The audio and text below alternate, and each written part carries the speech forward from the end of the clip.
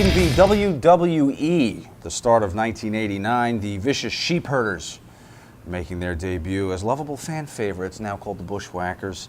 We find out Andre the Giant's deathly afraid of snakes. Ron Bass enjoying his new haircut, courtesy of Brutus the Barber Beefcake. The Mega Powers are getting ready to explode. But in the WCW, the guy next to me is riding high as the manager of the Midnight Express, an iteration of the Midnight Express anyway, and about to get a bad case of heartburn in the form of someone who's headed in.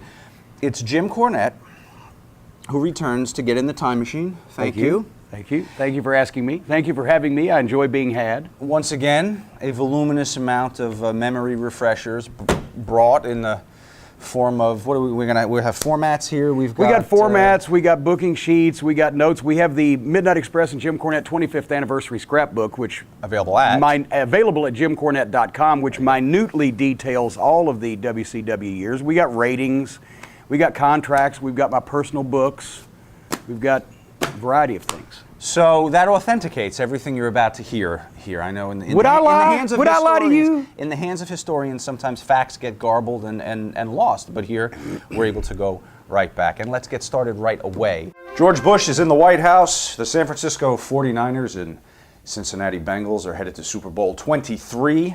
Every Rose Has Its Thorn by Poison. You remember? Remember it? Yes, it was the number one song on the radio. Average American annual income, $27,225 a year. Gas, 97 cents a gallon. Yes, it happened once. And our guest today was strutting and cutting his way toward the top of the card. Who's the guy for Poison, the singer? Bret Michaels. I know Bret. You don't know his name? I know Bret. I spent time with him. I talked to him about dying. Because he was out there on the edge where I was. And so we had a very close connection there about being on the edge of life and death. It's a real tricky place. After your accident, you're referring to. That's right. Yeah. It's a real tricky place to be, to come back from. And he was out there on the edge a little bit, so I had a real good connection with Bret. You were living the lifestyle of Bret in the '80s, certainly. Rock star. Everybody says, "You guys are rock stars. You're like a rock star." I said, rock stars, they want to be me. They wish they could be me. They wish they could have any semblance of what I was doing when I was rocking. Right. Bret would have been good on the stick, I think. I don't know how he would have done in the ring, Bret Michaels. But no, he would have been a good stick man. He would have been a good stick man.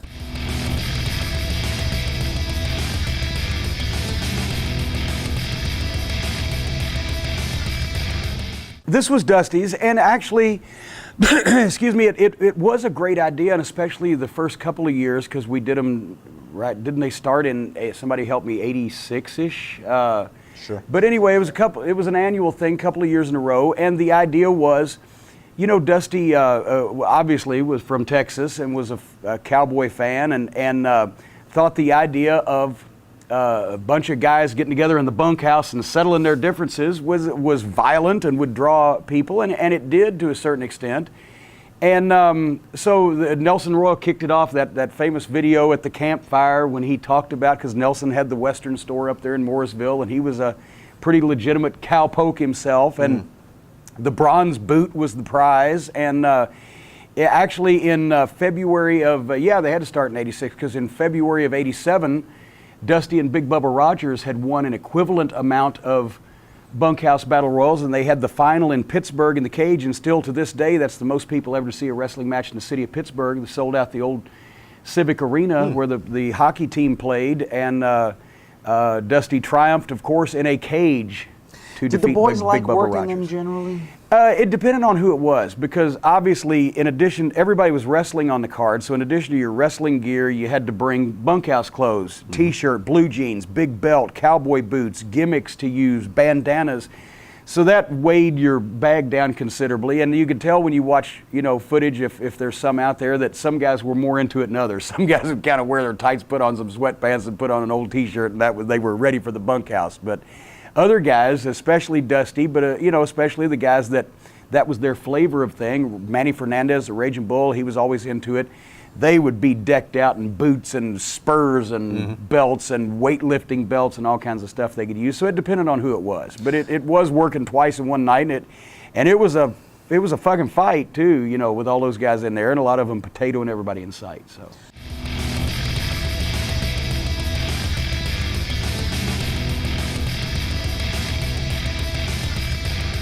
At the exhausting time of 6 minutes and 7 seconds, you toss J.J. Dillon and Gary Hart to get it. Your memories in the match? Well, they had so many managers. When I saw they're going to have a manager's bunkhouse, I'm like, holy Jesus Christ. And I actually have that on tape.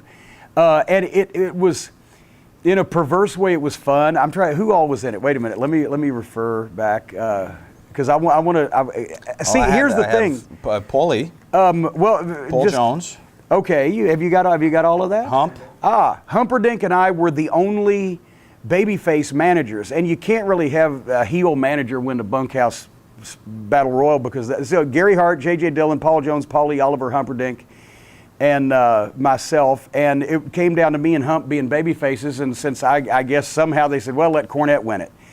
What about getting in the ring and wrestling every once in a while? Is it something you look forward to? Or? Well, it depended once again on who it was. We had six-mans, especially at the Bash, like when it was me and the Midnight Express against Dusty and Magnum and Baby Doll. That was great, or something like that. Or if it was, I had a ton of fun with the 3-on-2 bunkhouse matches at the '88 Bash series with the three of us, me, Bobby, and Stan against the Fantastics. Bobby Fulton and Tommy Rogers. We had a ton of fun because I could even pick Bobby and Tommy up if I needed to. And they liked working with me. So working as a manager was an art because you had to look like you were trying to do something without actually being able to do it. And so it depended on the match and the situation, but sometimes I did and sometimes I'd rather not.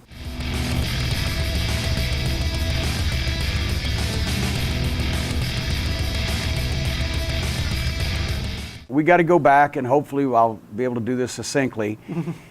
We shot the big angle with Tully and Arn in the fall of '88, and Luger and Flair's rematches from the '88 Bash were catching on at the houses, and we shot the angle with Tully and Arn to fight the Midnight for the first time ever, the two top heel teams in the history of the company, match never before seen, and suddenly the houses, you can go through the book and look, but I remember Richmond sold out, 12,000 something people did $140,000 in those days. It was bigger than the Bash House in September to see that double main event.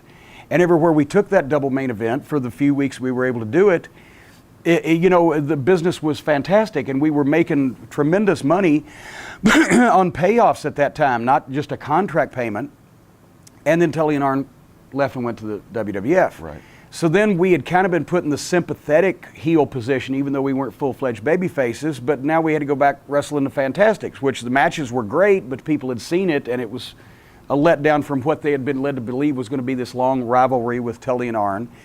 And so I went to Dusty, and I said, we got to do something now. We're kind of stuck. We got nobody to work with, and Tully and Arn have left. And that's when Paul Lee had been managing Dennis, who'd gotten back into business on a limited basis, and Randy Rose, who were the original Midnight Express. They had done that in Alabama and in Memphis before we became the National Midnight Express, Dennis and Bobby. So anyway, Dusty said, well, Dennis Condrey left us, baby. I won't bring him in unless y'all say so. And me and Bobby and Stan, all three, said, please, we want to do this. This could be the angle. And I explained to him, I said, what about he uses the phone? So we're on TV and I get a phone call from some mysterious that I've obviously had a problem with, and but we don't know about it. And well, anytime you want to settle this thing, come on. And then suddenly they jump us and they beat the shit out of us. And my original idea was that they would get juice on all three of us, but then Dusty, of course, being a genius and fine-tuning things, said, well, kid, they've seen the other guys bleed, and this was TBS, and we weren't really supposed to have blood, right? Said, they've seen the guys bleed, but they've never seen you bleed, so just you get the blood, but just get a little, Okay, well, anyway, everybody remembers. I get the phone call. Bobby actually did have a knee injury at the time, so Stan was wrestling a single match. Bobby was at ringside, and I hang up on the guy like, fuck you, boom, and suddenly they come out from behind the curtain. And Jim Ross makes it perfect when he says, they don't even work here, because everybody'd seen them at the time. The AWA was on ESPN for what that was worth, and a lot of people had seen them, So they hit the ring, and I freak out and go in, and Paulie comes from behind me and nails me and throws me out and hits me on the head with the phone, and I take this ridiculous bump, and I didn't hurt myself. I don't know how to this day. On a concrete floor, I go up in the air and ass over tea kettle. But I was nervous about blading on television because I thought, I'm not a wizard at this like a Ray Stevens. I don't want anybody to see me. So one time, and I forgot, it's like 55 degrees in the TV studio. And I wasn't experienced enough with that to know that that means it's going to be a little harder to come, right? So I do that and nothing. Oh, shit, right? And then suddenly, on the 5-second delay, comes this fucking waterfall. And now I'm like, oh, fuck, maybe. So now I can't really see for a shoot, and I'm trying to get the blade back in my pocket while I'm crawling. And, of course, I turn toward the camera, and I'm wearing the white jacket, which is still on my office wall, by the way. And everybody went insane, my God. And, Dusty afterwards, he said, good job, kid, but I said a little juice, Well, I didn't mean to do that, but it worked for the purposes. And so we started that angle, and everybody was hot for it. And the thing is, as we'll get into, anticipating your questions, that was the first part of November. So by the time that we got to the house shows and to the matches, it was into December. And that's when, unfortunately, Turner Broadcasting had bought the company. It took effect November 1st, and into December, they'd replaced Dusty as Booker.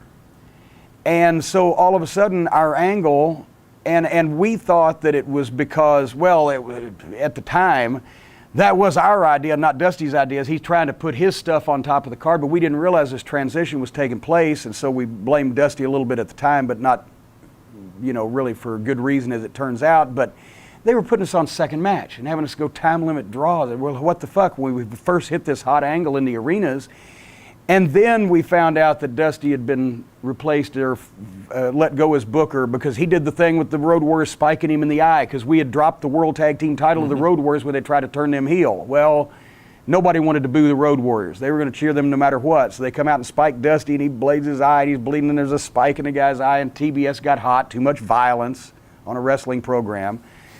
And they had replaced Dusty. And so we were floundering there in the first part of January. That's when they instituted the rule, for some unknown reason, to be penny wise and pound foolish, that they were going to save money sending the managers on the road, because they don't do that in New York. That was the old days. They don't do it. They just go to the Garden and TV. So why should we fly all these managers around? Paulie and I were integral to the program.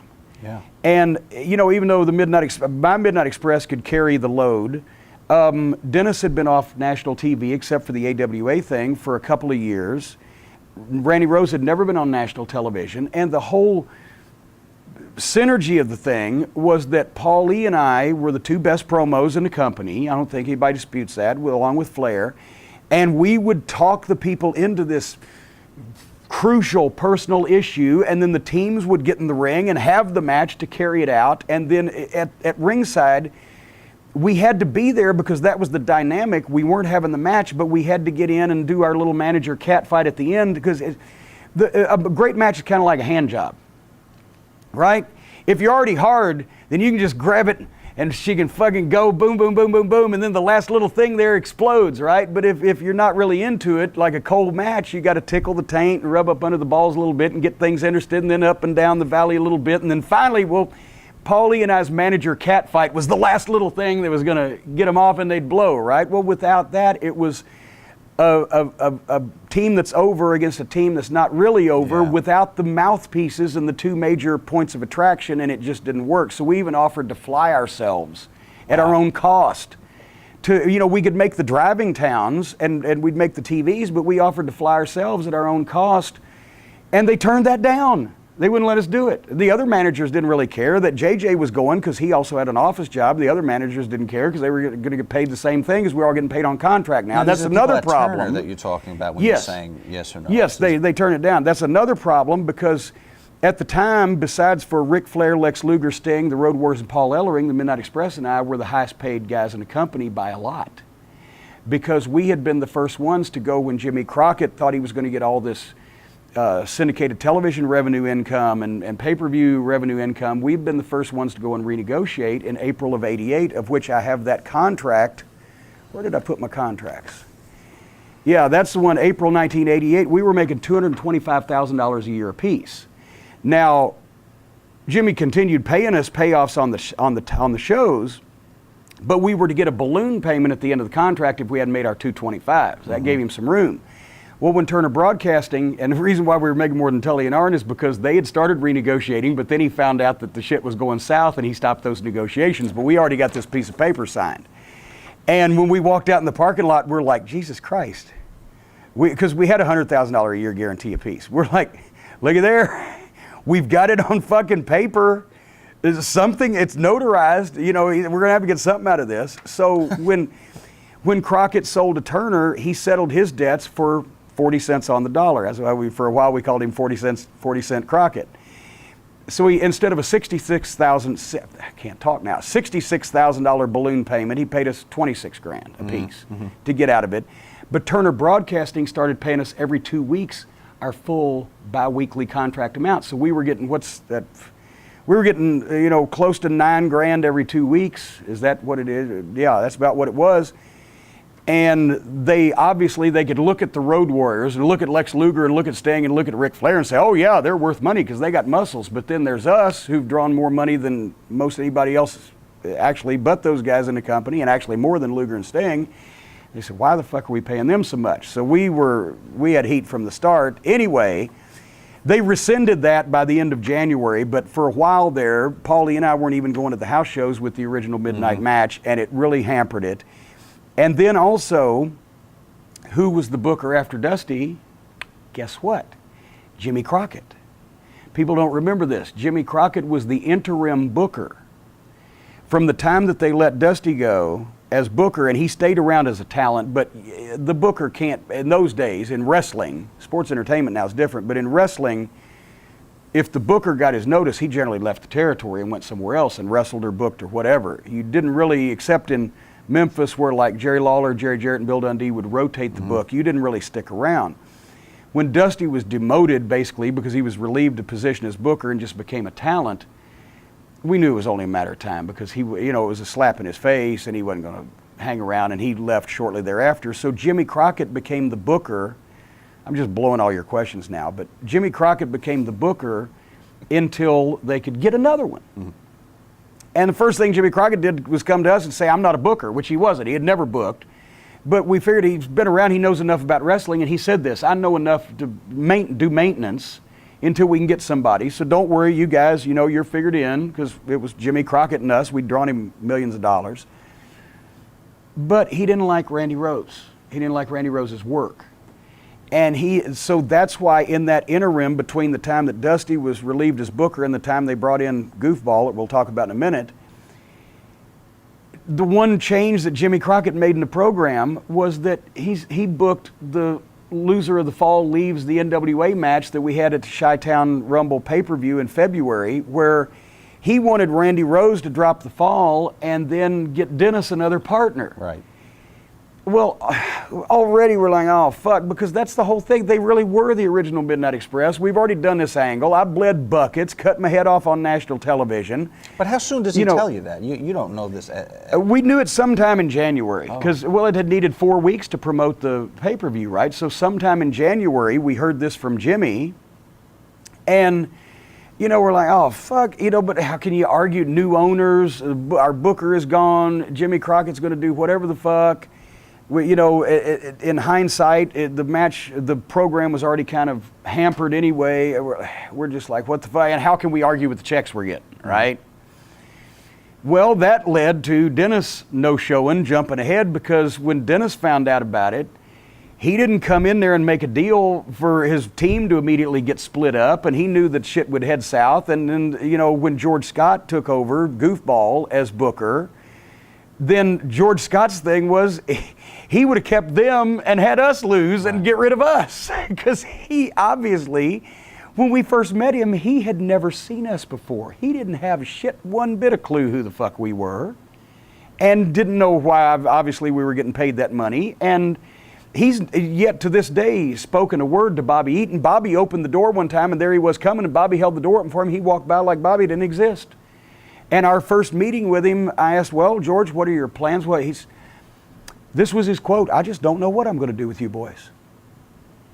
What the fuck? We're one of the biggest drawing fucking tag teams that the company has had for the previous 5 years. He don't know what the fuck to do with us. So we're like, it was just falling apart around our heads. He hadn't seen the product? He hadn't seen the product. He hadn't seen us. He hadn't seen it. It didn't look like he'd seen anything. We thought that he had Alzheimer's.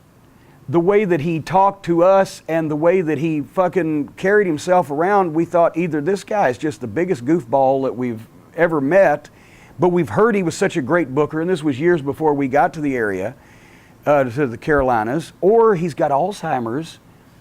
But one way or another, no, he didn't know what the fuck he was doing.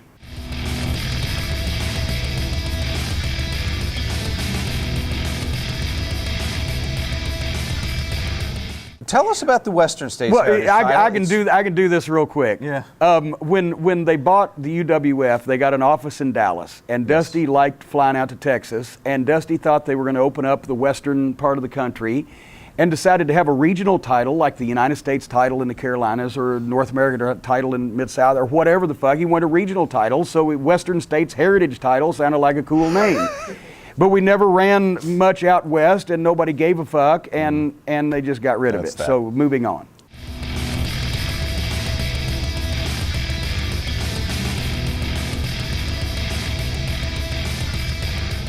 At this point, believe it or not, the whole time that we had worked for Jim Crockett Promotions, the NWA, WCW, we didn't get involved in the politics. We showed up at the shows, and the booker, Dusty, or JJ, his assistant, told us what we were doing, and we went out and did it. And, you know, it wasn't really Bobby and Arn hung out together because they were close friends and lived near each other. And Stan went and did his own thing. I went back to the room and got a pizza. You know, we didn't hang out with the guys. We weren't involved in the office politics. We did because we were all making money. We were all doing good. Nobody was happy, or nobody was unhappy. Nobody had a complaint. So we didn't know what was going on, and actually, TBS, the officials, I can't remember who it was at the time, whether it was that Jeff Carr or whoever, but they had brought some of the top guys in to ask their opinion of Dusty under confidential pretenses late in the year. And when they were starting to make serious effort to buy the company, that's why Tully and Arn left, because Tully had knocked Dusty in the supposed confidential meeting. And then they turned right around and went and told Dusty what Tully said. So Dusty kicked Tully off the private plane, off of Crockett's plane, said, fuck him, he can fly commercial. And that's when Tully got mad, and Arn went with him, and that's why they went to the WWF. That was in September. And so by the end of the year, what we had heard, no pun intended, was that Jack Petrick, who was a big TBS executive, his wife was best friends with Jim Herd's wife. And so they knew each other that way. And Jim Herd, when he worked at KPLR, Ted Koppler, the bigwig in St. Louis broadcasting magnate, owned the company. They had broadcast wrestling at the Chase, Sam Muchnick's promotion. Jim Herd's official wrestling background was that before he became station manager at KPLR and then went on to Pizza Hut, he had been a studio director. And he actually directed programs for Channel 11, one of which was Wrestling at the Chase. So for a few years there, in probably the late 60s, early 70s, or whenever it was, he was the director of the program, but he was a station director, spores, station personnel on remotes. That was his entire wrestling background, but his wife knew the wife of the right guy to fucking hire him. And so suddenly we heard Jim Herd, the guy from Pizza Hut, is going to be the new guy running the company. And everybody was like, who? Because nobody knew who the fuck he was. And when he walks in, is there like a general meeting where there's an introduction, where he outlines what intentions he has? You know, PTSD, I've slept since then, memory fades. I can't remember exactly how, if there was a meeting, if he introduced himself, it didn't make a big impact on anybody, and everybody was still wondering, you know, who this guy was. He had giant bushy head of gray hair. He looked like he was wearing a gray coonskin cap because he was older and he was gray, but the hair was impeccable. His hair was perfect, Warren.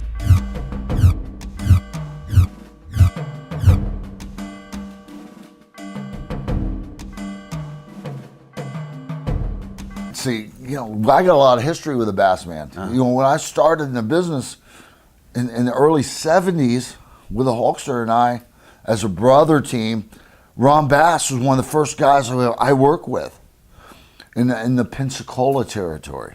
And a lot of people don't know that's where, in the first territory we went to, and Hulkster and I were working, and Ron had a partner.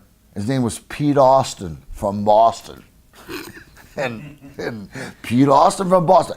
And he was a big guy. He was huge. Did Eddie Graham come up with that name? No, I find don't it hard think so. to believe that was No, Eddie Graham. no, big Pete Austin from Boston.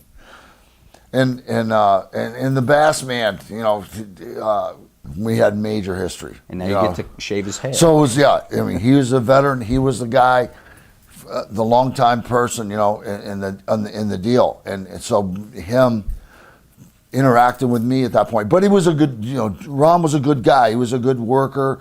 He was a great worker. In the business wise, he was, you know, it was all business, you know. So it was, you know, it was all about business. We were about making money, and that's what we were doing right there. Obviously, so it was a Saturday night main events in Tampa, Florida, in the Sun Dome. So it was a huge show. So I mean, he wasn't hesitant, but he was. I mean, who goes into getting your head shaved in a match? Right. You know, nobody wants to do that, but I mean, you do what you got to do.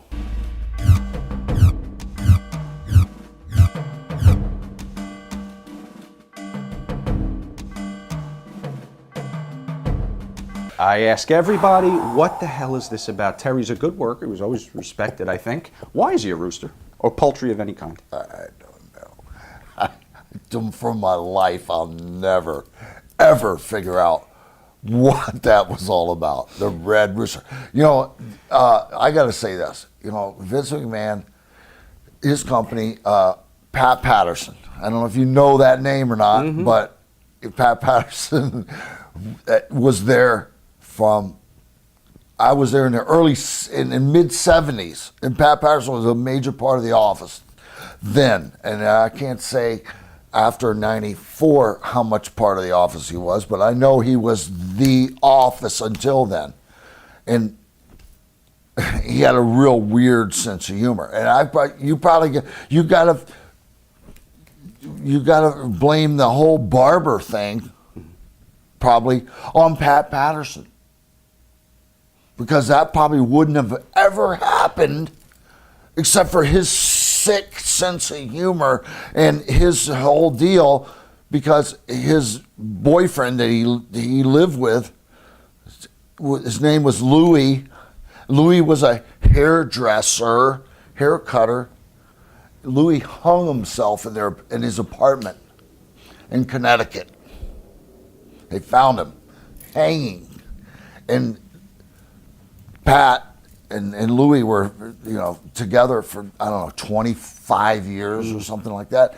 And the whole Barber gimmick stemmed from, you know, we did an angle, we did this and with that, but nobody's ever done a Barber thing in the wrestling business. A haircut match is something you did maybe once in a year, once, you know, in a career or something. I don't know. Guys, when they used to leave a territory, sometimes they do a haircut match, but it really didn't really mean anything. But you were given the name the Barber after that. Yeah, I mean, the Barber shop, the whole deal. It was committed, and that was Pat. And that was a Pat Patterson thought up deal. Brutus Beefcake came into WWE in late '83, '84.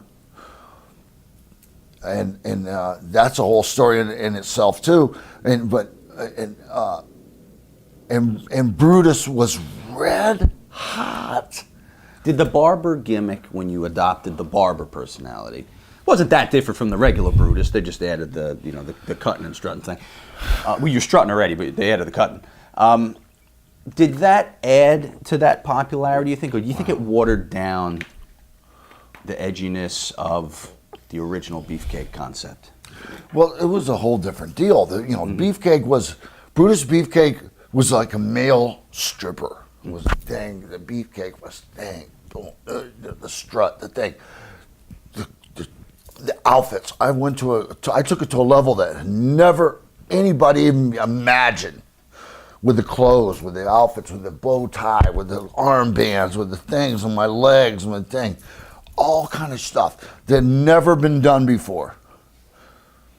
And then, and the Barber thing came out of left field because I had no clue they were going to do that. And I came back to WrestleMania. Right after WrestleMania, we had TV in Rochester, New York, in the War Memorial there in Rochester, an old crappy building. And we all showed up, and they handed me this white, like, coat and a pair of scissors and a comb. And they said, "Now you're the Barber." And you say what? And I said, "Fuck you." What do you mean I'm the Barber? What are you talking about? I'm the Barber. And they didn't have an answer. They didn't have a fucking clue what this meant. Where are we going with this? What are we going to do with this? There was nothing. And I just spent 2.5 years making Brutus Beefcake the hottest thing since sliced bread. A household word. Everybody hated me. They loved to hate me. Brutus Beefcake was a freaking heel that was a real heel, old style school heel. Now I'm the Barber? What is a Barber? But you got it over. How'd you do it? Man, this is the story that nobody knows because I went ballistic. I went crazy. I went nuts. I was in the dressing room, in a room, kicking the lockers, smashing stuff, saying I quit. This is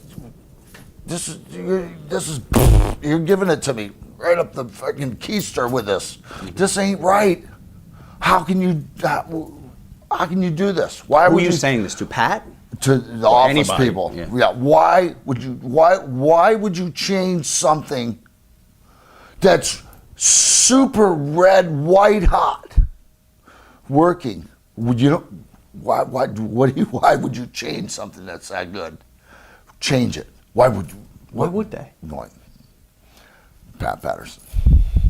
Was he trying to fuck you, or did Yeah, he? it was. Really? That was a direct. Cause But me and Hulkster are friends. Grew up together. Started in the business together. We're brothers. Tag teams in the business together, completely. And he couldn't do anything for Hulkster, but I was the younger fucking brother here thing. The kid brother thing. Since I wasn't really his brother. So I'll push your brother around because I can't push you around. That's right. And Why would you want to push Hogan? You're jealous. Jealousy is a mother. So right after that, though, is that what Pat was doing to Terry Taylor, you think, But with the rooster? see, Pat- and why not call him the cock? Well, if you're Pat Patterson, it's a rooster, You it's think a cock. so? Well, that's the whole deal with him. It's about subtleties. Gotcha. It's about with them. They let you see where things will fall. How you're going to deal with it. What are you going to do? Well, we're talking about- And Hulkster, I was in. He pulled me in a back room. And I was freaking bashing shit. I was crashing stuff. I was like, "What am I gonna do? How are we gonna the Barber with this? Are you serious? What are we gonna do? What does he How say? am I gonna do?" What does he say? He says, "What if every time you go to the ring, you cut somebody's hair? Every time you put them in the sleeper, you cut their hair." So this is Terry's idea. The sleeper, the haircut. And I said, "Wow. Every time I go to the ring, I'm going to cut somebody's hair." Yeah, every time. I go, that might just work, because anything less isn't going to happen. If I go to the ring and cut somebody's hair, and then 4 weeks later, I come out and I cut somebody's hair, and then 4 weeks later, it's not going to mean anything. But if I go to the ring every single time, doesn't matter, and I put somebody to sleep, and I cut their hair, that's going to make the gimmick get over.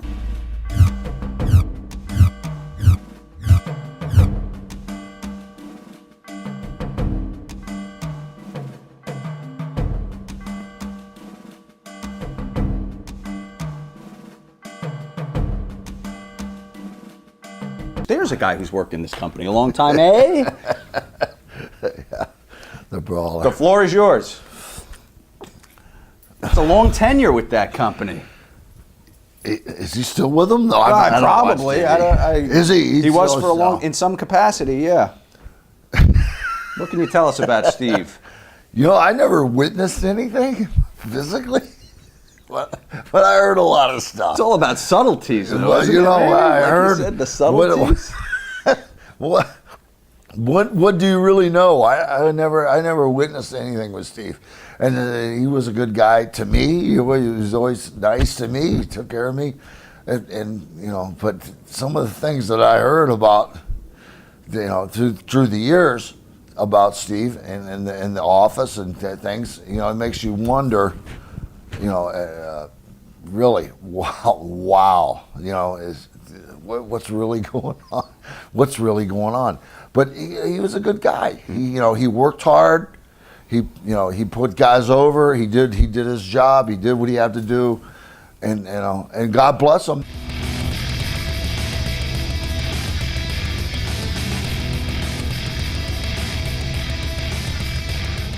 You pretty much know he's going to go because you see the writing on the wall.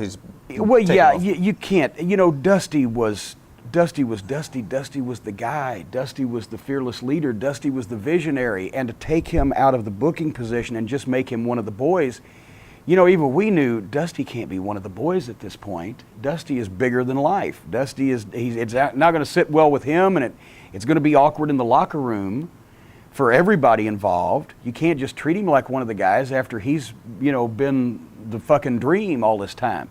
Some people liked him, some people didn't like him. We had no problem with him. He'd made us a shit ton full of money. And I thought he was a genius as a booker, even if he did do finishes too often and et cetera. Still, it's fucking Dusty Rhodes. He didn't work out. I noticed he just kind of left, and it's probably best that way. And the question is, were people within the company happy to see him go? It depends on who it was. Some were, some weren't. I definitely wasn't really, probably more so now in hindsight, upset about it at the time, but everybody was, it was a state of flux. Mm-hmm. Things were happening all over the...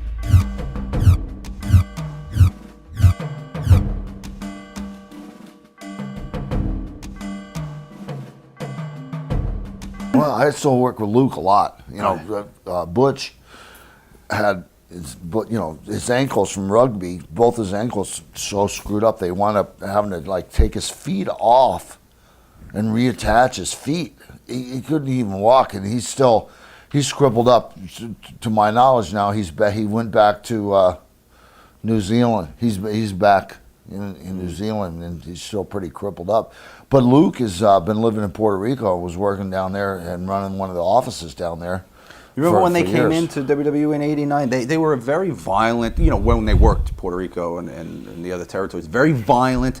And here we have a kind of a they were the sheep herders first, correct, right, or something? Right. Correct. But now we got a kid-friendly product. Did you think that would mix well? When they ended up making it work. They did. I mean, those guys were the original hardcore of wrestling. Mm-hmm. You know, I mean, for real though. I mean, those guys were tougher than rawhide, than nails. I mean, you could beat on them all day long, and those guys just kept going and going and going. It was incredible that they lasted, and then that they made the transition, and it was all good with the thing, the boom, the thing. I mean, the people loved it. It was about finding your niche. You know, with the people. And some guys could adapt and think, you know, I had the strut, the scissors. I mean, how violent was I out there, you know, with all that? That was major violence, but you're able to take it down to the level with the family, to a family level, do you think? And, you know, there wasn't blood and guts, and the haircut thing, and it went to a level of the people they never imagined. They never thought, whoever thought that somebody could go out to the ring every time and cut somebody's hair and carry hedge clippers into the ring. Or that Butch and Luke would be licking little kids' heads on the way to the ring. You know, Crazy. You know.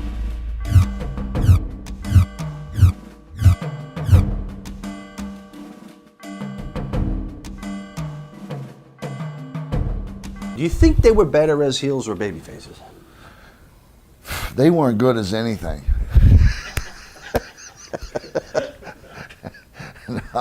No, the Rougeau. Did you get along with me? I'm not a big Rougeau fan. I do. No, you know, and Jock actually called me a while back, and I was supposed to do some shows and stuff, and then it all caved in. Nothing ever happened. The French-Canadian crew, kind of a strong bond. They all kind of stick together and kind of look out for each other. True? Yeah.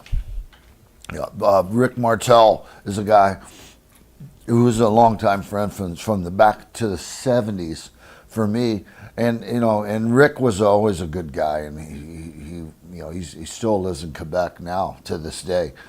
And he's a good guy. And he always took care of us. And he was part of that Canadian connection, but he always kind of kept himself a little bit separate. I mean, you had Dino Bravo, who was a huge, you know, Canadian, great wrestler, never had that real personality to really appeal to the masses. You know, he just, you know, and then he wound up getting involved with organized crime up there, and they shot him dead sitting in his chair in his house with his family in the house. That was, you know, that whole, then you had the whole Dynamite thing happen, right, with those guys. And Dynamite Kid, you know, another a guy that I knew from, originally from Japan. I met him in, you know, he was working in Japan. He was a great kid, a great worker, and then WWE brought him in. They put him with Davey Boy, who was a great kid, and then, you know, and Greg and I, and they pinned him on us, and we were the odd couple for sure. I mean, they put me and Greg together, and nobody said, them two, you know, how you gonna, you know, them two will never fucking be a tag team, you know, blah blah blah, and we wound up being opposite track. We were so completely different that it worked.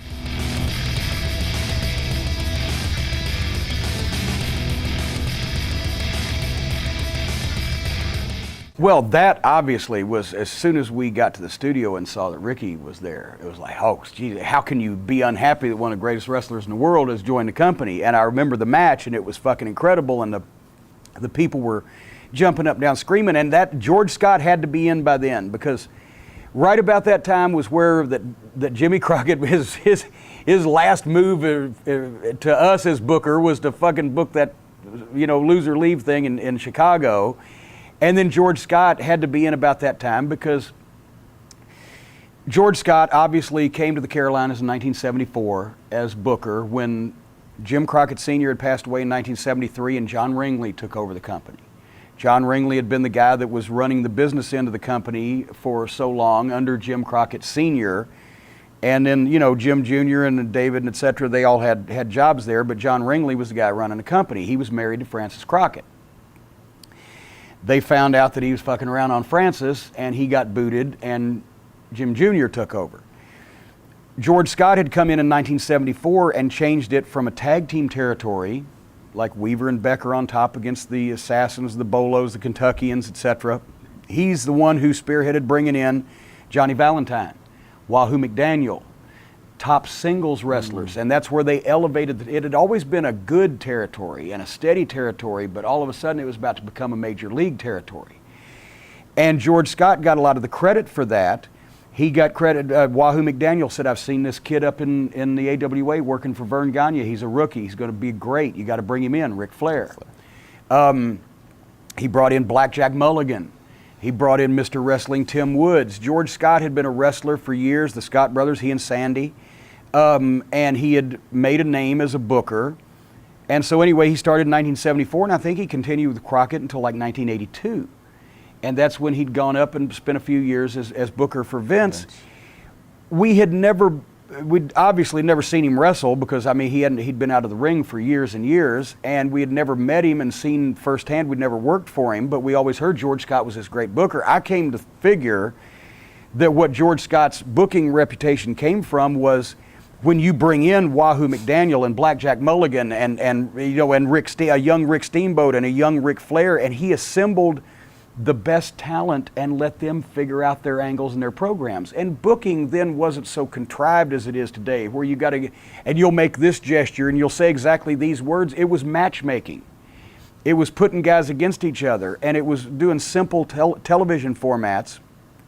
And the angles the guys would come up with riding in the car up and down the road, "Hey, I could do this with so-and-so," and he would let them do it. So I think his reputation came from picking good talent and letting them do their thing. So Steamboat obviously had been an integral part of the Carolinas, and the first time he went around with Flair in the late 70s, so naturally Steamboat comes back. That was great. Great angle, great surprise. You got one of the best workers in the business now on the team, so that was a positive.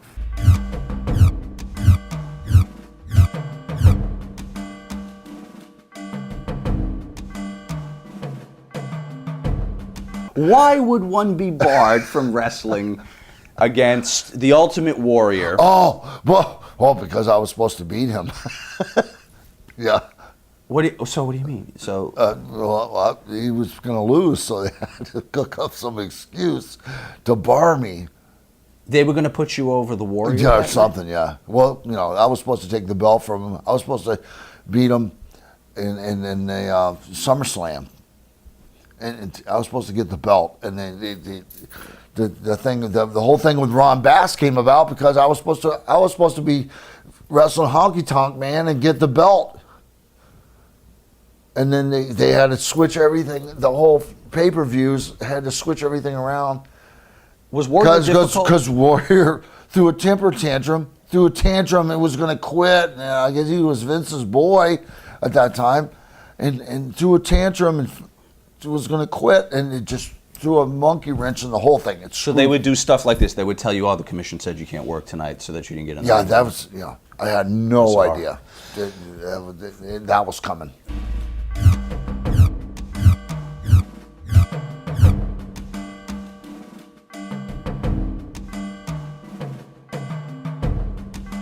Here's a fact I want to see if you can confirm. It's reported at the time that the jobbers who worked against you on TV got paid a little extra because you cut their hair. True? Absolutely. The jobbers would get not just a little extra. I mean, these guys are doing TV matches for $50 or something. Mm-hmm. Guys that wrestled me were getting like $300. Wow. That's a big difference from getting $50. Guys are coming to TV. These are kids. They don't do this for a living, and they're part-time wrestlers. That's the thing, and a lot of the guys, who figured it out finally, like, okay, I'll get in there with Brutus and mix it up a little bit, and then bang, he'll cut my hair a little bit, and then I'll come back in 3 months, and I'm going back and say the same thing. I'll cut a little bit of my hair. And they did good. Every couple of months they'd come in, boom, bang, and they'd make a good payday. Did the main event guys that you were working with get a bump too? Oh, if they no. had to? No, that was part of their job. No, but the jobbers, the TV guys, that was a big deal for them, because that was a score. I mean, they get $300 for a TV match, That was a week's pay or 2 weeks' pay back then. Now, a guy like Perfect, who you're probably going to work 20 more times through the year, you can't cut a lot of his hair off because you got to do this again and again. What's the art to winning the match, getting the hair cut, but leaving enough that you got to continue to do this around the loop? You just snip a little off the back? Yeah, a little off the back. Well, perfect. Kurt and I were great friends, and when I started in the business in 77, 76, I was in Oregon. A couple years in, I was in Oregon working, and Stan Stasiak, Stan the Man, who was a WWF champion, and was out there, and Kurt was just breaking in the business, and his father, Larry the Axe, came into the territory.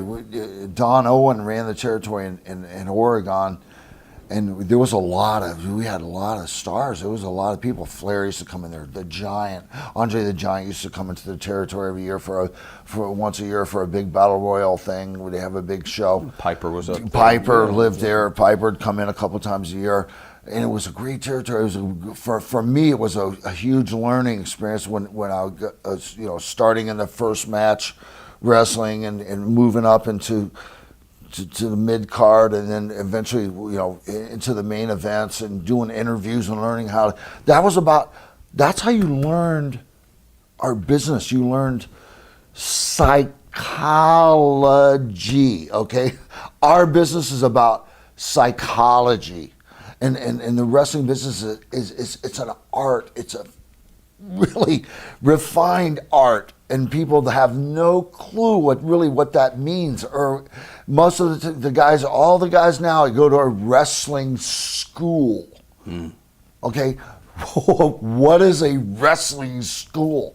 I have no clue. Your school was the territories. You learn every night in the ring with veterans, with top guys, and they teach you what their business is about, and you learn respect for our business, and you learn by getting your ass beat out there night after night after night. But it teaches you things that you cannot learn going out and jumping around in a ring, for getting slammed or bouncing off the ropes and getting slammed and everything.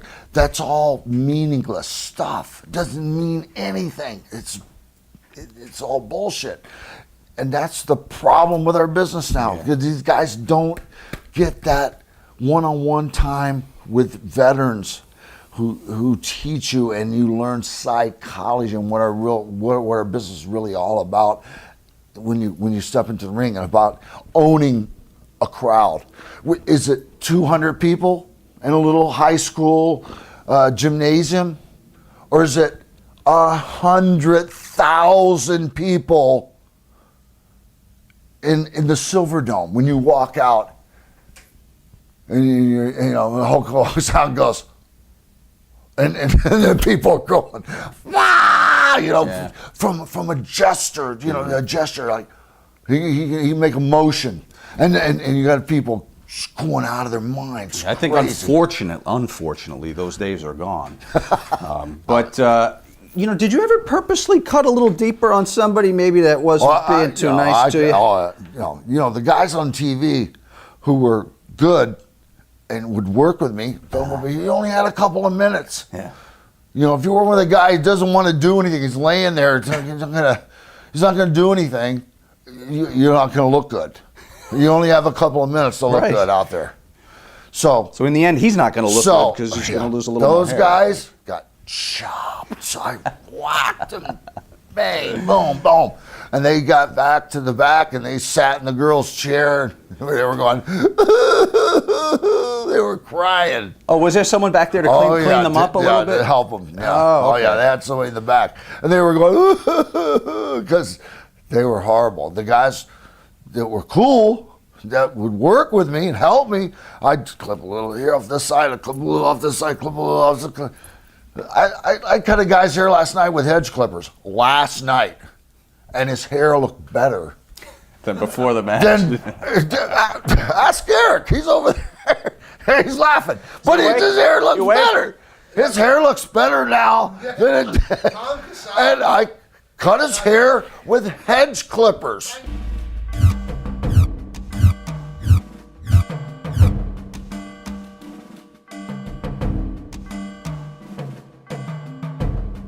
the love triangle with Liz. This is all borrowed from Savage's real jealousy, right? Man, the guy was crazy. You know, he was so jealous that, I mean, he used to lock Liz in the dressing rooms, lock her in there. And guys would look at Liz the wrong way, and Macho Man would be after him, chasing him around and yelling at people and screaming and yelling at the agents, and would literally had to lock her in a room and like want to take the key, lock her in and take the key until he could come back and unlock the door. And you know, nobody could really understand that. It didn't make much sense. But now Hulk is going to work that thing where Savage is accusing him of having eyes for Liz. There was never any legit jealousy between Terry and Randy, right, about Liz. This was all... You know, Randy was Randy. And he, you know, I worked a lot of matches with Randy. I actually had to take... I did some matches for... took Hulk's place in matches. He had to pull out. They had to pull him out of some matches. I worked in Indianapolis, for instance, in the Dome in Indy. I mean, what's that? A 25,000 seat arena. Hogan and Savage was the main event. Hogan couldn't be there. He was hurt. They've substituted me for him, and had Liz in my corner and the whole thing, and you know, and the people, and they didn't have a single person want their money back. They didn't have any, and that's unheard of. How can you, who can you substitute for Hulk Hogan? There ain't no substitute for Hulk Hogan. Right. I got thrown into that thing, and I was like, I was horrified. I was like, oh my God.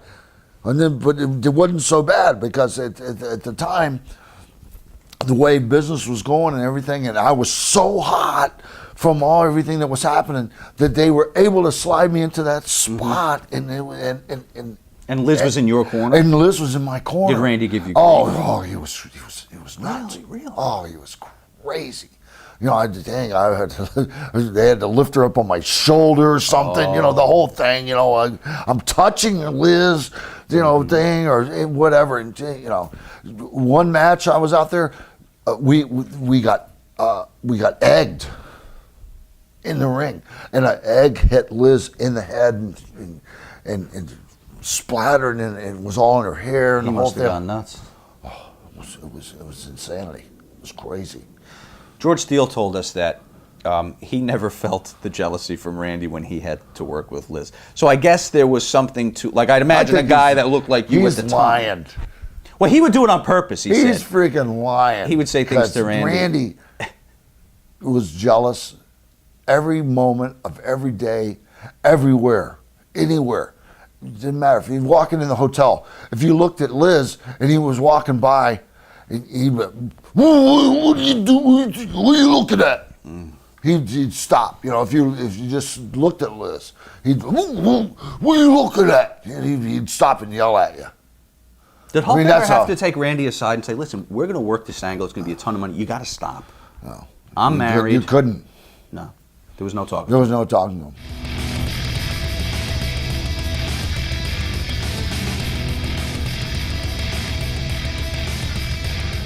And for every positive, there's a negative. Well, now, Dylan leaves for a front office job in New York. Take that, first of all, the face of the Horseman going to the competition. Well, you know, once again, and gosh, I wish I'd have boned up on JJ's book. JJ wrote a great book. Wrestlers Are Like Seagulls. It is one of the best. It is one of the best wrestling books out there. And buy the book and find out who said that and why. It's great. But basically, Dusty was gone. You know, he could probably see the writing on the wall. He had an opportunity to contact the WWF, and he took it, and he's gone. So now there's no leader of the Horsemen. There's no... JJ was always... It wasn't that we were 1-2 for the... JJ was always the top manager. We understood, but I was sort of the personality manager, and we always coexisted, and except for the program with Tully and Arn, we never really, we were enjoying that too because we got to cut promos on each other. You know, when he would talk about, you're the only tennis player I've ever seen that has no balls, and I would say the fucking varicose veins on the back of your leg look like a road map of New Jersey, you old bastard. You're so old, your social security number is 1. We had fun with that. So when he left, I don't know whose idea it was because I was nowhere near the booking process at this point, but Hiro Matsuda, who was a great wrestler, who actually was part owner of the Florida office at one point in time, who was a well-respected trainer, and you know, one of the icons of you know, Japanese wrestling that had come over here and made good, and you know, but suddenly the one thing he was not was a great promo, and suddenly, you know, it was the idea, I guess George Scott was, you know, once again, he was 10 years behind the times. It looked like not only had he seen wrestling at all for the past several years, probably not watched the NWA even while he was working for Vince because he didn't know who most of us were, but he started bringing back people that he had worked with not even just in the 70s but in the 60s, and it was 1989. And I guess he thought, well, the Japanese are all taking over everything, so the rich Japanese businessman will buy the and oh my God. Odd choice. Odd choice. Is there a fear when someone from the office goes to competition that sensitive information, salaries, future plans? I'm sure, well, they didn't have any future plans, but salaries and contract information, et cetera, at that time, I'm sure there was. Once again, I wouldn't get that close to the office for another 6 months or so I don't know who was shaking like a dog shitting peach seeds at what JJ knew, but at that point in time, there weren't any future plans, you could tell, only sketchy ones. So, and also, you can take a guy's book, right? And now it's a laptop or whatever, but you can't take the guy's head. He knows everybody. He has a relationship with people. People trust him. He knows when guys are happy, and he knows, like Santa Claus. He knows when they're happy and sad, knows when they're naughty and nice. So yeah, you didn't want, you know, a guy that had been in the office that long going to the competition, but they couldn't help it.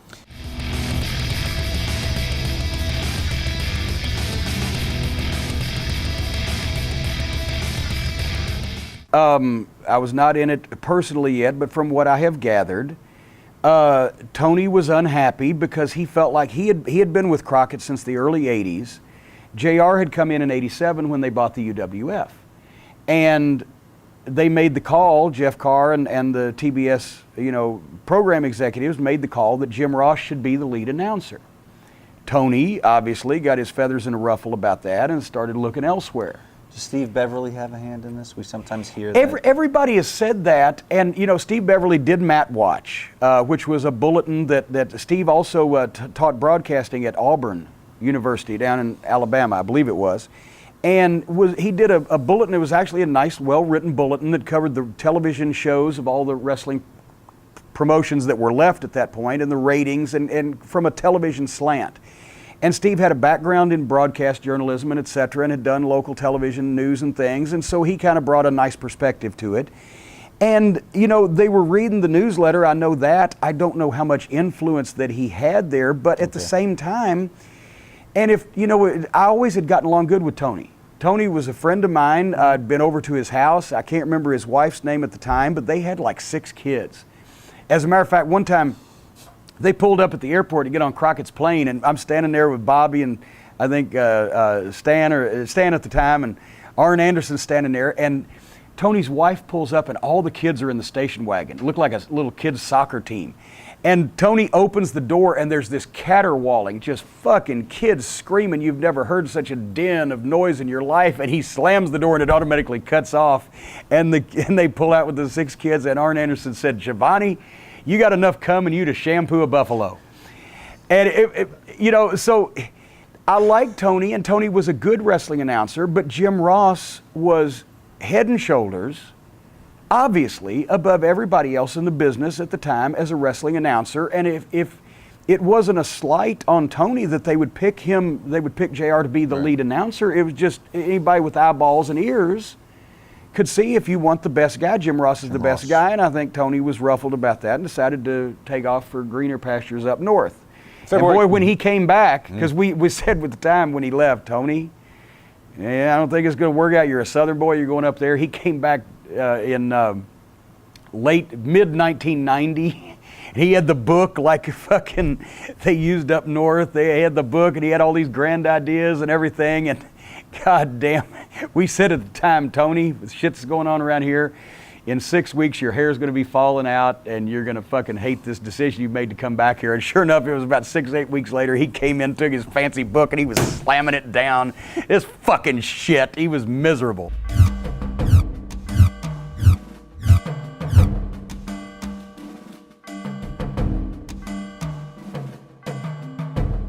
You know, I think the boys just kept doing what we're doing. You know, at the end of the day, is, you know, the office is going to do what they're going to do. The athletic commissions, you know, you had some states abolishing them, some getting rid of them. You know, the boxing, this and that, and all different states. You know, and at that time, it really didn't matter. They were just trying not to make waves and try to you know, because guys, we're working in every state. Every night. Back in the 80 and 89, they're running 2 and 3 shows a night. You know, you had an A town, a B town, and a C town. A and B towns, you're drawing between 20,000 each town. You know, the A town, wherever Hulk is a $20,000 show. You know, the B towns could be, you know, 10 to 20 grand too. And shows, and the C towns are smaller towns. You're still getting 5,000 people, you know, an arena, 6,000, 7,000, whatever. That's nothing to sneeze at. These guys, TNA, they can't draw 5,000 people for their pay-per-views. No, it's unbelievable. With all their fucking big guns. I mean, WWE, they gotta pull all the plugs out to try to get 20,000 people. We did it on a nightly basis, every night. And some days we did 2 shows on Saturdays and Sundays. To the Cow Palace in the afternoon, 22,000. Fly to LA that night and do another 20,000, 25,000. In these states, how thorough is the athletic commission's physical of you before? Maybe a little blood pressure. You know, they take your blood pressure and stuff. I mean, you know, but at least that's something. If you're monitoring the guys, you know, you're gonna, you know, at least you're looking at the guys. You know, you look at them in the eye and say, "This guy's, you know, one of his eyes ain't working." You know, you're gonna, you know, nobody died in the ring while I was there. That is true. You know, I mean, at least, you know, they were checking guys. They keep an eye on them. You know, we had no insurance. Right. You know, we got no retirement. We got nothing.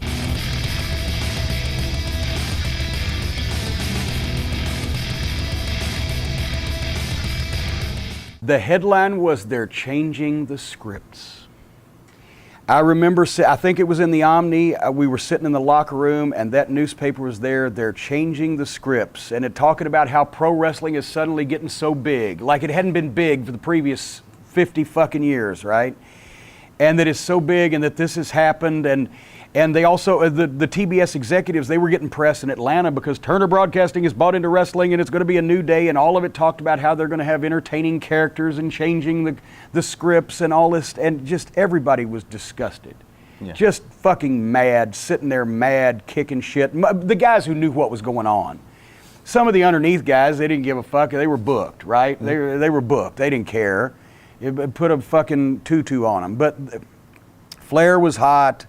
And it wasn't just that article there, but it was a continuing series of articles talking about the new age of wrestling, and they were likened it to Gorgeous George, like wrestling's hot again on television. Wrestling had been hot on TV for the previous 30 fucking years in every market in the country, but suddenly they found out about it. And so, you know, it was in my, as a matter of fact, in my Christmas poem. I took my 1988 Christmas program, or Christmas poem. Was it? Or no, it was, The Grinch That Stole Wrestling, my follow-up in 1990. The first few lines, "'Twas the night before Christmas, 2 years after the bye, and the state of pro wrestling would bring a tear to your eye. We're changing the scripts," the New York Times quote had read. "All the secrets were out, and pro wrestling was dead." It was fucking disgusting. And we sat there, and now we started to realize this shit is not going to be good, because not only is Vince telling people it's fucking fake, but our own fucking new owners are doing this mega media blitz where they're talking about how that everything is fake and scripted and we're going to have these characters and we're going to change this shit, and everybody just starts shaking their heads like, oh fuck, this is not going to end well.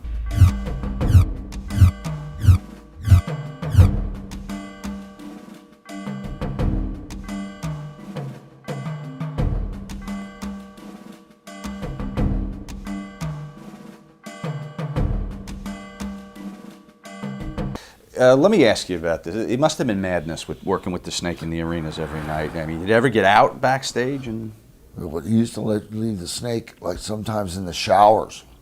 A lot of times we were in these arenas or hockey arenas, whatever. They got big shower areas. You used to put that Snake, you know, in the shower area with the showers, the hot water on, because they're cold-blooded animals. So they're like.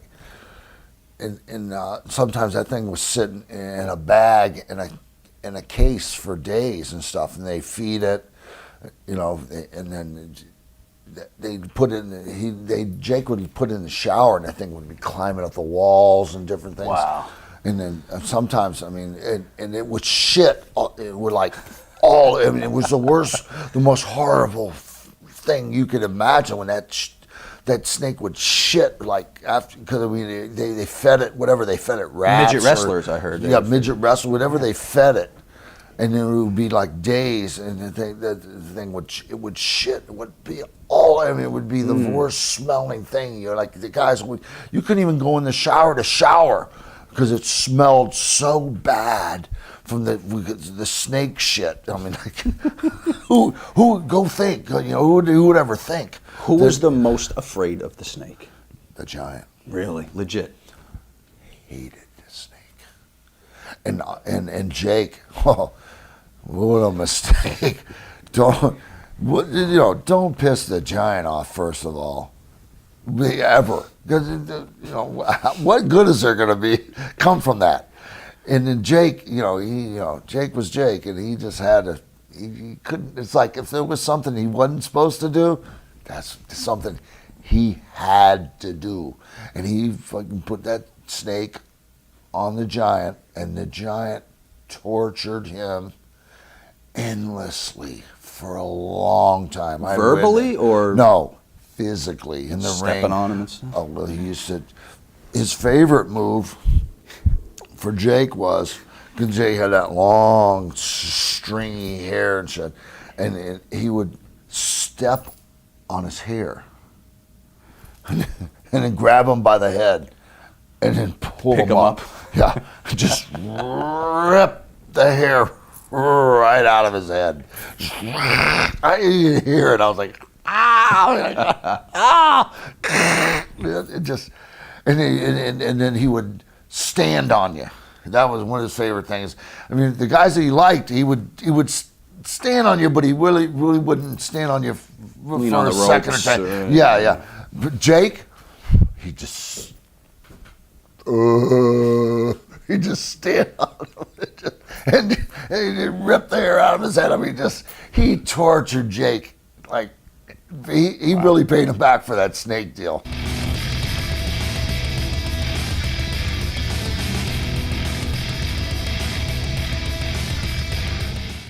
Well, that was good. I mean, the danger zone obviously fit Paulie dangerously, and Paulie, I've never said Paulie couldn't talk. He could talk his ass off. You know, I wouldn't believe him if his tongue was notarized, was one of my famous quotes. But to give him a segment like that was fine. Secret Service Jack Victory. Jack had done the job, so they promised him they'd bring him back in some kind of gimmick, and he couldn't wrestle because I said loser of the fall could not wrestle in the NWA, so they bring him back as Paulie's bodyguard, and that, you know.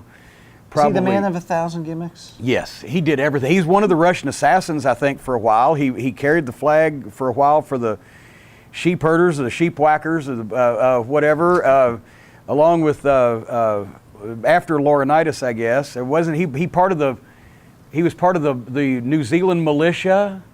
Had a couple of different mask gimmicks, and yeah. Jack he actually is the one that helped me load my car and hook my trailer up and move from Dallas to Atlanta when I first went to work for Crockett. He was working out in Dallas at the time. Jack was a great guy, and he was a pretty good worker, had a heck of a fucking punch.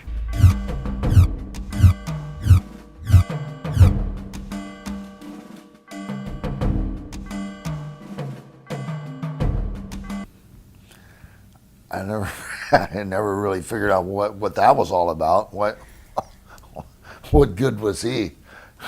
You tell me. What use he was, or what function he filled. I mean, I guess everybody's got to have a job. You know, like I said, I don't begrudge anybody for working, but I never can figure out what his deal was. Worked for a long time. A long time.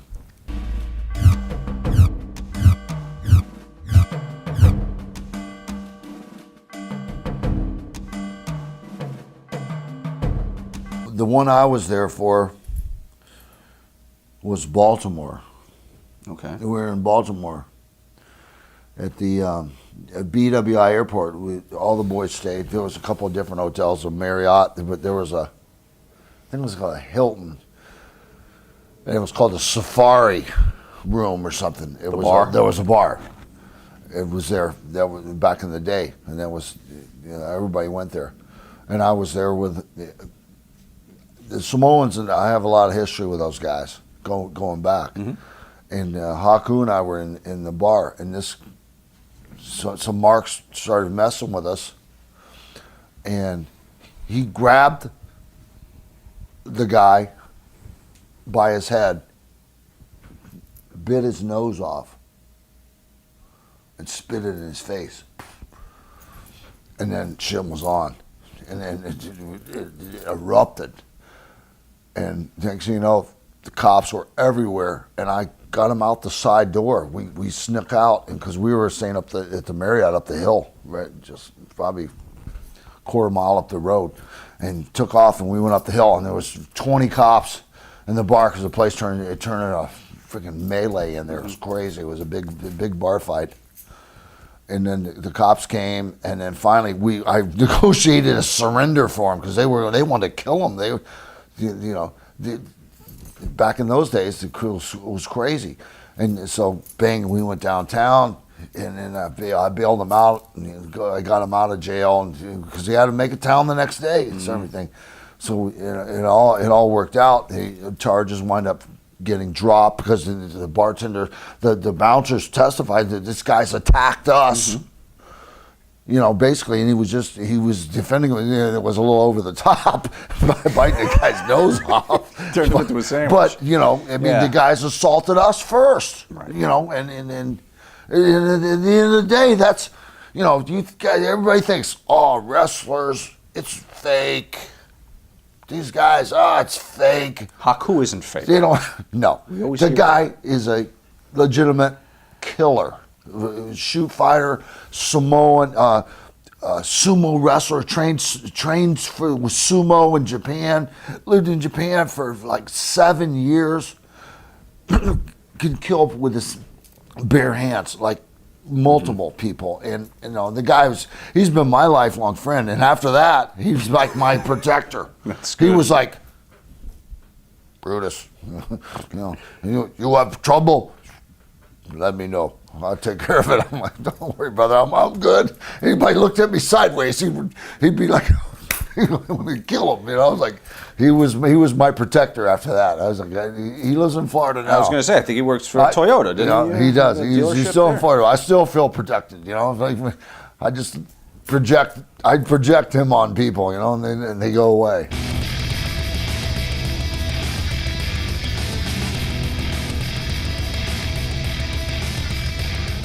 Do you think the company missed an opportunity? Should he have been pushed better, used better? Well, yes and no. I mean, at some points he was on top, and at some points he wasn't used right. He was obviously a talent, and he'd come directly over, from Japan, and so his English was limited, but he was a great athlete and a bright kid. And he caught on really quickly. He got a lot of reaction, but as a heel, he didn't get a ton of heat because he was so cool, and especially with the moonsault and the fast moves and the cool things he did. So he got a ton of reaction, but not a lot of heat. And when Gary Hart was with him, Gary brought some of the heat, and he was definitely, he could be portrayed as a dangerous guy, Muta. And I remember that later on, much later, they had ideas to turn him babyface, because he would be over with the kids. But I think, and the story that I always got was that Gary talked him out of it and convinced him, oh, don't let them turn you babyface, which maybe in hindsight with what they did with their baby faces and Jim Herd's ideas like the ding-dongs and et cetera that we'll get to, I know, it may have been for the best, but Gary specialized in managing the foreign menaces, whether it be the Great Kabuki, brother, in Dallas, or it was Pak Song Nam, who, you know, got Dusty over as the American Dream in Florida in '74, the ugly foreign menace. Muta was new wave, man. He was new for the times. You couldn't make him an evil foreign menace because he was too cool. But at the same time, he was great. He got a tremendous reaction. He was a great worker in the ring. He was used on top, but I don't know if they got the most out of him they could. What should we know about green mist? Well, here's the thing. As Gary Hart explained to me one time, a lot of times you blow the green, it's bad news, brother, but when you blow the red, all the shit's on. Gary loved, and read his book too. Gary had an incredible book, and Gary, J.J. Dill, and I, we do great books because we were managers and bookers, and we kept our records, so we could be specific. But Gary did a great book, and he really genuinely loved developing talent and coming up with backstories for them, and coming up with, you know, reasons for their being and whatever. And it was an Oriental fucking, you know, mystery. I don't know, ancient Chinese secret. I don't know, but somehow he had this power to, Kabuki did. Kabuki. So naturally, Muta had picked this up where taking a green mist shot. Yeah. What do we need to know? Wait, is it Listerine we're getting in our face? I know it's food coloring. Just food coloring? It's food coloring in a rubber. That's the same way as the way you guys used to, when you would get chopped in the throat and bleed from the mouth. The shortcut was red food coloring in a rubber, but that actually, you know, stains and doesn't look like real blood. So used to, what they would do is they would take a hypodermic needle and the guy would draw his own blood. This is what we did with Ricky Morton when we got death threats for the first angle we did with the rock and roll that started selling out everywhere in '86. They picked Ricky up, and I had the racket there. They dropped him throat first on the edge of the racket, and he bled from the mouth, and it was like it ruptured his larynx or whatever. They drew blood. They put it in a condom. You draw your own blood because you don't want somebody else's blood in your mouth. Even those days, you draw blood, you shoot it in the rubber, you tie it off, and you put it in a bucket of warm water so it don't clot. And then when the appropriate time comes, either whoever's going to do the handoff, in this case, since the rock and roll were wrestling and beating somebody, and then we were going to run in and attack them, right before we ran in, I scooped it up out of the warm water, and I ran in, and as Ricky was down, as I went to get him, I grabbed him with the back of his hair with one hand and stuck it in his mouth with the other hand and stood him up, and then the boys held him, and then I took the racket, blah, blah, blah. Nice. And you bite the rubber and you bleed. Of course, we tried to do that in Ring of Honor. One guy, he couldn't bite the rubber, it just kept mashing around. I guess they make rubbers more durable than they used to because of all the problems with AIDS. He couldn't bite the rubber, it just kept rolling around. Another time, guy swallowed the whole fucking thing, almost choked himself.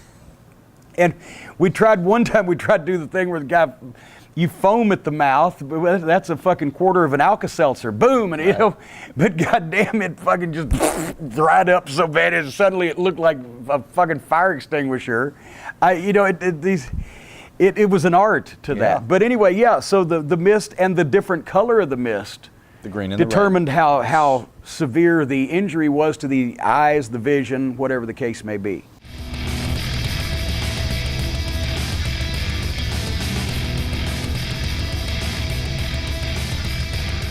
This is a commentary on the work ethic of these two guys. I'm surprised they were able to get it in that short a time, to be honest. That's only a total of an hour.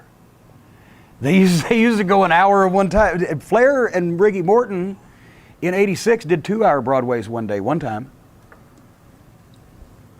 But yes, that's Steamboat was in his physical prime. Flair was almost 40 at that point and in his physical prime, like he ever had anything other than a physical prime. Flair and Stan Lane used to have competitions in the locker room where there would be an athletic commission and they'd check you, your heart, your blood pressure and everything to see who had the lowest pulse rate. And Flair always won. Stan would get close sometimes, but Flair always won. He was like a fucking marathon runner. And it just, and he would, his warm-up would fucking blow most people up. So yeah, they went 30 minutes twice, 2 main event matches, same fucking day, didn't think anything of it.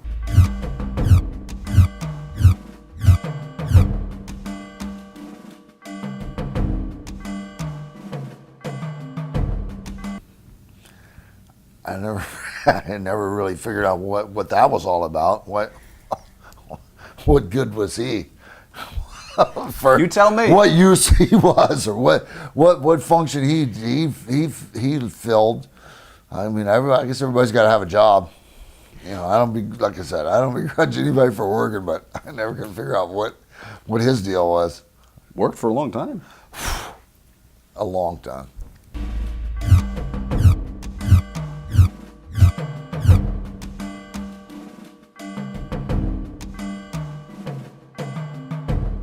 The one I was there for was Baltimore. Okay. We were in Baltimore at the at BWI Airport. All the boys stayed. There was a couple of different hotels, a Marriott, but there was I think it was called a Hilton, and it was called the Safari Room or something. It was bar? There was a bar. It was there. That was back in the day, and that was, you know, everybody went there, and I was there with the Samoans, and I have a lot of history with those guys going back. Mm-hmm. And Haku and I were in the bar, and some marks started messing with us, and he grabbed the guy by his head, bit his nose off, and spit it in his face. And then shit was on, and then it erupted. And next thing you know, the cops were everywhere, and I got him out the side door. We snuck out, and because we were staying at the Marriott up the hill, right, just probably a quarter mile up the road, and took off, and we went up the hill, and there was 20 cops in the bar because the place turned into a freaking melee in there. It was crazy. It was a big bar fight. And then the cops came, and then finally I negotiated a surrender for them because they wanted to kill him. Back in those days, the crew was crazy, and so bang, we went downtown, and then I bailed him out, and I got him out of jail, because he had to make a town the next day and everything. So it all worked out. The charges wind up getting dropped because the bartender, the bouncers testified that this guy's attacked us. Mm-hmm. You know, basically, and he was defending him. It was a little over the top by biting the guy's nose off. Turned him into a sandwich. But, you know, I mean, the guys assaulted us first. Right. You know, and at the end of the day, that's, you know, everybody thinks, oh, wrestlers, it's fake. These guys, it's fake. Haku isn't fake. They don't, no. The guy is a legitimate killer.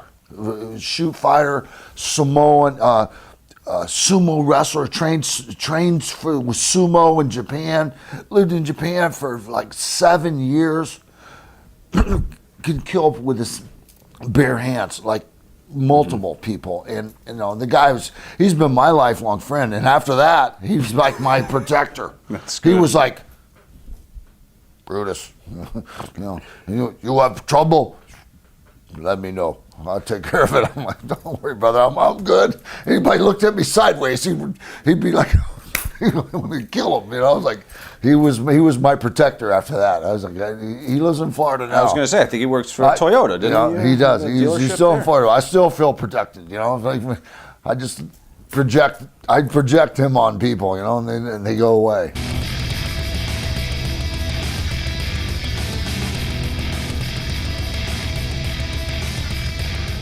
Did he secretly give away any WWF secrets? You know what? I think it was a secret to him where he fucking lived. He was a goddamn blithering idiot. And as far as rating him from the WWF, I think as well as deals where, like, if we leave that suitcase out in a field unattended, maybe somebody will take it because there's some shit in it we don't want. Ed Cohen, and I still speak to him every once in a while on the phone to this day, was a brilliant man and had relationships with all the major arenas in the country and could put tour schedules together and was personable and funny and entertaining and nice and well-spoken and could speak extemporaneously on any subjects and was a hell of a guy on the phone, you know, with making deals and stuff. And he worked there from the time of the initial national expansion, before the initial national expansion, all the way until I think he made an off-color joke when they went public and somebody complained about it or whatever and he retired or whatever. I don't know what the story was. But Ed Cohen was a genius. Don Glass was the guy that went and got his coffee. And so we hear about, we've hired one of the guys from event booking in the WWF and he's going to do this and do that. Well, once again, you can go through the book, Jim Cornette Midnight Express 25th Anniversary Scrapbook, available at jimcornette.com, or you can go through this book that you can see 89. I got a lot of blank pages. You ought to see my 86 books. There, every single page is covered, but at this point I was blah, blah, blah. But Don Glass was the guy that booked Greensboro, North Carolina on a Wednesday night for the first time in history. And let's just, as a matter of fact, I think, was it a $12,000 house? Or was it a $16,000 house? I'm not sure. It was during the July bashes. He booked Greensboro, right there at the bottom of the line. The house for the Greensboro Great American Bash in July 28th, 1989 was $19,000. 1 year earlier, a $100,000 house was a disappointment. Yeah, wow. This was the all-time record low for Greensboro on a Wednesday night. A Wednesday night for the first time ever for Greensboro. And I'd asked Joe Pedicino, I'm going to stick a paper in there so we, you know. I'd asked Joe Pedicino, because at the time they brought him on, because he, you know, Joe had the wrestling block in Atlanta, and Joe was a big wrestling fan, and you know, as Oldie told me one time, Cornette, I used to think you were a dumb fuck, but so many other dumb fucks have come along that are even worse than you. You moved up the ladder without doing anything. Joe Pedicino would be considered Eddie Graham today, but Joe didn't know as much as he thought he knew about wrestling back then, even though, Joe, you're a nice man and I like you, and we've, you know, always had fun. But I said, Joe, what the fuck are they doing? Greensboro on a Wednesday night? And he said to me, he said, well, we've got to save the weekends for the big towns. I said, what bigger town is there than Greensboro? He said, well, like Chicago and Philadelphia. So I carried all my books in my bag at the time. I went and got my previous year's book out and flipped through and showed him $130,000 house, $100,000 house, $85,000 house, you know, Starcade, what, blah, blah, blah. He said, I had no idea. You had no idea? Why didn't you ask somebody? So this Don Glass, he comes from up north, he's a Yankee, from a company that never paid any attention to the other guys. As we all know, Vince McMahon never in his life has watched any other wrestling besides his own. So now Don Glass is working out the schedule, and I remember, was it 1990? I think it was Easter of 1990. Let me just check Let's confirm that. Let's confirm that. Easter comes what, around the first part of April? I think it's the first full moon after the vernal equinox. Something like that. Well, whatever the fuck. We were on Easter Sunday, I believe it was San Antonio. It was April 15th. Classic illustration of WCW's live event promotion. San Antonio, Texas, the Hemisphere Arena, 15,000 seats. On Easter Sunday in a predominantly Catholic town, we had 600 people in a 15,000 plus seat building. And I was sitting there, and all the guys were sitting there, embarrassed to be there. And we were in the heel locker room, and I remember the guys were sitting around, and I said, you know what? If I had Don Glass's number, I would call him tonight at fucking 3:30 in the morning. And when he answered the phone, I would say, Don, are you asleep in bed with your wife? And he'd say, no. And I'd say, neither are we, you stupid motherfucker, because you booked us in San Antonio on Easter in a fucking 15,000 seat building.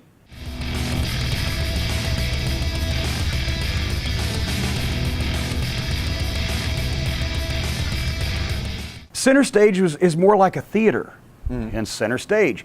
So you had seats that rose sharply. Imagine a movie theater, but even with sharper rising seats and in a sort of a semicircular fashion like that, and you had a stage. So you could have the ring here, and all you saw were seats and people all the way up, and then the sides, you could come in from either side to the announced position and the ring and etc. And it was a cool setup, and it actually was like a 750 seat television studio. So I had no problem with that because the TBS studios on Techwood that we'd been in all those years, they served the purpose, but still, you were in front of 120 people or whatever in a kind of a small environment. And so. it was a challenge housing all of you guys on those tapings, right? But whereas here, Oh, now yeah, you've well, got more yeah, space. the locker rooms it was like one of the rooms where they stored tapes. I mean, guys were sitting on the floor, anywhere you could get a folding chair Right. and get in somewhere, and the bathrooms and everything. So that was an upgrade and improvement until the day that they booked. Till the day they booked Center Stage for TV, and we showed up and we looked out and they were renovating the building, and they'd torn out some of the things we needed, such as seats. Right. Wow. There were no seats in the building. It was dust on concrete ledges. They were renovating and tore out all the seats, and we had a television taping scheduled. This is at 2:00 in the afternoon. It's supposed to be that night at 7:30 or whatever, and they actually had a meeting and said, well, we could just let them come in and sit on the concrete ledges. There's dust everywhere where they've ripped this shit up and it would look like shit. So they decided, well, we'll just tape, this was in 1990, we'll just tape the next day in Huntsville, Alabama. It was supposed to be a house show. I said, okay, so now you're going to piss them off because we're going to not give them the house show card's been advertised. We're going to give them squash matches on TV, and they managed to do that too. But yeah, they actually booked the building one time when there were no seats in it, as opposed to then later on when they would book buildings with plenty of seats and there were no people in them.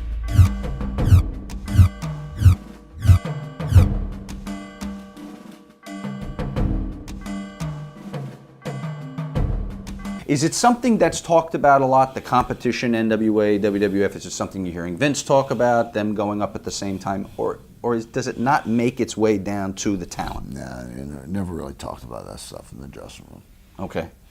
The venue in New Jersey, that big, the convention hall, big building.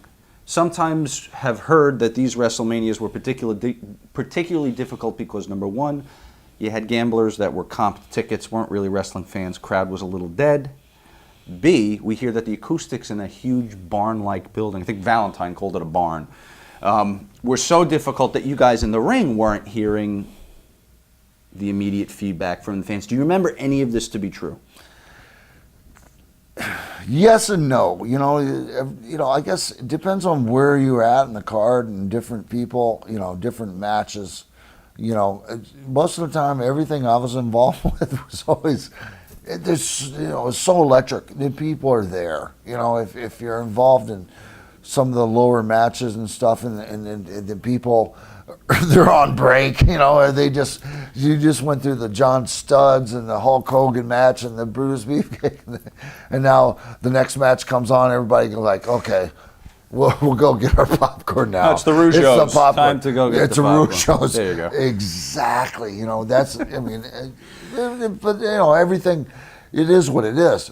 Some buildings are better than others, but at the end of the day, when the people were there, they're there. What about Trump? Do you have any interaction with him at the time? A little bit. Was he a fan? Or just he was making a fan, business brother. I got a lot of pictures and photos and cards that they have of all my matches.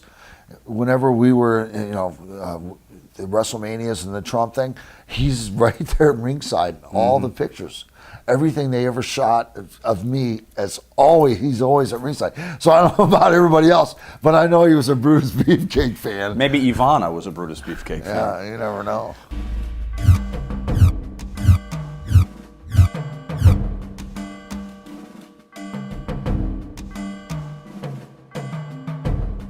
When some of these talent come from outside, they come from Hollywood, they're either, cool with getting the whole wrestling thing, or maybe they think they're above it a little bit. Well, so it's a mixed bag. in the early years, the guys, people didn't, they didn't want to interact that much with wrestlers. They thought, they didn't feel that we were on their level and things. And Morton Downey Jr., I never really met him. I didn't have any interaction with him, but as after a few years went by, once things really started rolling, like Bob Uecker, okay, baseball guy, we were at WrestleMania, and he just walked around with a smile that hit both ears, and the only thing he could say is, "Fuck baseball. Fuck, this is great wrestling." This is the best thing ever. He just loved it. The guys, wrestlers are a real good organization. Everybody knows what they're supposed to do, and business wise, and is all there for business. And they treated those people with respect. They were all of the wrestlers, and they're good to them. And that can't be said for Hollywood. To those people, when they're treating wrestlers, they treated us bad at first. But once things started going, and Hollywood started getting interacting really and finding out what a wrestling business was all about, and you got realize how much exposure they're getting being on our show. Not us being on their show, them being on our show, how much exposure they're getting, and all of a sudden, wow, then things change.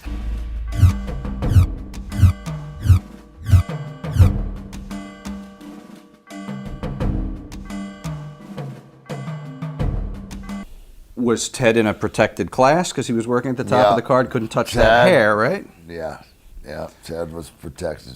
Talk about working with Ted as a technician.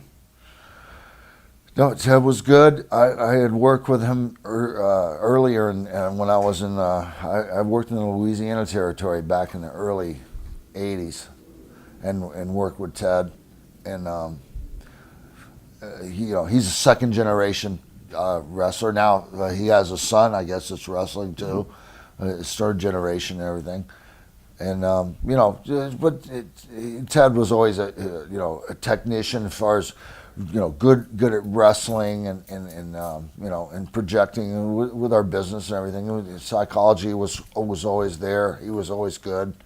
It was always easy with him. It wasn't a problem. Okay. The $1 Million Man gimmick, he was encouraged to live that outside. He did. Given the first class seats, right? Given limos. There's a lot of heat there with some. I would imagine with some of the guys. That's where I'm going. How about you? Were you resentful at all?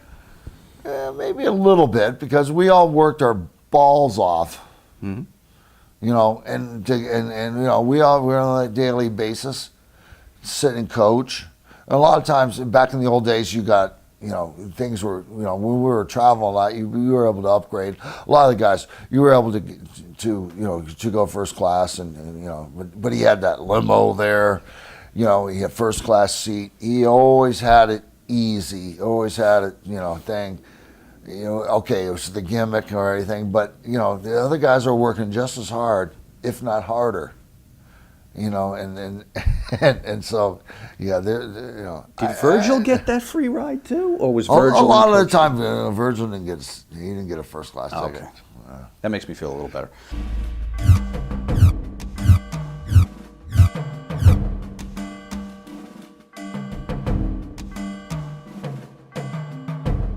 Now, of course, in order to do this, you must pin the Ultimate Warrior. This could not have been an easy discussion to have with the Ultimate Warrior. Yeah. I don't even know how they pulled that off.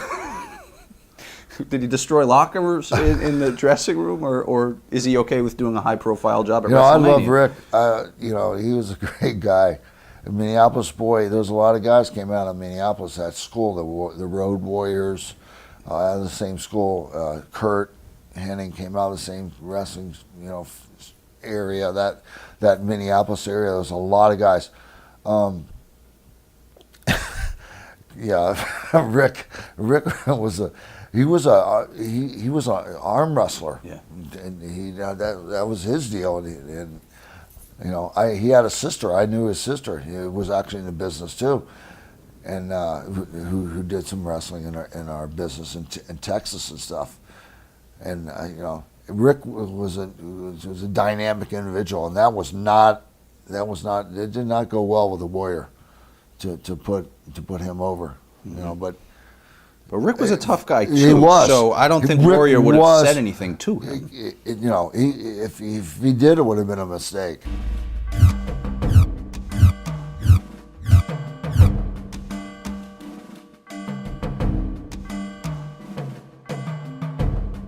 Putting the belt back on Hogan, was this a predetermined decision that Hulk, we want you to drop it for a little bit. We're going to have Randy do the run-up, and then you get it back at WrestleMania. Or were they legitimately trying to give Randy, were they looking at him for a possible replacement down the road to see how it went, and it didn't go as well, and it went back to Hogan? Possible. You know, the Warrior was Vince's guy. He would, you know, he really thought the Warrior was going to be his go-to guy. But what about Savage? Did you think Savage could do it? Yeah, they were testing the waters. Right. They were testing the waters. You know, and Randy's a good guy. He was a great hand, you know, a great worker, everything, you know, but it's awful hard to follow the Hulkster's deal there, you know, after so many years. And when he's got things rolling, the Hulkamania thing rolling, you know, to slide in there and try to follow his stuff is a very hard, you know, it's a hard thing to do. Did he get along with Randy? Everybody got along with Randy, but to a certain point. You know, I mean, he was probably the same with Randy as I was. You know, we got along. We had to do business with him on a daily basis, but Randy always had, you know, the conflict was always there. You know, him and Liz and the thing going on, and you know, I almost got in a fight with him a bunch of times. Almost, you know, literally fisticuffs with the guy several times. And I'm sure Hulk was probably the same way. Mm-hmm. You know, you're close to getting in a fist fight with a guy because he's just always over the top with this jealousy thing. Gotcha. with Liz. He was a great worker, and you know, don't get me wrong, business-wise it was business, but he had a real hard time separating the two. Because, I mean, with your wife there, in the business 24/7, it becomes a difficult thing. You know, that was hard for him.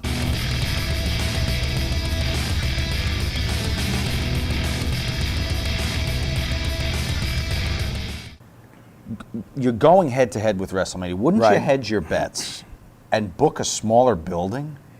Well, wouldn't you have done a variety of things? Wouldn't you have promoted it? Which we'll get to in a second. Wouldn't you have booked a smaller building?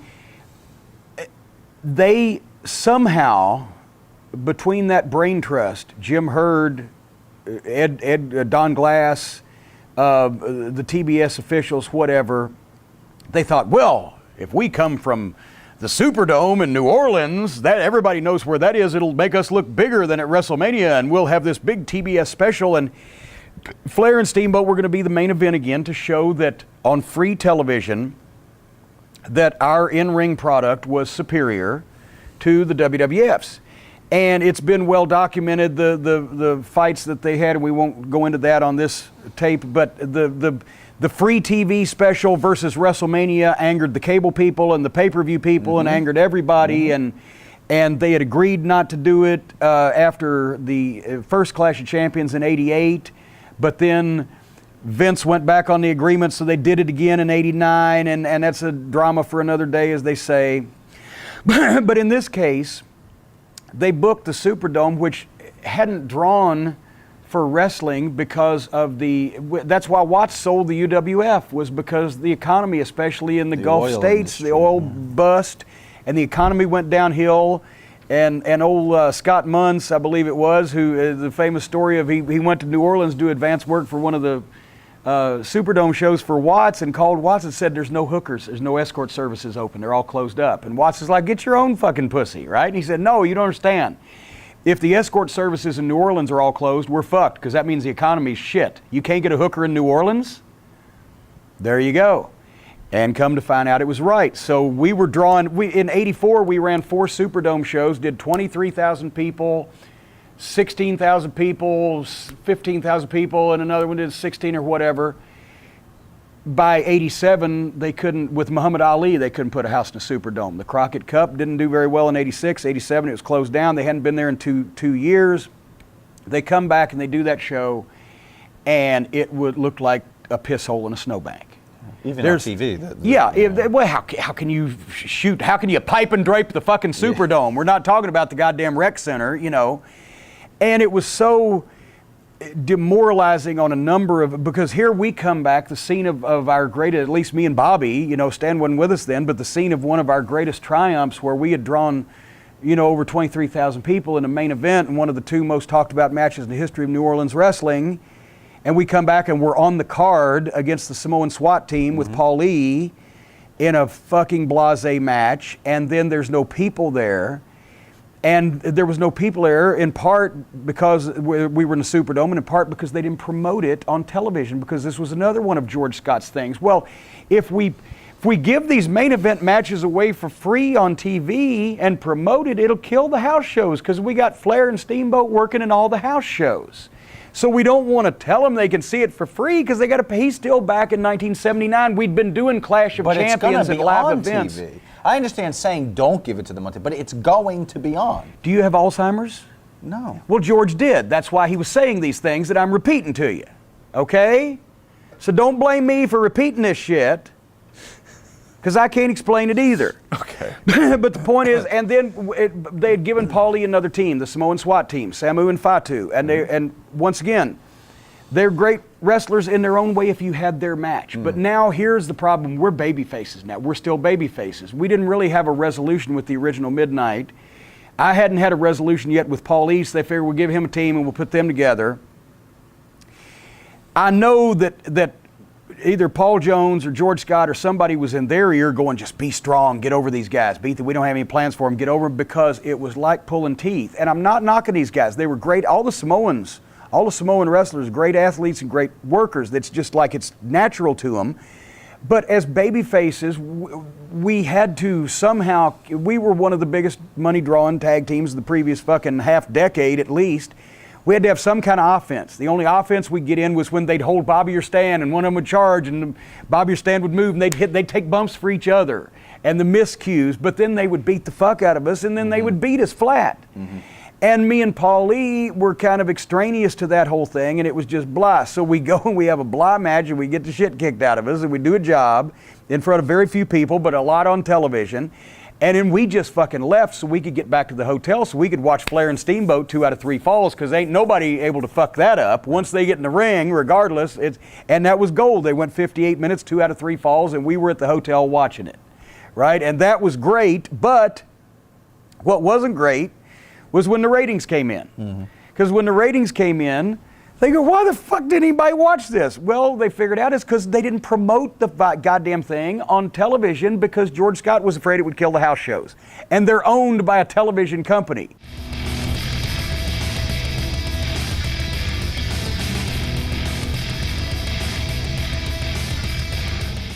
Shortly thereafter, George Scott fired.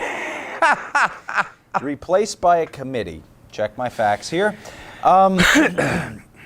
I don't know who the first committee is comprised of, but over the course of time, it involves Ric Flair, Kevin Sullivan, Jim Barnett, Jim Herd, Eddie Gilbert, Jim Ross, Terry Funk, and yourself. Well, hold on. At the time, the committee was, the committee that replaced George Scott was, Jim Herd was always on everything. Right. Because he had to be. Jim Barnett was always on everything because he was the senior consultant. Because Jim Barnett was one of the legendary promoters of all time. He invented studio wrestling, for fuck's sake. He was the guy, he was the go-to guy. He was politically connected. Whenever there was a promotional war, that's why he came back from Australia and bought into Atlanta to settle the promotional war there in 1974. He ran the most successful wrestling promotion in the world in Australia, the most lucrative one for all those fucking years. He was back to the 50s in the first round of network television. He was a mover and shaker in the Indianapolis and Detroit territory before he sold Detroit to the Sheik, and he sold Bruiser Indianapolis and went to Australia, and Bruiser never paid him. But at the time, he had a run with Vince. It had ended badly. He was on his waning years. He probably thought this was his last job, so he was supposed to be the senior consultant. He was getting a check to tell Jim Herd what the fuck was going on. And Jim was cranky and had his favorites and had his good days and bad days, but he was always there. And Jim Ross was on it at that time, and I believe Eddie Gilbert, they put him on it because Eddie had some success at that point booking Memphis for a short period of time, and I think the UWF in its dying days. And Jody Hamilton also.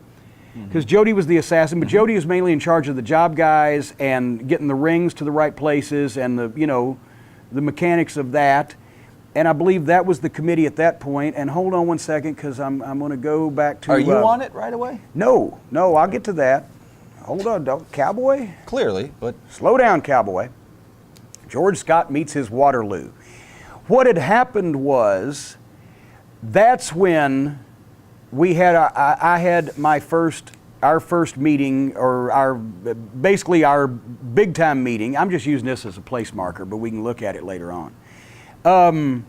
After Randy Rose fucking loses and fucking or Jack Victory, after the aborted thing and Dennis is gone, we have a meeting with George Scott and we say, what are we gonna fucking do? And that's what we say, I don't know what I'm gonna do with you boys. And we have another meeting, and basically we decided to alleviate the problem that he had with figuring out what to do with us. We gave our fucking notice.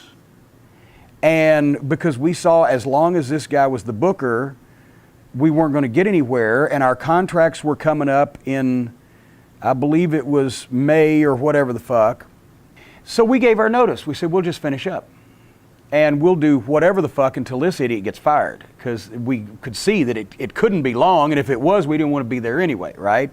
And we weren't going to stick around and have them beat us into powder further, and as baby faces without great opponents like Tully and Arn, or even like Dennis and Randy, and without me having an antagonist like Paul Lee, we were just floundering and getting beat up by the Samoans and whoever the fuck. So we quit. We said, we'll finish up. Well, we didn't get a chance to finish up before they fired George Scott. So when they fired George Scott, immediately Jim Ross, on behalf of the booking committee, came and asked us if we would reconsider and we could stay. Well, I'm going to go from my notes here, because once they fire George Scott and then, they come back and ask us to stay, I told JR, I said, we're tired, we're frustrated, we've been damaged as an attraction. We had already made arrangements to work a couple of times for Bill Dundee in Continental, because he was booking there then, and Bill's not only Bobby's father-in-law, but also he'd booked us in Mid-South, and we knew him from Memphis, and he understood how to use us, and we wanted to do him a favor since we had a national name and etc. So I came up with the idea with JR that I would do a promo on television saying that we'd been in a slump. Part of it was because Bobby had some nagging injuries, that we had to reevaluate our focus, that we weren't going to come back to wrestling unless we could be the real Midnight Express, the best Midnight Express we could be. And they would play that on television, and we would go away for a little while, and we'd negotiate our new deal and come back in the summer. We'd take a couple months where we'd be gone so people would get the bad taste out of their fucking mouth. And we also negotiated a deal that we would finish our dates a week early. We would be paid on our current contracts until we negotiated new ones, and we'd be paid on the new one until we started back in June. And that way we'd get our first vacation we'd had in fucking years, and our image would be healed on television, hopefully. And Bobby actually did have some, things, was obviously the way he worked, and he was banged up, that could heal up. So all that sounded great, and that's when I had my first meeting with Jim Herd. We had never had a substantive interaction or conversation with Jim Herd at that time, because when he came in, he still only came to, like, as far as I remember, the Atlanta TV tapings. We were on the road. We never went to the office. We were one of the boys, or, we were the boys, right? So he was at the Atlanta TVs. We had seen him. I'm sure he'd addressed us a time or two, as a group, but there had never been that interaction. So we spent most of between the Chi-Town Rumble match, where we had the loser leave, and the first part of April, where, we had given our notice to George Scott. We were off as much as we were working, or they would put us in Goose Creek, South Carolina, and no, seriously, that was a real town we made. Creek, yeah. Yes, we put the Samoans over in Goose Creek, South Carolina, and we're still making $4,500 a week a piece, but they weren't using us because he didn't know how to use us. So we gave our notice, then they fired George Scott, then Jim Ross, on behalf of the new committee, because Jim was the de facto head of that, made the deal with us that we would take the time off and then come back as soon as we could renegotiate our deal. So After the Superdome show, we had some downtime. I drove down to Atlanta on behalf of me and Bobby and Stan and had the first meeting with Jim Herd. And I already knew they weren't going to pay us $225. I was surprised that Crockett gave us that contract. And he did just because I guess he figured either I'll make the money and pay him or I'll be out of business, whatever. Anyway, so I went in and first thing I said, Mr. Herd, we understand that we're making more money than most people in the company. And we feel that while over the past 6 months, our reputation has been somewhat tarnished because Tully and Arn left when we were in the middle of a big drawing program that was drawing, in some cases, record houses in some places. But then there was the aborted, program with the original Midnight over the switching bookers. And, we've been somewhat damaged, but still we've been not only with the NWA, WCW for the past 5 years, but we've been among the top money drawing talents that you've had or that they've had.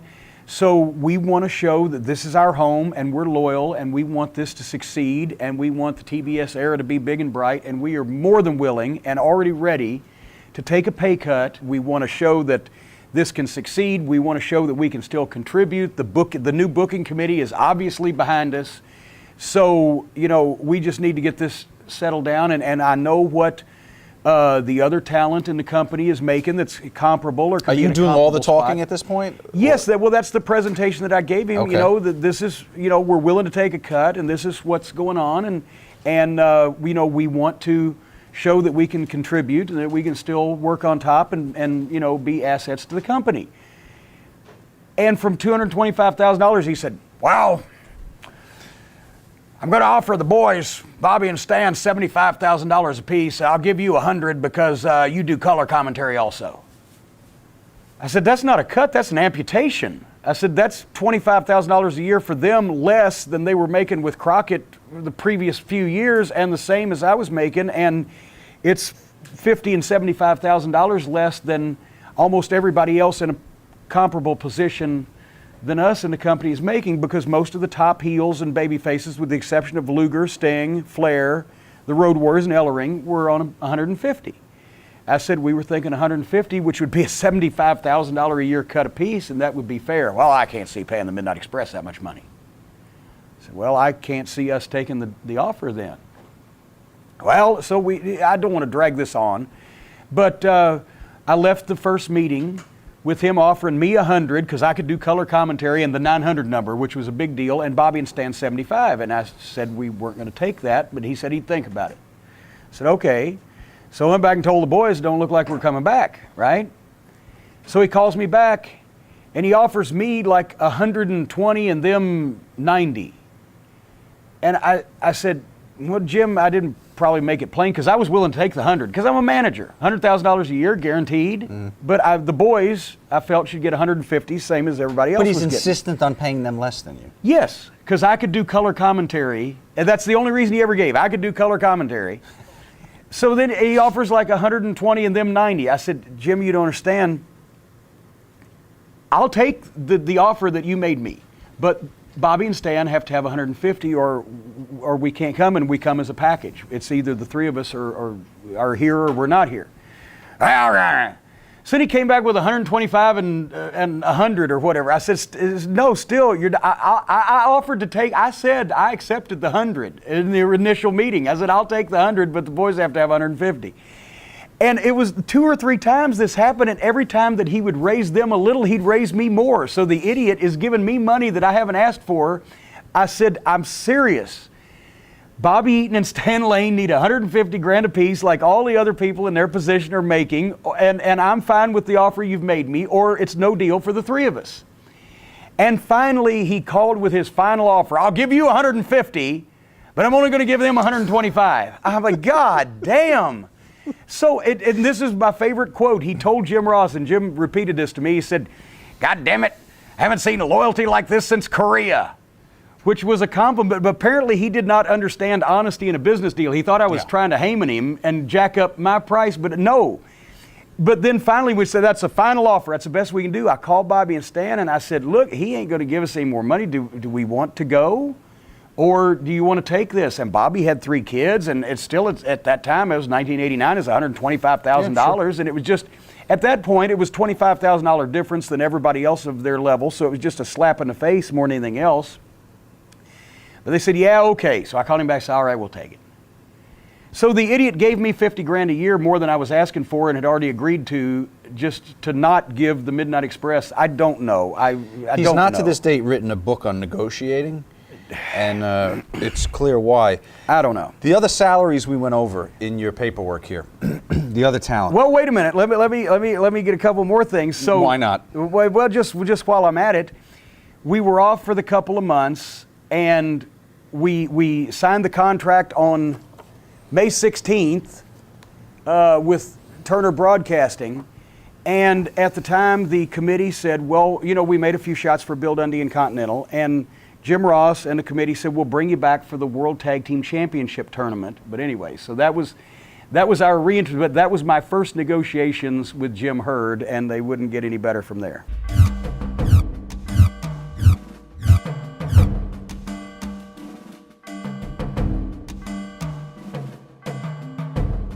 Do we wave the Pat Patterson flag here again, perhaps? Yeah. Oh, big time. That's all genius. That whole deal. Oh, yeah. How do you think Lanny did with having been given that genius role? Kind of effeminate behavior in the ring. Yeah. I'm never really sure about him.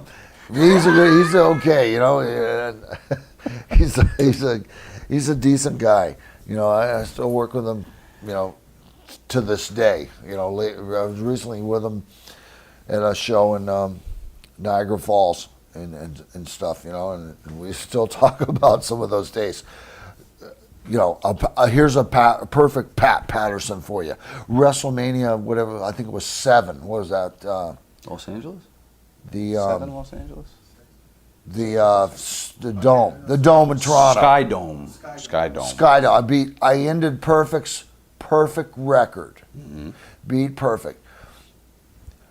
Lanny Leaping, the genius was his manager. Right.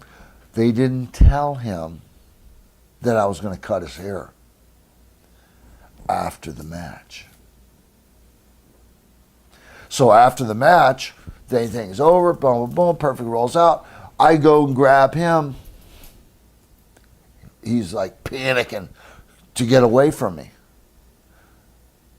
And I'm like panicking to get him back because this is what's, you know, this is WrestleMania, all right? This is what we're supposed to do.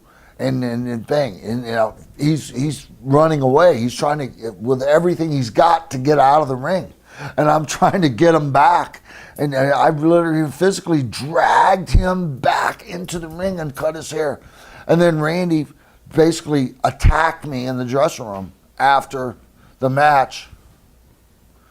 And said, you know, because Lanny, he was crying because I cut his hair, literally crying. And Randy attacked me and says, "What you doing?" I go, "Don't jump me. Go talk to your boy Pat Patterson, who set the finish up, who's ribbing your brother, and then tell him that that's the finish. He's gonna, because Perfect is losing in WrestleMania and slips out, but the genius gets his haircut. Somebody's got to get their haircut. Right. And so the genius is the next in line. Bang, there he is. And they didn't tell him. Did Pat support your story afterwards, though, when Randy went? No. Wow, really? I don't. The younger brother, right? The younger brother. I didn't care. I was like, you know, Randy, do what you got to do. You want to fight? Let's fight. I don't care. But you know, don't mistake this for being my fault, because it ain't. Right. Go find Pat Patterson, because he's the guy that calls the finishes, right. Not me.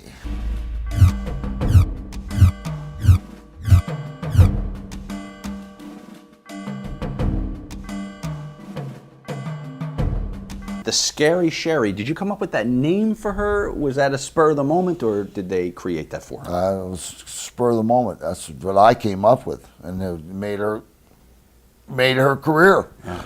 You know, but Sherry, I knew Sherry from when was breaking into business. She was, I met her in Memphis when in the late 70s. And Hulkster and I knew Sherry.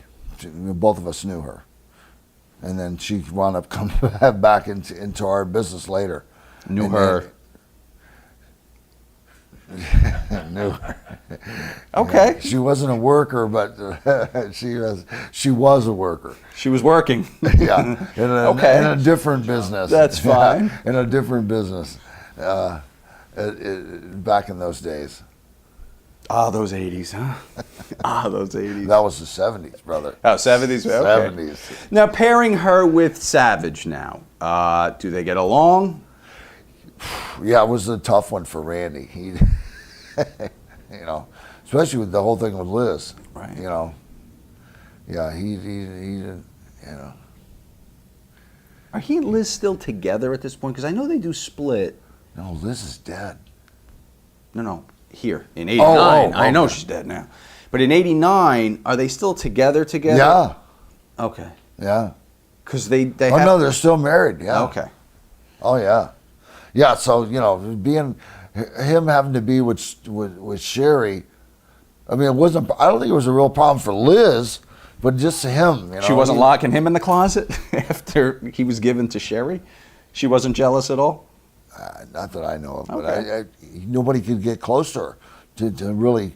You couldn't get anywhere around Liz anyway to know what she was thinking, so it didn't matter.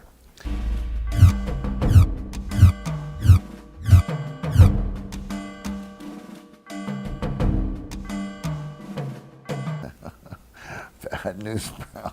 He was a good guy, man. And a lot of guys didn't like him. Did he have an attitude? News, yeah, he did. News was a judo guy. He was actually, I think he had, I don't know if he was a medalist in judo. I think he was. He was a serious badass guy.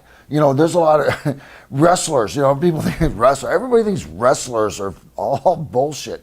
There was some guys like you said, Haku and the Samoans. There's so many guys that are really seriously badasses, that the guys that could kill with their bare hands. I mean, people don't understand what that means. Like, you think of the Navy SEALs, or these guys are badasses. This guy's 180 pounds, 190 pound Navy SEAL. You think, oh, he's a badass. You talk about a guy who's 260, 80 pound guy. He'll rip your freaking arms right out of the sockets and beat you with them if he wants to. Mm-hmm. These guys are tremendous athletes, and they're so strong and they're so bad. And thank God they're nice, because if they wanted to kill people, they could do it. Well, was Bad News nice? And he was, but he didn't. A lot of guys didn't like his. He always had his attitude. He was, the Giant he had a problem with the Giant in Japan one time. Called the Giant out, basically, and even the Giant didn't come out. He called the Giant off the bus one time, and the Giant thought that, because it wasn't going to be good, no matter what happened. He's the Giant, but there wasn't going to be a good ending to that. And he stayed on the bus, thank God, and so that story never played out. But he called the Giant out. That's how crazy he is.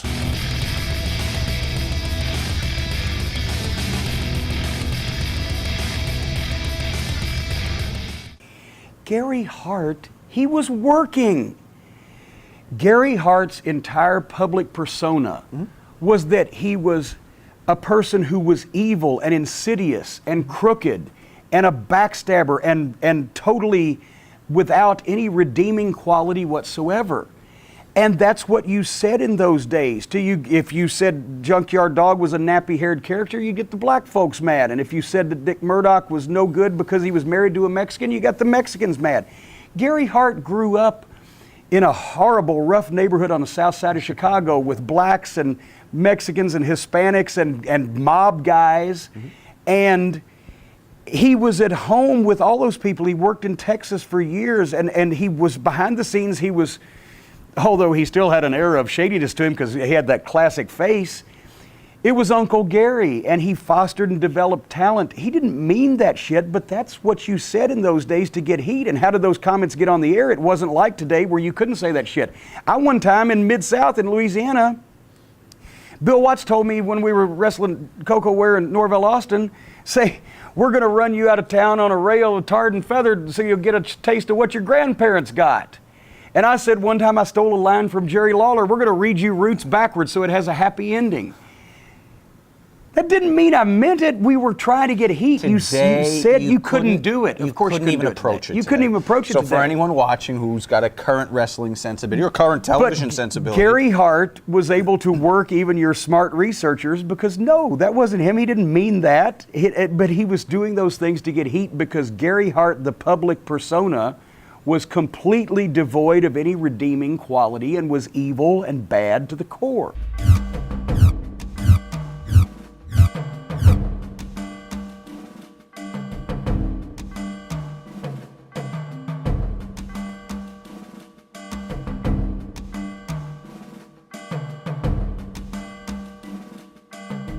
Yeah, that's not really Jake's deal, hitting fans. But you guys had to deal with that shit a lot when wrestling got popular. Well, fans saying that they were getting hit by you guys. Fans were all over us. A lot of times you get mauled half the time. I remember matches where a match in Oakland, California, and the Hells Angels surrounded the ring. You were working Hogan, right? Yeah. And Hulkster's brother was one of them. That's right. Alan, and the cops were scared to death. They left. They and the ring surrounded. We're in there fighting, and I'm like, I look out there, I'm like, all right, now what are we gonna do? I was like, Hulkster's like laughing. I'm like, hit me, man. So hit me. God, they're gonna fucking kill me, So we were fighting and we literally fought our way out of the ring. And once he was beating on me, and once then the waters parted. And they let us out of the ring, and he was beating on me, and it had to just walk me through the crowd back to the dressing room to get me out of the ring. So you designed it that way to save your life. We didn't design it, but he thought it was funny as hell. He was like, "This is," I was like, "Fucking hit me, man! Come on!" He was, "Don't start selling now, because these guys they're gonna kill me." Most people they have no clue what's going on out there, and everything. Some people, it's fake wrestling. And to those bikers, man, it was all real to them, baby, and they were freaking. They were there. Was his brother there? One of the guys that.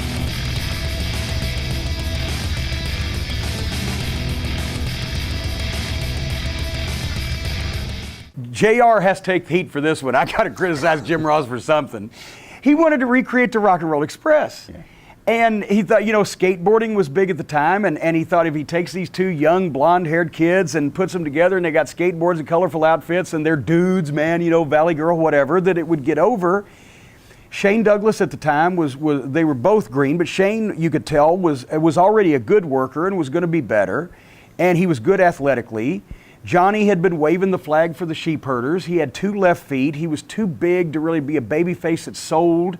So he was the guy to get the tag while Shane sold, and thank goodness, because he had 2 left feet and he couldn't sell. His work was never that good. And he couldn't ride a fucking skateboard either. And it was a horrible gimmick. And we were soon to work together many times because they were the only tag team that Jim Herd liked less than the Midnight Express. That's how later on we came to do the program with them, because that was the only way that either one of the teams could get on the fucking program, was by working with each other. Sort of the Jimmy Valiant and Paul Jones's Army principle, put them both in the same match and I don't have to worry about it. Any truth to the rumor of Johnny Ace being with Seika at the porn star? I have never heard that. I saw those in the notes. I've never heard that. I mean, anything's possible, but I have never heard it or don't remember hearing it. And my God, if there was money exchanged, I'd believe it, but I don't know why the fuck it would happen for free.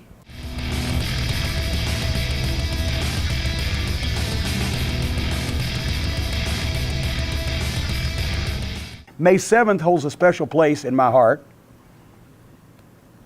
because that remains the first and only time that I ever bought a wrestling pay-per-view and watched it at home live like a fan. Because we were off during the period of time before we came back, and I wasn't about to miss Ric Flair versus Ricky Steamboat. And so normally I bought the pay-per-views and taped them and watched them when I got home in their entirety, etc. But in this case, I was actually able to order it and watch it live as it happened. And that's the first time that, because I'd always been on the pay-per-views or at the show before. I never ordered a WWF show. I had never taped a WWF. I wasn't interested, really, to be quite honest with you. So their pay-per-views, I would get tapes later on that my friend that taped everything. He taped every territory, and I watched every territory's television show all through the 80s, except I've watched very little WWF. Just to be quite honest, I'm not even being a prick now, but I wasn't interested because they didn't do it for me in the ring. When this Tuesday Night Titans silliness started, I really got just violently anti that stuff because it was bad for the business, as has been proven right. And on the pay-per-views that WCW did after I left, I really wasn't interested. So that night, I got to sit at home in Charlotte and fucking watch that show and watch that tremendous match. And that, to me, was my favorite of the three of them. I thought that was the gold standard. Ric Flair and Ricky Steamboat on that night had as exciting a match as you could have and still make it a believable contest, but with no thought that they were working together, but that they were fighting for something. It was the gold standard. It was sports entertainment because they were entertaining, but you could still believe that it was a fucking wrestling match. I think that was the apex. That was as good as you could actually have a match without thinking there was cooperation between the people involved. That was my favorite memory. And the Funk angle. Yeah. Then, of course, Terry Funk, one of my childhood idols and fucking greatest wrestlers of all time, which I didn't know was going to happen because we weren't in the loop because we were at home. Right. So I'm watching it like everybody else. And when he piled her, I'd be like, oh, yeah. I came on the couch, right? That was, what a great night. What a great night. Great show.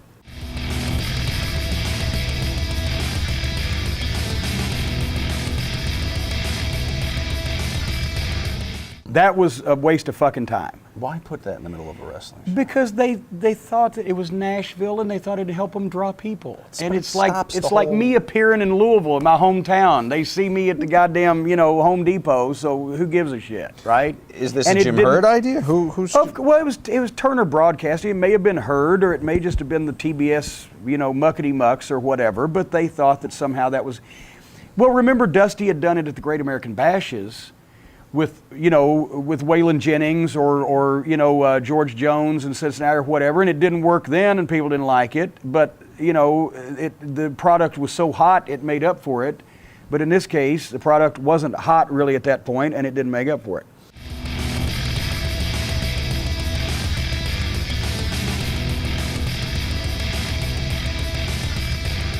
I don't think Nikita needed any money. There's an old story when he first came down from Minnesota and started working for Jim Crockett. He was used to he was a musclehead, trained in the gym, didn't go out, didn't drink, didn't party, didn't do anything. He actually left Crockett's paychecks. That first run with him and Uncle Ivan, right? He would put his checks on the headboard of his bed and never cash them, and left them there for like 6 months, 9 months, some ridiculous period of time, until finally they had to say, hey, you're fucking up our bookkeeping, cash these fucking checks. He didn't spend any money. I don't think he needed, the money. I don't know. Don't want to speculate on his financial situation, and don't remember, because once again, we were out of the loop and about to get in it, but I don't know why he came back at that particular point.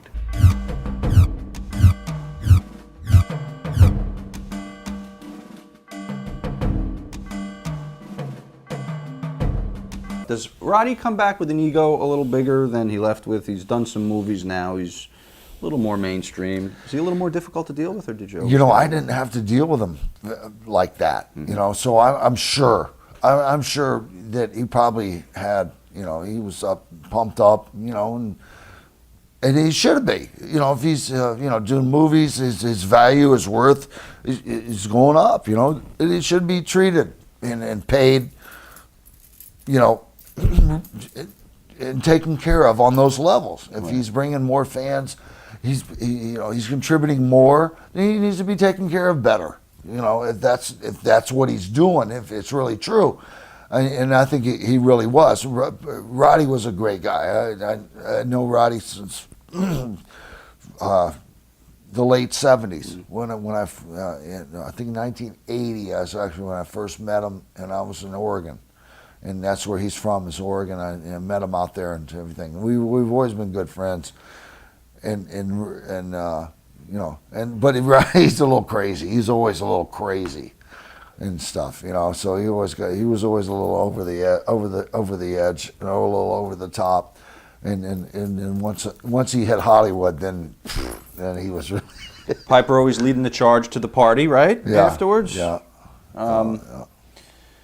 Was he used effectively as a baby face? I mean, he had that massive heel run in WWF, Snuka, and you know, the Coconut and that whole thing, and then of course leading to WrestleMania 1 with Hogan. And was he ever able to get that kind of traction as a baby face? No, you think? they never, you know, he never really got a real baby face push.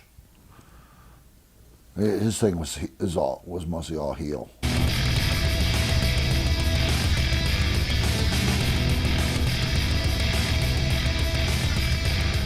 This is a committee booking, so first of all, who gets the credit for this? Well, I brainchild, wasn't there do you think? yet. I don't know. There's no talk. The guys don't talk and say, Jesus Well, Christ. you know, actually, you know, at that point, once again, I wasn't there in the locker room, or I might have heard it, but, you know, we were just starting to come back, and, well, we came back on May 24th, and then, you know, we were back in June pretty regularly, but they were trying to copy the WWF. And I'm sure there was pressure on, you know, Jim Ross was trying to sell Norman the Lunatic in announcing with every fiber he had in his being, but I'm sure there was pressure from Herd, because there'd be pressure from Herd later on that I know firsthand about, but, oh, for the kids, because the WWF has the kids, so we need something for the kids. They'll like the lovable lunatic or whatever. I don't fucking know. They had a truck driver at one point. They had fucking Norman the Lunatic. I don't know. I don't understand. Scott Steiner. Oh, and I forgot. Yeah. We actually skipped over one thing during the George Scott booking regime. They brought in Jay Strongbow's son, the breakdancer. What was his name? Vincent Young. He brought Jay Scarpa's son in as a breakdancing babyface. He couldn't work, and he was the shits. And they also brought in George Scott's son, Byron Scott, to be a referee, and he was an unsavory character and probably on drugs. Looked like he was on heavy shit. And also was such an office stooge that if you were having a conversation, he'd walk by like that, actually trying to listen. So that whole crew had been fucking done away with, but now we're bringing in goddamn, you know, gimmicks and goofballs to replace the Stooges and fucking Over the Hill gang. So you know, the committee still was facing and would face more interference from Jim Herd in whatever the fuck, you know, they were trying to do.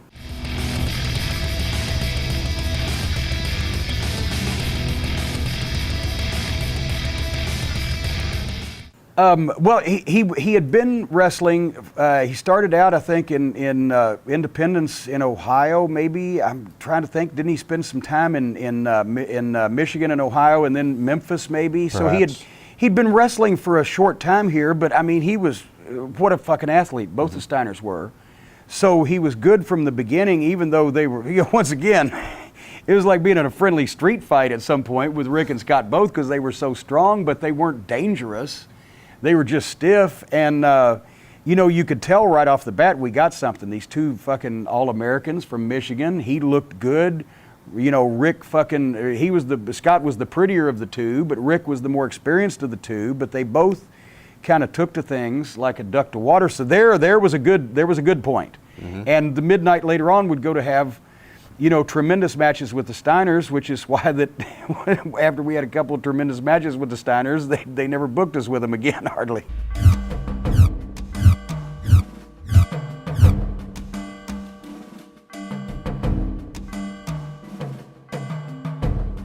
Was he a trained wrestler prior to being a referee? Or did they just gas him up and put him No, on the ring? he was trained. Danny never was that really great wrestler. he wasn't a great referee either. You know, he was. So who did he know? Was he French Canadian? I don't know. You know, that's a Pat Patterson. No, really. I mean, seriously. That's just another Pat Patterson. Oh, make the referee a wrestler, and yeah. You know, some complete off the wall bullshit. Like, okay, there's a Pat Patterson. You know, if you literally look closely between the lines throughout the years, you'll see him all over the place. How much of the success of WWF, let's see if we can give a little shine to Pat now. So we've been riding him the whole time. Well, I got to watch how I say that. Riding Pat Patterson. How much of the success of the 80s would you give him credit for, his decisions, No, I mean, his using talent the right way? He's a great, he has great vision. He was a great talent in the business. You know, him and Ray Stevens were a tag team, but when he had the back pencil, in the early days, when he had good ideas, he had bad ideas, just like anybody else. He was in a position but he was in a great position to make things happen.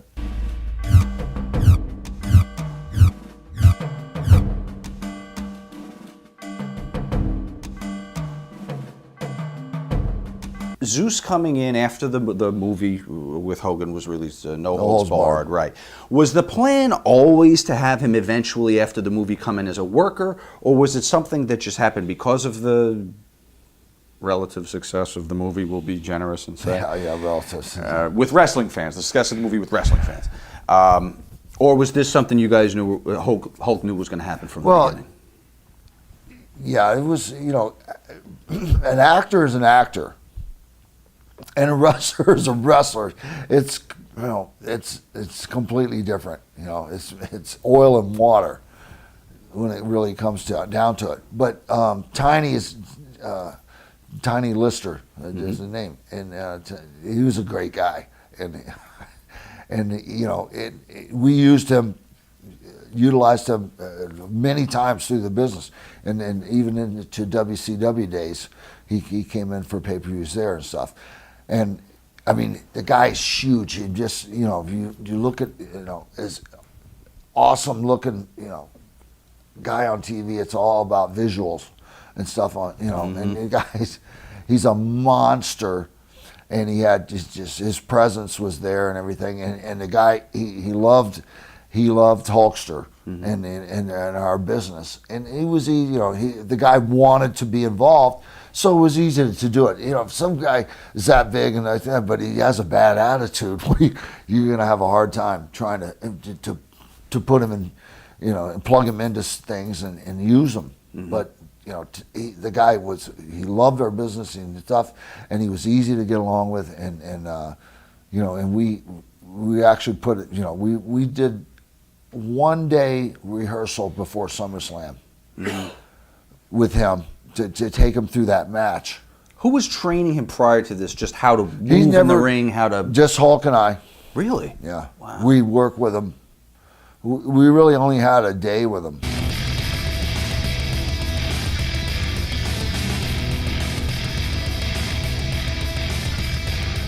Talk about Terry Funk returning to in-ring action. He hadn't been a regular in the States since 1986. Yeah. And how they handled booking him.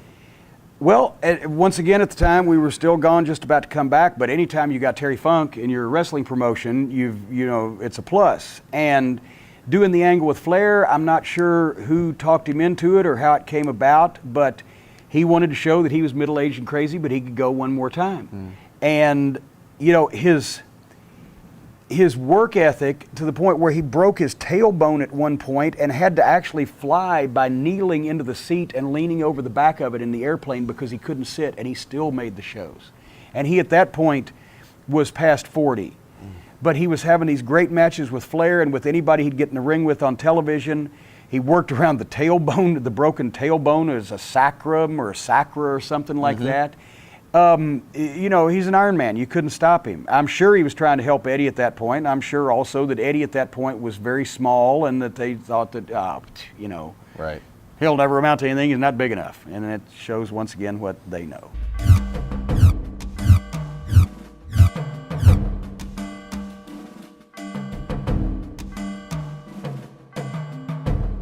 That's a high. Hogan's what, 302 or 310 about this time, right? 300. This is a real high-risk spot for him. I don't ever recall him doing anything like this before. Do you remember the significance of this, or him? Why they had him? I do. You know, I don't. This? And remember. Bossman, who's also probably 300 pounds, right? At least. Yeah. You know, as far as why they did that, I don't think it was Hulk's idea. If anything, that was a Pat Patterson. To do the spot. You know, he had me take a superplex from a Dynamite Kid standing on a ring post in Montreal, in the Maple Leaf Garden in Toronto. Double juice, where all four of us are juiced in a tag match, me and Greg with the belts, and he has Dynamite Kid superplex me standing on the top rope. That's the finish. And he's telling me, don't worry about it. It's no problem. It's easy. I told him, you know what I told him? You fucking do it then. Go.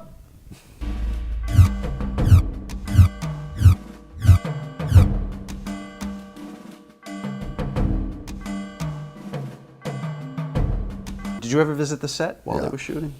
Yeah, it was in Atlanta. It was in Atlanta. How did you manage the schedule you had? Because there were other workers in it. Yeah. Hogan had to be in the whole thing, but there were people in and out. How did you manage that with your 1989 schedule? I'm saying you, but let's talk about Hogan. Is he just off the road for 2 months? Or? No, but he was. Yeah, they had him. Yeah, they had him there for a lot. That was part of the. In '89, that was part of the time when I had to work with Savage.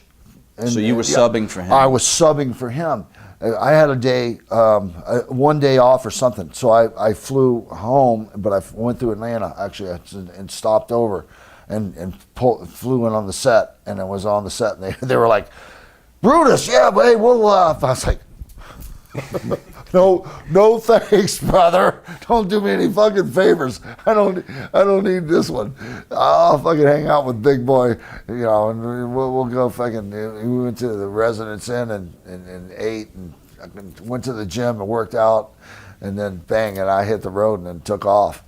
Was Vince around less because he was involved in producing the film? So was he not hitting the house shows like you normally would? He did never hit house shows. Vince never hit house shows. Oh. No, New York, maybe, right? No, maybe, but Vince never hit house shows ever. No. No, he was there. He was definitely there while they were while they were doing the production of No Holds Barred. Yeah, he was definitely there.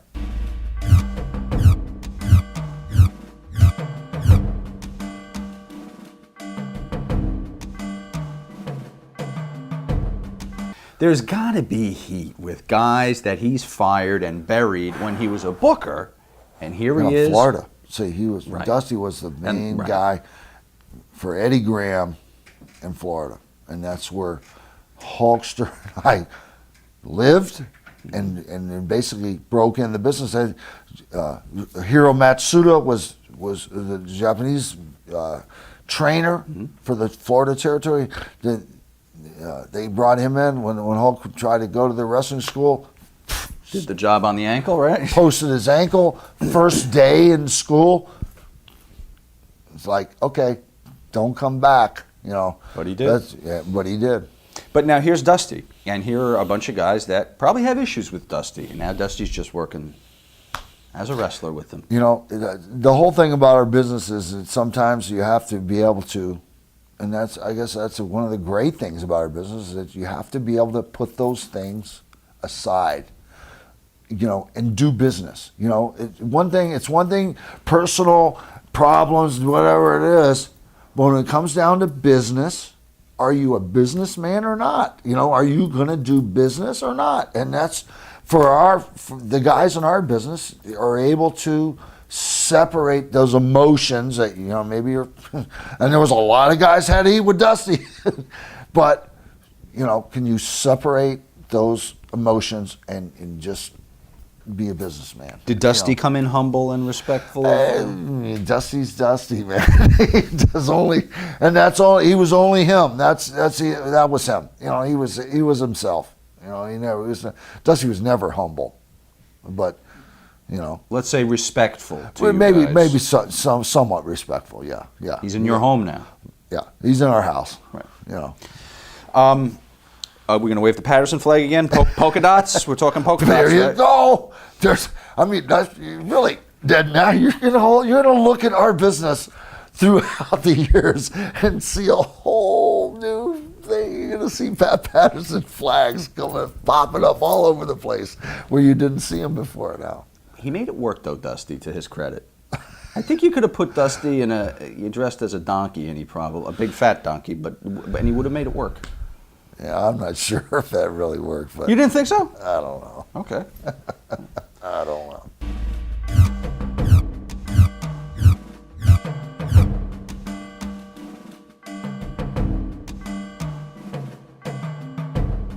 Of course, if you weren't there, you don't know if he said that. But is this something Vince would say out in public where it could be overheard by a guy getting a tryout? Probably not. How would a Vince do this if he was it again? You talked about subtleties before. Would somebody get a maybe? You should be a little bigger kind of thing. Love to see if those arms got a little bigger. Yeah, there's some ground I don't want to really step on with Vince. I testified in front of the grand jury. I went in front of the grand jury too. The FBI called me in. You know, they thought Hulk was going to be their star witness. Okay, and I'm Hulk Hogan's best friend. So every moment of every day, wherever Hulk was, I was there too. Where it didn't matter, and so everything he knows, I know. And they thought, bang! Hulk made a phone call. His attorney from California, Henry Holmes, flew to the Brooklyn or the Bronx, wherever the FBI headquarters is, and met me. And they brought him. They laid down an envelope on the table. The head prosecutor came in, sat down, pulled out the envelope. And it's a 3D scan of my head with 32 screws, 8 pieces of titanium, and 100 feet of titanium wire.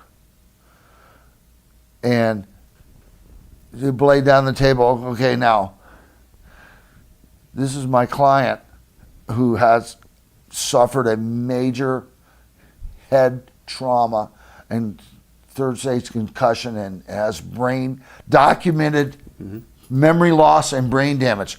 What do you want to ask him? The head prosecutor got up and left. Bang. And so the other guys, in other words, it didn't matter. Their case just went freaking, they thought I was going to be their golden goose because Hulk wouldn't play with them. They thought they were going to fry me instead because I knew everything he knew. And then, bang, they said, okay, yeah, no, that ain't going to happen. I don't remember. All I have to just say, I can't remember. Right. But I protected Vince. Okay. You know, at the end of the day, I could have fried him. I could have said this. I could have said that, whatever. Maybe it would have been true, maybe not. But at the end of the day, it was about protecting, it's about covering Hulk's ass, it's about covering my ass, it's about covering Vince's ass. It's about taking care of our business too. And at the end of the day, that's what really was important there.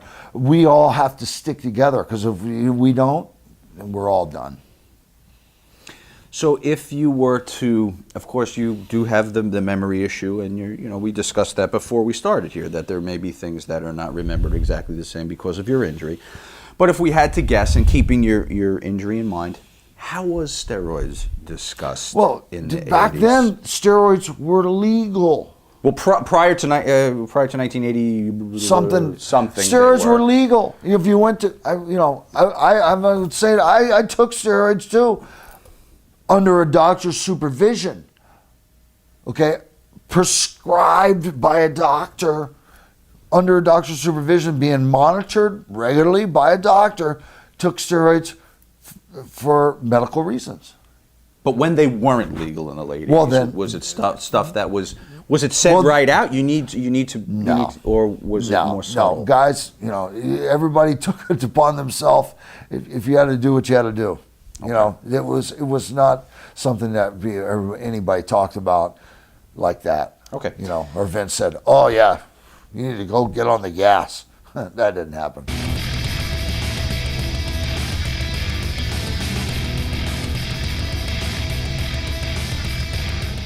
Is it 100 degrees inside the More. Literally, the walls were dripping with condensation, and that's also where some drunk fucking fan, while I'm doing the introduction of the Midnight Express, tries to jump in the ring over the top rope, and I'm looking at the camera. We're on live television, and this fan just jumps over the top rope and falls and lands in the ring. And I made some comment about him, and the security drug him out. But it was that kind of crowd, and we were baby faces, so I wasn't worried. And, I told a story.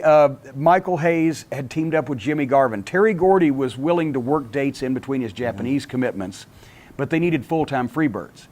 And this was a big disappointment to me personally, because Jimmy Garvin had been around for a few years at that point, and not only he and Precious were on the road, and he was cheap like me and the Midnight were, so sometimes we'd fly into Atlanta for TV on Crockett's plane. We would all five get a mid-size rental car and pile in just to go to TV and back to save, having to ride in a cab, and we could go where we wanted and everything and save money. And I'd had pizza in their hotel room, and my wife at the time was friends with their nanny because they had kids, and when they'd go on the road, they'd left a nanny with them. But Jimmy, all of a sudden, Michael was trying to recreate the Freebirds of 10 years before at that point. And Michael was always a great wrestling personality and a great promo, and the reason why Buddy Roberts became a Freebird was because Michael's work was always the shits. And Bill Watts made Buddy a Freebird so it could be Buddy and Terry with Michael doing the talking, so he was de facto the world's largest wrestling manager, But Michael thought that he was going to get power, and he might have even been on the booking committee for a brief time, but he thought that they were going to be the top heel team and recreate the glory period of 10 years before with the Freebirds. And Jimmy Garvin, who had always been a friend of ours, we'd always had a great relationship with, got on supplements, because he's fucking 5'10", 205, and he was trying to work like a badass. And once again, they didn't want to fucking sell. Now we're baby faces, we're working with another team that don't want to fucking sell. Jimmy Garvin don't want to fucking... I was bigger than Jimmy Garvin, right? As a matter of fact, one time, I'm in the ring, with something's happened, the Freebirds do a run-in, Jimmy runs at me and he throws a punch, and he didn't potato me with the punch, but he came charging to where he body checked me, so I fell down without, having to take a bump, but I still would taking a bump, and rolled out of the ring and sold while all the shit was cleared out, and Babyface's Dr. Death came in, saved, blah, blah, blah. And I get up and I'm holding my head and I limp and I put my arm around somebody and I walk to the back. He's fucking cutting a promo on me. God damn it. What the fuck? I fucking hit you. You walk like I'm supposed to be carried to the back in the locker room from one punch. Wow. Because he was on the shit. And he thought he was going to be a fucking main event badass. At that fucking size, he had been a chicken shit heel all his life. And now he's cutting a promo on me. I told Eddie Gilbert, who was on the committee at the time, I said, God damn, seriously? What the fuck? He's fucking upset. Just don't worry about it, blah, blah, blah. But that's Michael Hayes one time. If I'm at ringside, I'm a babyface manager, which now without an antagonist like Paulie on the other side, I'm kind of a spare prick at the wedding anyway, as Adrian Street would say. But, we're having a big brawl with the Freebirds, and I'm trying to sneak up behind Michael to fucking whack him with the racket to give Bobby a graceful way to get away from him or whatever in the middle of all this chaos, and he kept turning around catching me for a shoot. So afterwards, I went up to him, I said, Michael, as I was trying to sneak up on you, I said, you kept catching me. I'm laughing, right? And he looked at me, he said, if you hit me with the racket, I wouldn't sell it anyway.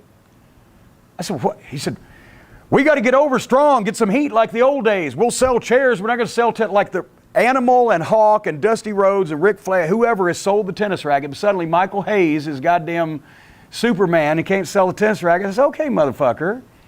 You know, so finally it came to the fucking, where did it, in my book, 1989 Great American Bash on Tour, or What If They Gave a War and Nobody Came? It was, there we go, July 8th in Boston. The Freebirds, Michael Hayes, Jimmy Garvin, and Terry Gordy versus Bobby Eaton, Stan Lane, and Dr. Death Steve Williams. We had very few incidents in our careers with opponents or with other wrestlers, but this was one of them. We were going into this bash tour. We'd already put them over in the finals for the World Tag Team title, and now we're wrestling them in six-mans. We had Dr. Death on our side, or tag team matches during a lot of the bash, which was drawing miserable fucking houses. And we get to the Boston Garden, where Stan Lane's debut in 1987, April 1987, came as a member of the Midnight Express in front of like a $150,000 house. The Great American Bash drew $57,000, so that was like less than 5,000 people in the Boston Garden. And it's this long six-man where they give us some spots, right? And then, of course, I'm a spare prick over here because they got no manager. It's a six-man, all three of them in the ring. And then they get the heat on Bobby. Bobby sells, and they beat shit out of Bobby. Then they give Stan the hot tag. He makes a comeback, which they moderately sell for, and then they fucking beat us. And then, while Stan's selling and Bobby's still kind of selling and Doc's checking on him and I'm starting to get in the ring, they decide they're going to get some more heat. We don't even know it's coming, and they jump us afterwards. And Dr. Death decided he'd fucking had enough. Good. So he goes out and grabs one of those old wooden chairs that they had in the Boston Garden, right? And he starts advancing on Jimmy Garvin. 5'10", 205-pound Jimmy Garvin on vitamins. And here comes Dr. Death with a chair, and Garvin will not fucking retreat. So Doc hauls that chair back over his head. I can still hear the sound. And he fucking swung, and Jimmy Garvin sees it coming and puts his arms up. Whack! And Jimmy Garvin goes, fuck! And Doc says, fuck with me. Whack! Fuck! Fuck with me. Whack! Fuck! Fuck with, as Jimmy is retreating, and Doc is beating him over the head and arms with this, and pieces of the chair that are not gimmicked are fucking flying, and goddamn Dr. Death, and then me and Bobby and Stan said, fuck, we're following our guy, right? And we're behind him, and he chased him out of the building. Terry Gordy was the only one in the whole match that sold half-ass reasonably well, and he's the only one that shouldn't have. Any conversation in the locker room? Yes, I'm about to get to it. I bet you are. The locker rooms were separate at that point. We hadn't dressed with them, but we went right on through to the fucking heel side, because now I'm figuring, well, fuck, this is going to be interesting, because Terry's on the other side and Doc's on our side, and we'll see what the fuck. You know, Bobby and Stan versus Michael and Jimmy would have probably been, I would give the edge to Bobby and Stan, and I had a fucking club in my hand, but the interesting thing was going to be Dr. Death and Terry Gordy. That's the wild card. But I got to stick with the team, right? So I go in not knowing what the fuck's going on, and as they all get in the fucking locker room, and Jimmy Garvin's arm is bleeding, and his fucking head has knots, and everybody started to turn like, here we go, and Bobby Eaton broke, for the first time in memory I can ever recall, yelled at another wrestler in anger, hey, you know, we ain't just fucking here to get you guys over. And it's like everybody snapped out of it. And Terry, who Bobby had known all of them since they were fucking teenagers, Terry like turned around and said, you know, fuck, this is ridiculous. Because he's the only one who was selling for us to begin with. So with Terry not wanting to get physical and everybody snapped and said, Bobby is fucking mad, it dissipated. Jimmy Garvin had to take a few days off. He had bone chips in his elbow. He was all cut up. His fucking head was lumped. He didn't fuck with Dr. Death anymore. Wow. And they started to get a little bit better attitude and started selling a little bit more for us, regardless of what the finish was. But that was an interesting fucking great occurrence.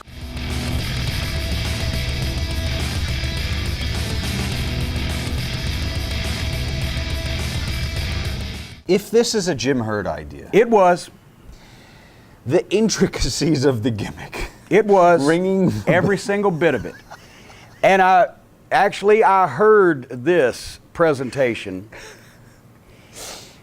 Once again, the WWF has all the kids. Why don't we have kids? Well, you know, we'll get these kids and we'll call them the Ding Dongs.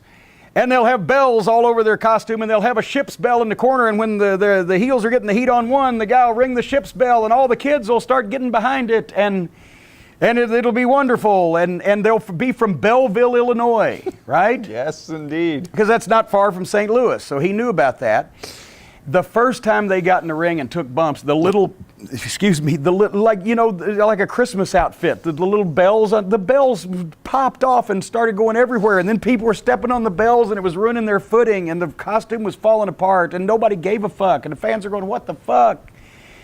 And it was a goddamn complete disaster, and that's where Herd started really making his name as the master of ridiculous, stupid fucking gimmicks. You know the Hunchbacks, right? You can't get pinned, right? Exactly. That never got to because I was in that meeting. But I thought that might be lore. Is that legit? No. I was in the Hunchback meeting.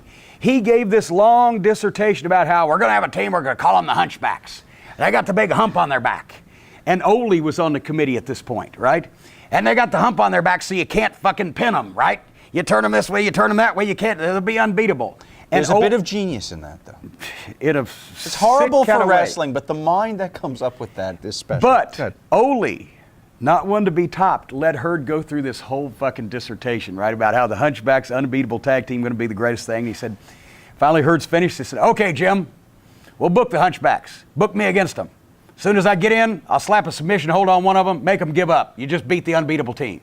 Well, God damn it, Ole, you know what I'm talking about.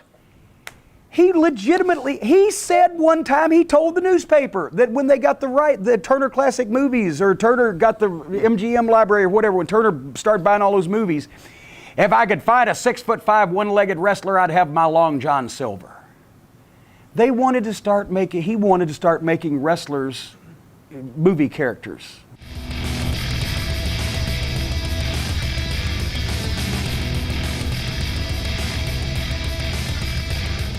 Lex played both sides pretty equally throughout his career. More natural as a baby face or a heel? Poor Lex wasn't natural either way. That's why Lex was a tremendous athlete, great physique. He was a nice guy, a little arrogant at the time, but he was only arrogant in terms of that he had always been a standout athlete and an impressive-looking guy. And I asked him on a plane one time, we're sitting here, I upgraded with my frequent flyer to first class, and his contract gave him first class tickets. I said, you played football in Memphis? He said, yeah. I said, then you had to watch the wrestling show, because everybody in Memphis watched wrestling. He said, yeah, it would be on, when we'd come back from practice it'd be on in the locker room, but I never really watched it. Because, he never was a wrestling fan. They saw him in the gym in Florida and everything. I said, well, Package, what would you have done if you'd had to got into business like in a place like Memphis where you made $300 a week, when you got started? He said, I'd have never done that. Yeah. He didn't know he was insulting people when he said stuff like that. He didn't know. And I like Lex this day. We've never had words.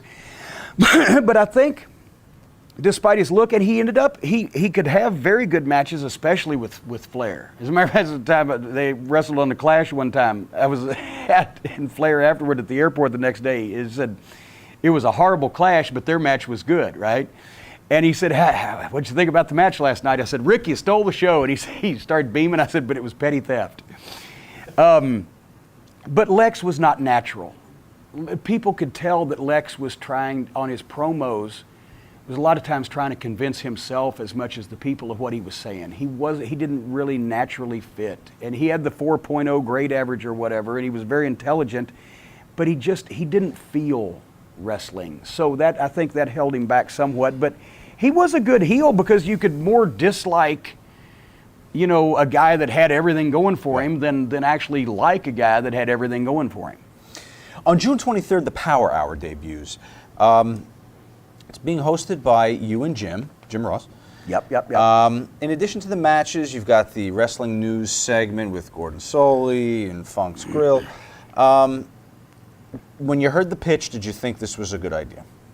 Just getting a little more entertainment-oriented now. Well, no. It's another hour on television. I get to host with Jim Ross, who taught me almost everything I know about announcing wrestling. Terry Funk has an interview segment. It wasn't silly. They gave me the Louisville Slugger, thing. We could kind of wink a few times, like when I said the bushwhacker, or actually it wasn't a bushwhacker, the sheep herders. Are they really crazy or just drunk on woolite? I mean, whatever the fuck. We were trying to do an up-tempo, television program, but it was still somewhat wrestling, except for some of the goofy gimmicks that, Herd would foist on people. Did you enjoy doing it? Yeah. Anytime I could work with Jim Ross, I enjoyed it. You know, and it was another hour of television.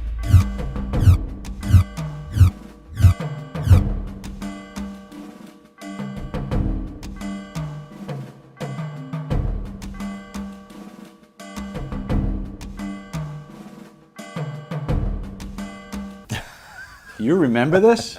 Wave the flag, right? Wave the Patterson There you flag. go. Fred, Jesus, what a big guy. I mean, still, he lives in Florida to this day. He's just.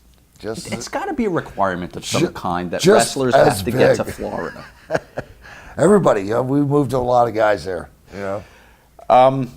You, of course, remember his tugboat later. Talk about Fred for a few minutes.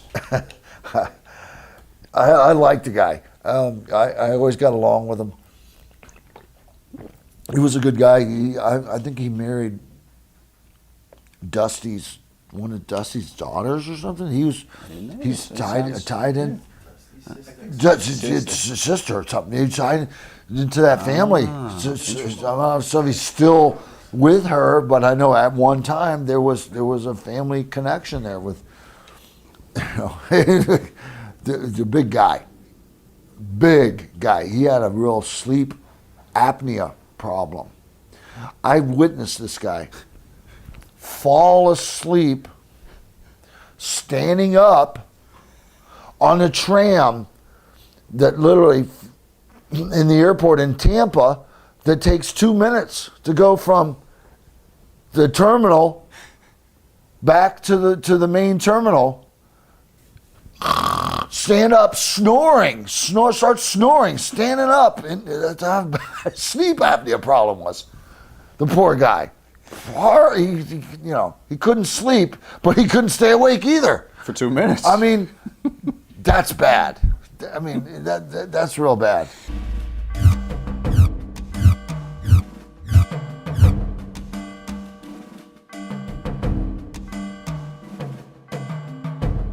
I don't know if you've seen him lately. Have you seen Bobby? Yeah. Oh, it's horrible. God bless him. I mean, and the guy is just in the best spirits still to this day. He just, I mean, I broke my heart when I saw him. I just in Florida a couple months ago at a convention, and his wife was there. He should have a picture of his daughter, and she had like a little like zebra striped outfit on, and he always tease everybody and laugh about it. He'd show a picture of his daughter and go, "Beefcake, look, she likes beefcake," and show this picture of his daughter wearing this little like zebra striped outfit, and then people were freaking bust up laughing, hilarious thing, He's like, "Oh my God," and but Bobby was great. On the stick, there's nobody better. Did everybody, it seems now, everyone I talk, everybody in the company, in the business, loved Bobby Heenan? Yeah. I mean, Bobby was a good guy. There was no reason not to like him.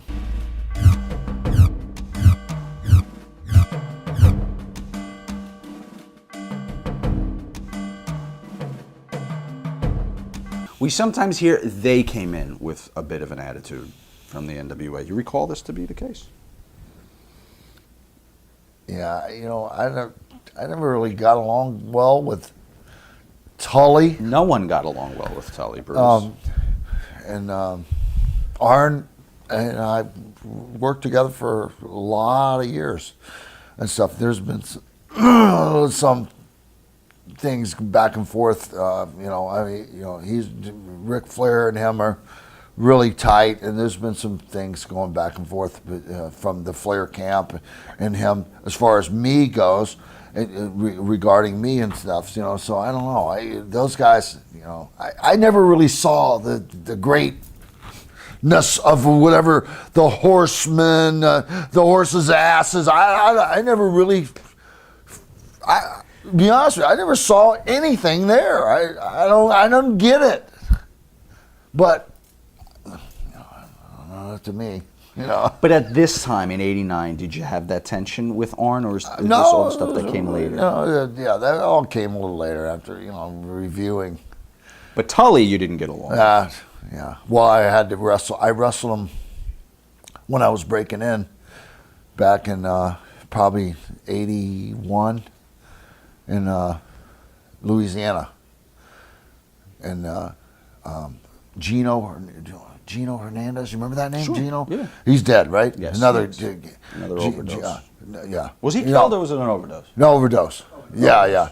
Those him and Tully and those guys were guys in Bill Watts' territory back then. You know, Jake was there,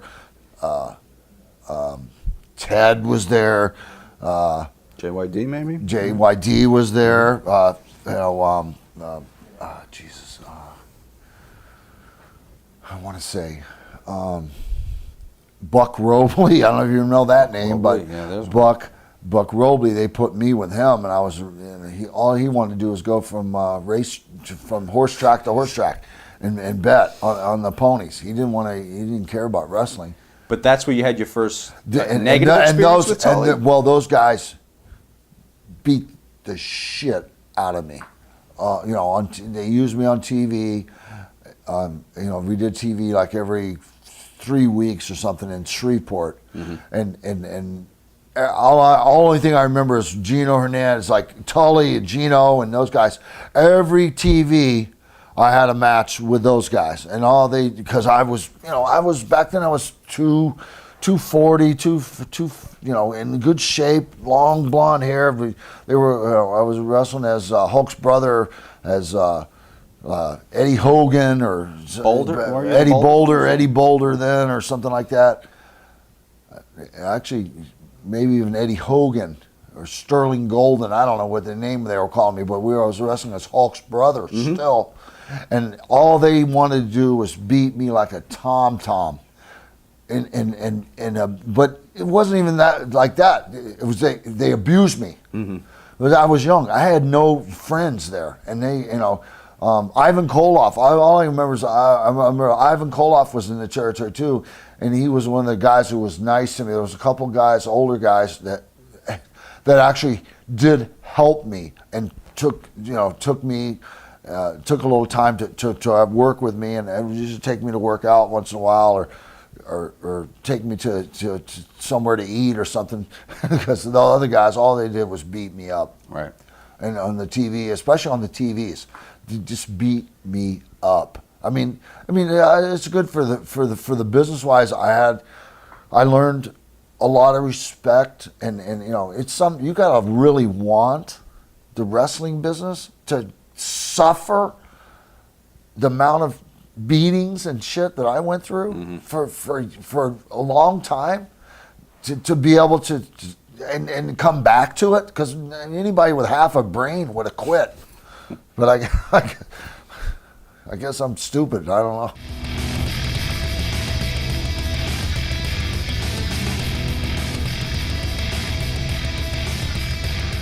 The Bash in general didn't draw very well. Not that year. No. Jackson, Tennessee, 11 grand. Memphis, 25 grand. Lubbock, Texas, 25 grand. Philadelphia, $39,000. That wasn't even a good fucking advance 2 years before that. I mean, it was a lot of, I don't even have the houses on a lot of them. Little Rock, 22 grand. We did $71,000 for Bill Watts in Little Rock in 1984, and the Great American Bash with national television did 22 grand. What went wrong? They gave a war and nobody came. The thing is, the TV ratings were still sucking, but you got to remember that even though the matches were getting better in July, in June and July, the matches were getting better and the talent was getting better, you still had the aftertaste of January and February and March and April with the George Scott booking and the fucking break dancers and the fucking, and the old Over the Hill gang and the lack of compelling television. Just because your matches start getting better and your talent starts getting better doesn't mean that there's an immediate uptick. You have to get everything together, and you have to do something to grab their attention. And possibly this bash grabbed a little bit of their attention, since it was heavily promoted and did sell out Baltimore, did do $188,000. But And we'll talk more about the Bash here in a second, but basically it was late summer. It was around about the time of the end of the Bash tour that ended with a whimper in Atlanta with an $89,000 house, barely 7,500 people, and a lot of embarrassing turnouts. And that's when you get to be the man, you got to book the man, and that's when Flair makes the power play. But let's talk about the Bash for a second, because it was my final chance to get even with my old nemesis, Paulie Danger Heyman.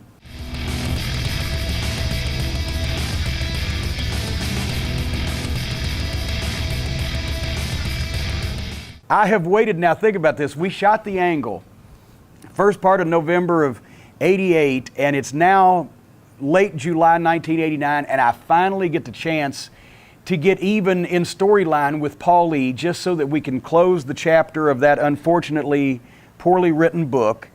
And the night before, we're in Philadelphia. It's the Midnight Road Warriors and Dr. Death against the Freebirds and the Samoans in a bad street fight 10-man match, and there's people everywhere. And Terry Gordy, I jump up on the apron to get out of the way of all the brawling, and Gordy decides suddenly to pick up the ringside table. I mean, an 8-foot fucking lunchroom table. He's going to throw it in the ring to add to the chaos, but I'm standing in between where he's throwing from and where he's going to throw to, and I jump off the ring, and when I do, I land, my left knee goes out. Yeah. Even with my knee braces. Oh my fucking God, because I had no ACL in that knee either. And when it goes out, it goes sideways. It bends sideways the way it's not supposed to go, and it tears cartilage and starts bleeding in there. And so I'm like, oh fuck, I got to wrestle tomorrow. And Paulie and I had, some shit we wanted to do. We didn't want to tank it. So I iced it all night. When I got back to Baltimore, I was staying there. My wife was with me at the time, actually. And the next day we get to Baltimore, and it's stiff, and I can't bend it very much at all because it's swollen up.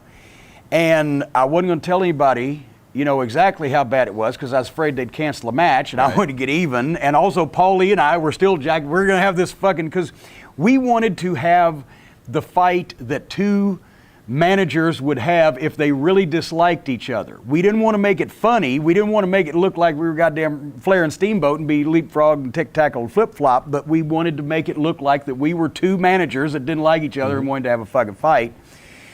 So they even came in and they heard something about, I'll turnbuckle, I'll run your head in a turnbuckle or something we were talking about. And, even Kevin Sullivan was on the committee at that time also.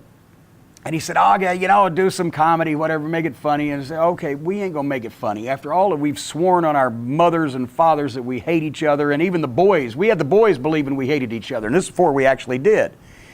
We weren't going to go out and stink the place out, and now I've got one leg. And I was the experienced worker in the fucking mat, which shows you we were also in trouble. So I scrounged up, and this was back when you couldn't find pain pills in the locker room because nobody took them, and if they did take them, they didn't bring them to the fucking match. And so I scrounged up from 2 or 3 different people, maybe a Percocet and a stray fucking Vicodin and maybe an anti-inflammatory, just took whatever the fuck, so my mouth was so fucking dry. And I took an ace bandage and I wrapped it up as tight as I could, and I put my knee brace that I already wore on anyway. So the circulation, my foot, I'm surprised I didn't get gangrene. I cut the circulation off, but that knee was fucking wrapped, right?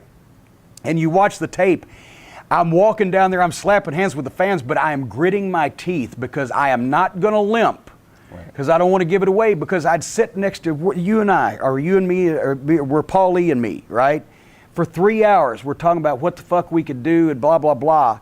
And I told him, I said, as soon as I get in the ring, and I'll fucking try to do something, and I'll get your jacket, and when I turn around, throw the powder in my eyes and blind me, and then take that phone and hit my knee as hard as you can a number of times, because the knee brace will protect it, right? I said, please hit the brace, but hit it as hard as you can. So watch the tape, folks. What's the first thing that happens? He blinds me, I go down, I lay the fucking leg out for him.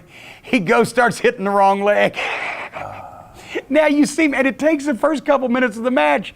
You see me whispering to him, you see me grabbing him, trying to pull him over to the right leg. Then he just starts hitting up both my legs, right? I'm like, the other leg. So now I can limp, right?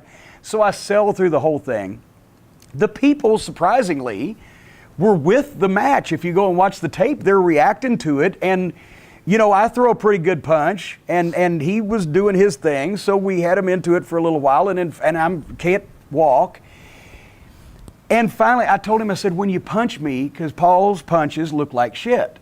I said, when you punch me, just really punch me, but punch me in the side of the head here. Don't fucking punch me in the face, but hit me as hard as you want to. I mean, don't just try to give me brain damage, but hit me as hard as you want to in the side of the head. Well, of course, he's trying to do this fancy Scott Hall open hand at the nick of time thing, and it looks like he's slapping me. And I can't take a bump for him because I can't even feel him. I'm trying to sell backwards with one leg. Finally, I make the comeback. Out of those shots in the comeback, watch it on YouTube, one of them is a live round, but the other ones were beautiful. But because I throw a pretty good punch, but then where I really got him back was when I get him down on his knees and I'm doing like this, right? I can't, I've only can stand on one leg. I can't really put weight, so I can't switch, so I'm really knotting his head. And finally I rip his clothes off and he runs off, and even Jim Ross and Bob Caudle were doing the commentary, and at first they were trying to play it for comedy, but then they actually had to kind of, because I was selling my ass off, and they had to kind of get into it and start treating it seriously, and I got a big ovation, and that closed my chapter there with Paul E. And then we go out and have the War Games. Well, this match does include, you've watched it back so you know, the most homoerotic call ever in wrestling when Bob Caudle says, all right, let's get some clothes off. Yeah, let's start getting some clothes off here. And we're trying to work as best we can like we hate each other. And look at the two in the ring when we get that call, huh?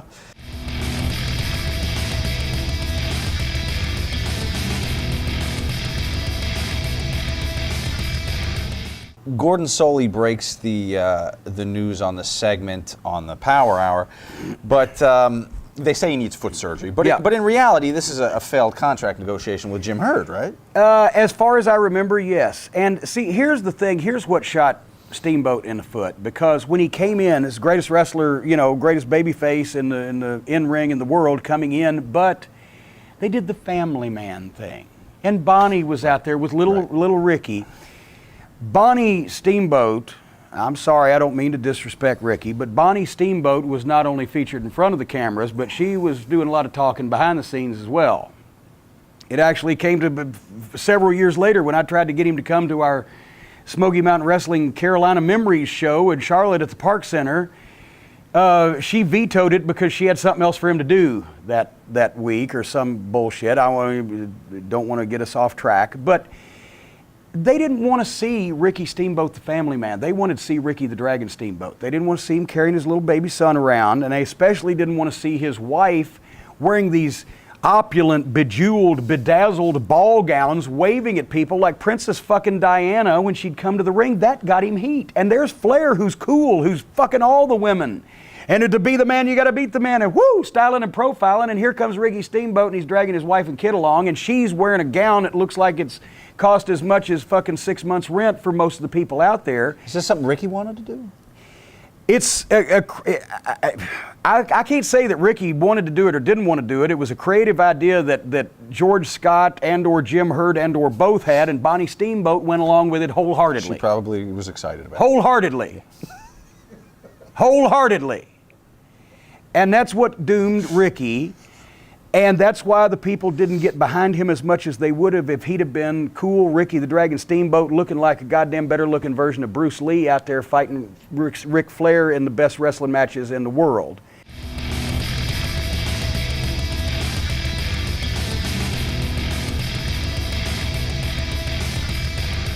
How does this come about? Because he had had a fucking enough.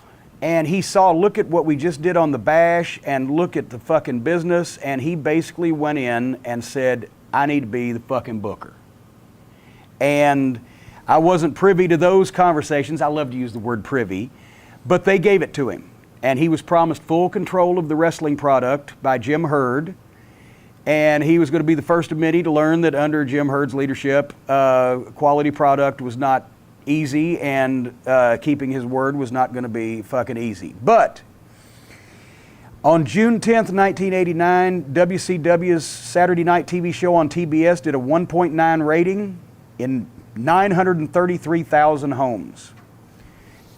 They figured about 2 people per home back then, so that was about 1.8 million people. And remember, this was cable ratings back then, because as we discussed before we went on the air, broadcast television and cable in those days had 2 different types of rating system, because cable was only available, and somebody of our many people in the peanut gallery here with one of those fancy Dan phones might figure this out. But in 1989, only maybe, what, was it 50%, 60% of the country was wired for cable? It The certainly country, was, it would probably be less. probably even less. So while if you were on broadcast television, 100% of the country could get you, it was much less than it is today, much less probably than even 50% of the country. So that was a rock bottom rating. When you're talking about a little less than 1 million homes and a little less than a couple million people watching on Saturday night, and on June 11th, the TBS main event did a 1.1 rating in 540,000 homes, and the June 14th Clash had done a 3.8 rating in 1.9 million homes, which was probably around 4 million people or less. That was the lowest Clash ever, and everything had been flat through the summer. Ric Flair said, "Give me the goddamn book." And they gave it to him, and Herd promised him full control. That's when Flair called me and told me that he had taken over as booker, and he wanted me on the committee as soon as he could work a few things out, and as soon as he could get rid of one particular person, which was Eddie Gilbert. And some people have said, and I think Eddie even said one time, that I came into the meeting one time and suddenly Jim Cornette was sitting in my chair. No. Sorry, we were never on the committee at the same time. Rick and Eddie didn't get along. I liked Eddie. I'd known Eddie since we were both 14, 15 years old because he was Tommy Gilbert's son. He was from Memphis. He shot pictures in Memphis when I was shooting pictures in Louisville, and I'd seen him start in wrestling when he was 17 years old. We had never had any problems. I didn't have a problem with him then. Ric Flair didn't like him because there was a couple of reasons why. Because Eddie liked the Memphis style of booking, which was right for Memphis. Flair was more with the Carolina style of booking, which, since this company was basically an offshoot of the Carolinas territory, was probably best for the situation. Mm-hmm. Eddie had changed a finish in Memphis that Flair had sent very early in Flair's tenure as booker, and I'm not even sure if I have down whatever, but the point is, it was like Eddie was supposed to put Ron Simmons over or something, and it was in Memphis. And so he changed it and he went over, and Flair heard about it, and Flair was hot. I remember Flair talking about this because he said he went to Eddie and said, well, why the fuck did you change this finish? Well, you don't understand. It was Memphis. It was like Eddie was Jerry Lawler, right? Flair didn't see him in that light. Flair wanted to replace Eddie on the committee. He wanted to put me on it. I said, hey, Rick, I'll do whatever you want to do. You work it out. You let me know. I'm not saying nothing to nobody. I'm not going to say boo to a goose. And pretty soon afterwards, I want to say around about, let's see, when was my first? Around about the middle of September, let's see, do I have? Yeah, about the middle of September, I joined the booking committee because he moved Eddie off of it. That was right after we had the worst matches of the Midnight Express's career, the Skyscrapers. Sid Vicious and Danny Spivey. Sid was green at the time, but at least he looked great. Spivey wanted to work once again like a super duper jacked up road warrior, but he was 6'7" with a horrible looking fucking physique, bad knees, bad physical problems. He was practically immobile, and all they wanted to do once again was eat the fucking Midnight Express up when they could have had a good match, or at least an acceptable match with anybody. Bobby and Stan could, but only if they were cooperating. I remember one time, we're in the old Mid-South territory. So the people were really kind of still with us and as baby faces. And Bobby and Sid are out on the floor fighting, and Bobby doesn't want to just fucking out-fight a goddamn 6'9", 325-pound giant. So to get away from him, he reaches up and gouges Sid's eyes so that he can get away. Well, Sid doesn't sell it. He turns around and gouges Bobby's eyes. Bobby doesn't sell it. He gouges Sid's eyes. And afterwards, Sid's complaining in the locker room. What won't you sell for me? And he said, I gouged your eyes, you didn't sell. And Bobby said, I gouged your eyes. And Sid said, well, I gouged your eyes. And Bobby finally had to say, but I gouged your eyes first, Sid. I was trying to get the fuck away from you. And they were horrible fucking matches. Basically, I joined the booking committee about the middle of September. Eddie was off it. So at that point, it was Jim Herd, Jim Barnett, Jim Ross, Jim Cornette, which made for a lot of confusion. Yeah. Jody Hamilton, Kevin Sullivan, and Ric Flair was the head booker. And obviously, I'm, like Watts would say, if he was walking through the locker room, he'd be whistling Stranger in Paradise. It had been predicted that I would be a booker back when I was a photographer in Memphis. Two guys both said, Bobby Fulton, who at the time was a young underneath kid just getting started himself, and he used to hitch rides with me and my mom to Evansville from Louisville because his car, wouldn't make it. And we used to talk, because I couldn't admit, at the time I was smart to any of the guys, because I didn't want to get run off, because if you weren't officially smartened up, you didn't say anything, because you might get heat. But me and Bobby would talk, and he'd say, Jimmy, the way you think, you're going to be a booker one of these days. And also when I would go to Memphis and shoot pictures, and the Dream Machine, Troy Graham, lived in Memphis and I lived in Louisville. Most of the guys lived in Nashville. So when I'd be driving back to Louisville after the matches in Memphis, he stayed up all night anyway for various reasons. So he would ride with me, and my God, my face would hurt by the time I got out of the car. Troy Graham was the funniest fucking guy. He was a good worker, but what a fucking promo, underrated, never got the chance to be seen on a big stage. But he did the Dusty promo and the Tom Boogaloo Shaft jive promo he'd learned in Mississippi from Tom Shaft, and he just had the gift of gab. He was a hilarious guy. In any situation, in any circumstance, he would fucking bust you the fuck up. And we would have long talks at 4 o'clock in the morning going through goddamn Bowling Green, Kentucky on the interstate. And he always said, one of these days you're going to be a booker. And I thought it was, I'm not even going to be in the business. I mean, I can't imagine what the fuck, how would this happen? Suddenly I'm on the WCW booking committee. So I'm going to have no shortage of ideas for everybody and pitch anything I can. And Rick was supportive. And also that's when I got to work with Kevin Sullivan, who I'd known since he wrestled in Memphis and I was a photographer. But the way it was set up, Rick, as the head booker, he would determine who he worked a program with, who everybody's programs were. Okay, Sean, you're going to work with Tony, and you're going to work with Joe, and you're going to work with Bill. And he would come up with the main angles, and he would come up with main events for television he especially wanted to see. I remember one time he definitely wanted to work with Brian Pillman, blah, blah, blah. And then Kevin and I would write the show. Kevin because he was an experienced booker, and me because I was an obsessive note taker and, had good printing. So these are, for example, some of the formats in my handwriting. This was for Center Stage on November 1st, 1989. That's the complete list of live events in order, the show that they're for. Then this is the pre-taped interviews that we need to shoot, the show that they're for, the approximate time. Then this is the actual shooting format for the program with announcer notes on the side. We fill in the job guys when we get there and see who Jody Hamilton had for us. There was a main event. Louis Spicoli brought him in because I always wanted to use him as Bobby Eaton's younger brother because he looked like it. And do the video, he ain't heavy, he's my brother.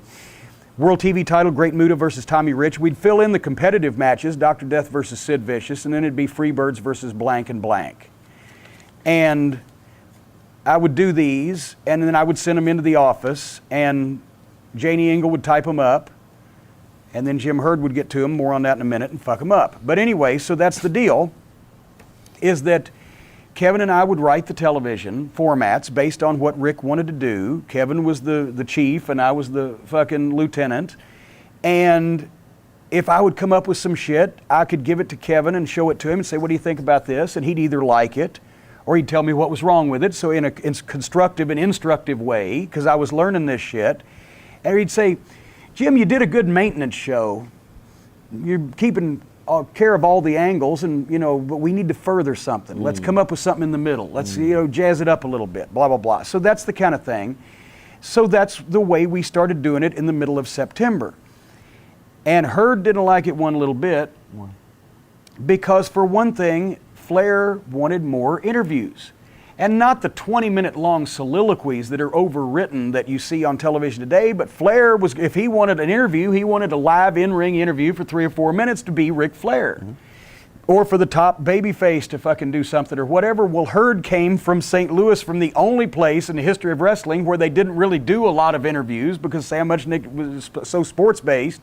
So that's the one thing he picked up from Sam Muchnick. Of all the things that he could have learned from Sam Muchnick, no interviews. So he would take and he would change the formats when I'd send them in to a 30-second pre-tape, right? And then when we'd get to the taping, Rick would look at it and he'd go, that's why I kept all my handwritten shit. Because the typed stuff came from the office, but my handwritten shit, right? I started keeping that because that way, well, that proves what you'd already that proves what we had, done, and I can't even fucking find it now. There's blah blah blah. But anyway, point is, yeah. So I would keep this because then he'd have me change it back, and then that's how Hurd started pitting Jim Ross and Ric Flair against each other, because it would be who changed this shit.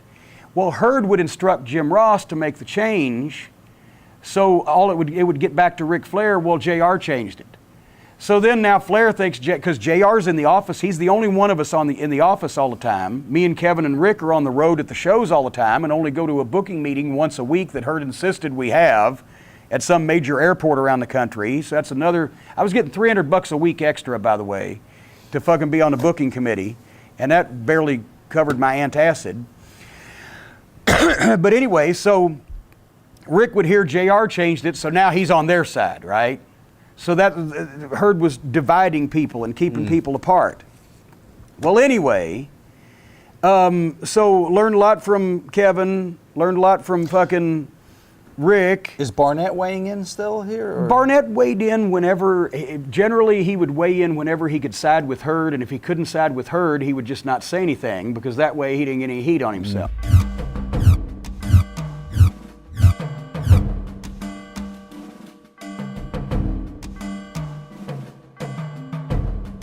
Now this they did around the loop, the 10-second thing. Is this something Andre was willing to do because the back was just so bad at this point? And He was never willing. He hated the Warrior. right, that's what I'm saying. To put him over in 10 seconds. And that was a Vince thing. And yeah, I don't know, because I guess it was probably more his idea to do it in 10 seconds because he didn't want to be in the ring at all with the Warrior, not for 10 seconds. So for him to do the job in 10 seconds was less painful than to have to be in the ring with him for 2 minutes. Gotcha. Because he hated. I was going to say, Warrior. it's been said about Andre that you fell on one side of the fence or the other. Hated. Someone you liked, someone you didn't like. He hated, like he hated Jake. He hated the friggin' Warrior. Hated him. Did you get along with him? The Giant? Yeah. Yeah. If there's anybody you want to like you, it was him. And for God bless him. I went to his funeral in the Carolinas when they laid him to rest, and at his ranch, and Vince was there and a lot of the guys. I knew him since when I started in the business, and for some, he liked the Hulkster too. He wouldn't have passed the torch the way he did to somebody like, to the Hulkster, the way he did it and things, if he didn't like the guy, and stuff. And so, and fortunately, when I was coming up too, Hulk and I worked together, but we worked separate for many, many years. And, I went my own way and spent a lot of years in the business learning from guys. And the Giant was one of the guys that I learned from and took my lumps from and stuff, and battle royals and matches and stuff. And then when it came back to the years later, there was always, he had that respect for me though too. That he had a respect for me because I paid my freaking dues in the business, and nobody handed me nothing. I earned everything that I got.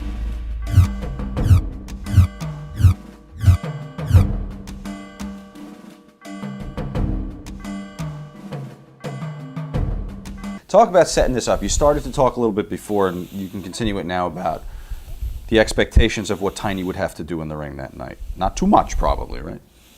We try to keep it real simple with him, and the biggest thing was, and people don't realize how difficult it is when you get in the ring in front of 25,000 people in a live audience. An actor has to sit here with the camera and work to the camera and shit. But there's not, there's the crew, there's the lighting guys in there, but there's not a lot of people around. So it's not, when you got, you're the thing, you're in the ring and all the lights are pointing at you and there's 25,000 people out there looking at you. You gotta have your shit wired. You can't screw up. And when you're on camera doing a movie, you're laughing, man, you fart, whatever. It's take two. Right. It doesn't matter. But when you're out there in a live pay-per-view, there's no do-overs. So keeping him calm was the biggest thing. And this is to make you laugh. We used to say to him, Free James Brown.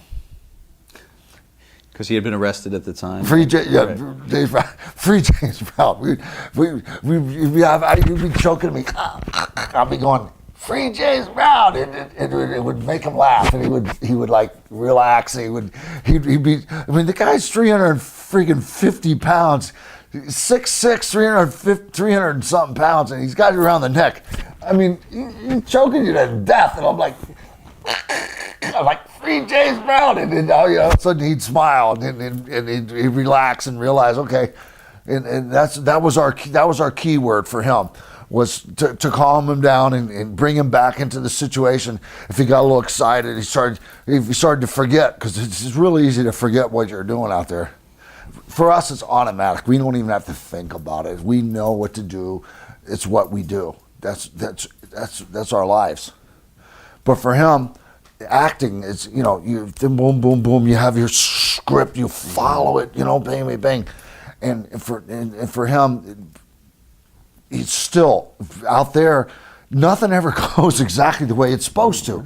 And the hardest thing is you have to be able to think on your feet out there, and you have to be able to adjust, make adjustments, and go with the flow. And that's what psychology in our business is all about. It's just going with the flow and going with working the people.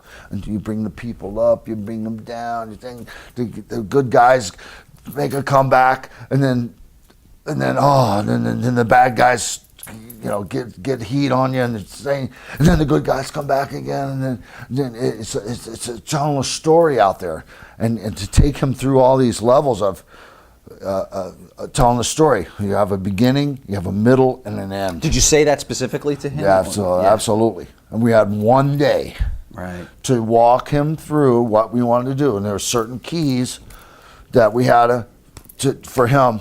Certain couple different things, and that Free James Brown deal was one of them. One of the things. If we felt him out of control, and you could see it in his eyes, a deer in the headlights, if he was going to be lost and not know what comes next. The script is throw the script out the window, because now he's completely lost and has no idea.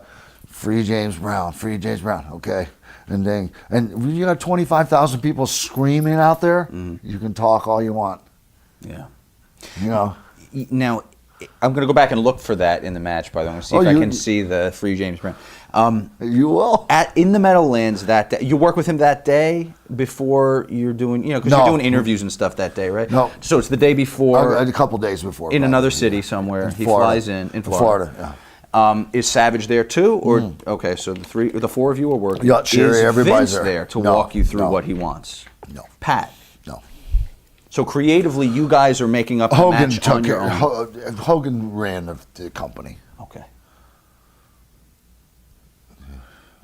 And so he had the power, obviously, to say to Vince, "We're going to work this out. This is what we're I'll make doing. sure it works." Yeah, Vince might say, "This is creatively. Here's what we want." And then Hulk said, "Okay, fine. Here's what we're gonna do, right. And we'll make all this work." And at no point, Pat Patterson walks in and says, "Could you wear a chicken head?" No, because we would have flushed him down the toilet. We showed up. Did it turn out the way you thought it would? It was better. Okay. It was better, because let's face it. A 350-pound freaking monster taking it to ring with no ring experience on a pay-per-view? Anything can happen, for Christ's sake. Anything. And to have the match turn out, the way watch the match. You'll see for yourself. It's not perfect, but it's damn close. What was Vince's reaction afterwards? Was he happy too? Oh, absolutely. Okay. They were all they were ecstatic. It could have went a lot of ways. Could have went a lot worse. It was damn close to perfect as you could get.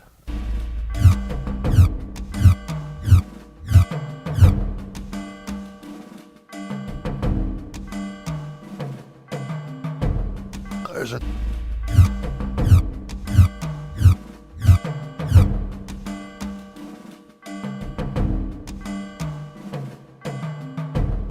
Do you remember your figure?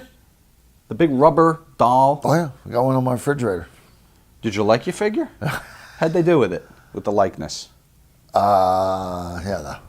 Yeah. Yeah. I don't know. Pretty cool, though, right? In the package, they're worth a lot of money now.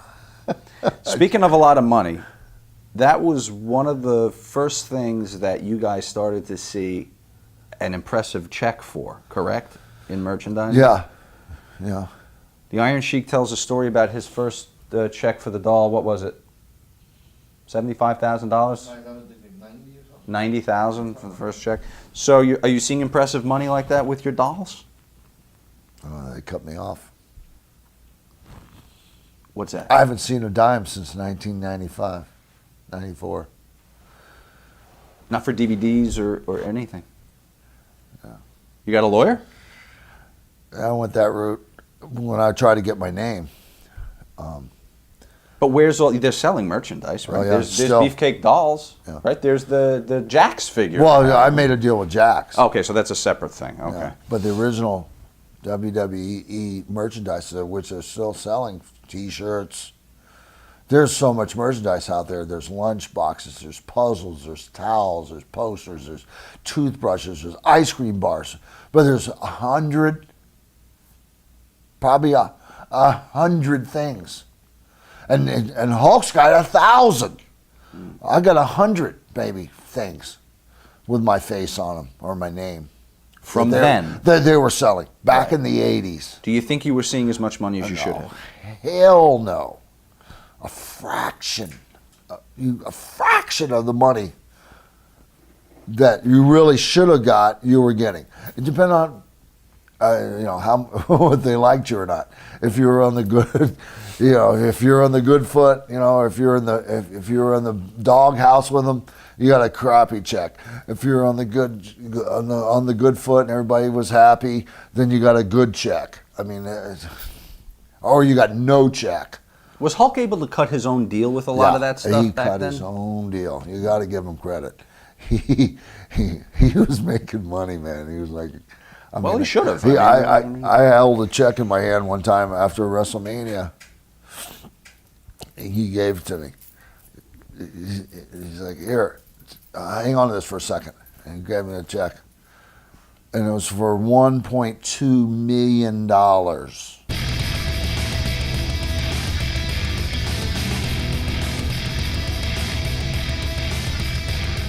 How is it that nobody in authority knows how far something's going to go? We knew exactly how far it was going to fucking go.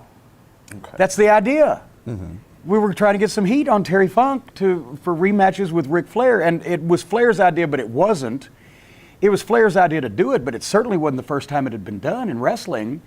In wrestling in those days, angles were like in vaudeville routines. Instead of Flugel Street or, the potato bit, it was the plastic bag angle or the fucking, run the babyface in under the mask, whatever. It had been done a million times. It just hadn't been done on national TV.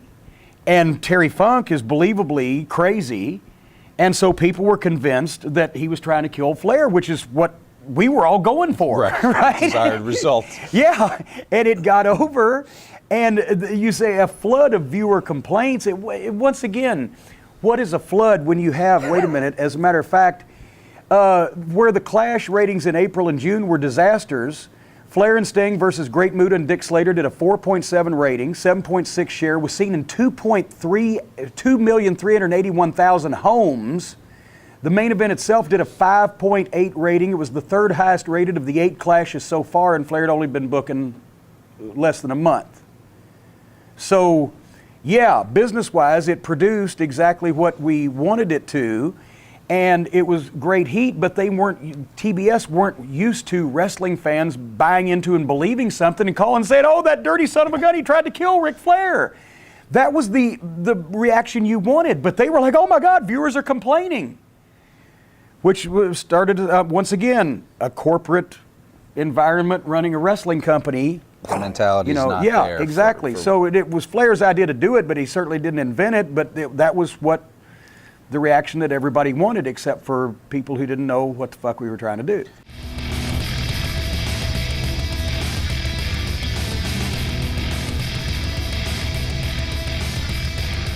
for some reason, I can't remember what, but Paul was without a team. The Samoans had gone away or had been taken away from him or whatever the fuck. He'd been dumped on TV by the Samoan SWAT team on The Clash. So at the tapings, I guess it was that night, yeah, September 14, Atlanta TBS, 2 tapes. Flair, the booker, told Paulie, go out and say you're on a worldwide search for talent and you're going to find somebody. Just do a promo, say you're searching for talent. You're going to, get yourself over, right? That's the instruction you got in those days for a lot of promos. Well, Paulie goes out and I can't even remember what he was saying, but I remember Flair was sitting here at the monitor. I was standing over, Kevin was, etc. And Paul goes on a soliloquy to appeal to the smart fans, to the sheet readers, to whatever. He was kind of backhandedly saying how he's being mistreated and not used to the fullest potential of his ability or whatever. And I knew what he was doing, and it wasn't really that bad, or it wouldn't really be taken that badly by the average fan. Right. Just think that Paulie was running off the mouth. But there's Flair sitting there, he's watching. He goes, who is this guy? And I didn't understand the question at first. Who is this guy? Who is this fucking guy that he thinks he can just go out there and start saying whatever the fuck he wants to say, regardless of whether what I told him to say or not, that type of thing, right? And I'm like, I didn't want to fucking say anything. And Flair got hot just because of what Paul said and the way he was delivering it and the fact that he was taking the inside little swipes and he was appealing to the very few fans at the point. There was no internet who read sheets. And he says, fuck this guy. So he stands up and he goes out the door, and center stage, when you came back, it was a slanted thing. There were supports in the hallway. So I kind of went out there. I did hope they weren't going to get in a fight or whatever. But I walked over this way and I was kind of around the corner. And Paulie comes around and Flair says, you're done. And Paul says, okay, thank you. See you tomorrow. No, like he's done that night. Right. No, you're done. You're fucking fired. I didn't tell you to go out there and say that shit. Who the fuck do you think you are? You're fucking fired. You're done. And Flair walks back in and slams the door. And the way Paulie has told the story is they had this big confrontation and they screamed and yelled at each other and Paul threw a garbage can at Flair and everything. Well, that was Flair's promo. And then he turned and slammed the door. And I'm behind the thing, so I'm like invisible. And Paul let it sit in for 2 or 3 seconds, and then he grabbed the garbage can and threw it at the place where Flair would have been standing had he not already left the hallway and slammed the fucking door and got back in and fucking stalked out, and Flair fired him. And he just got on the wrong side of Flair because I had done a few kind of inside interviews before, but it was in a more entertaining fashion and not directly antithetical to what the booker had told me to do, and so I didn't get fired for it, but Paul did. And by waiting those extra 2 seconds, he's able to say he did throw a garbage can. Yes, he did throw the garbage can.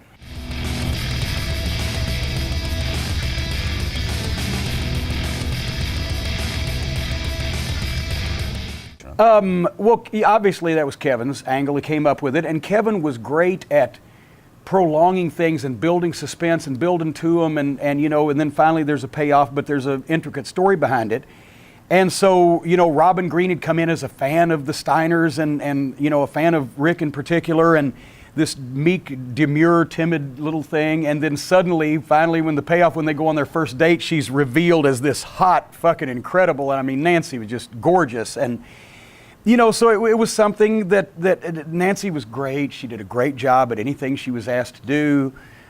She'd been around the business for a while. It was Kevin's deal, so he was shepherding it to make sure it didn't go sideways, and it really put a lot of attention on the Steiners and especially on Rick, who was so great at being a goofball, the dog-faced gremlin. That's how he was a heel, or he was a baby face, but he had been a heel with the Varsity Club, right? But he still got over with that. He was goofy without being silly goofy. He was believable goofy. You thought, I'd love to hang out with this fucking guy. He's got to be a nut, right? He was perfect at that. So then as baby faces, he was the simple-minded one that they could kind of take advantage of, and his brother Scott could be the one to say, hey, but you felt sorry. He got sympathy. Even to get sympathy on a guy as big and mean and tough as Rick Steiner was not easy, but because he was so good at it, it was possible.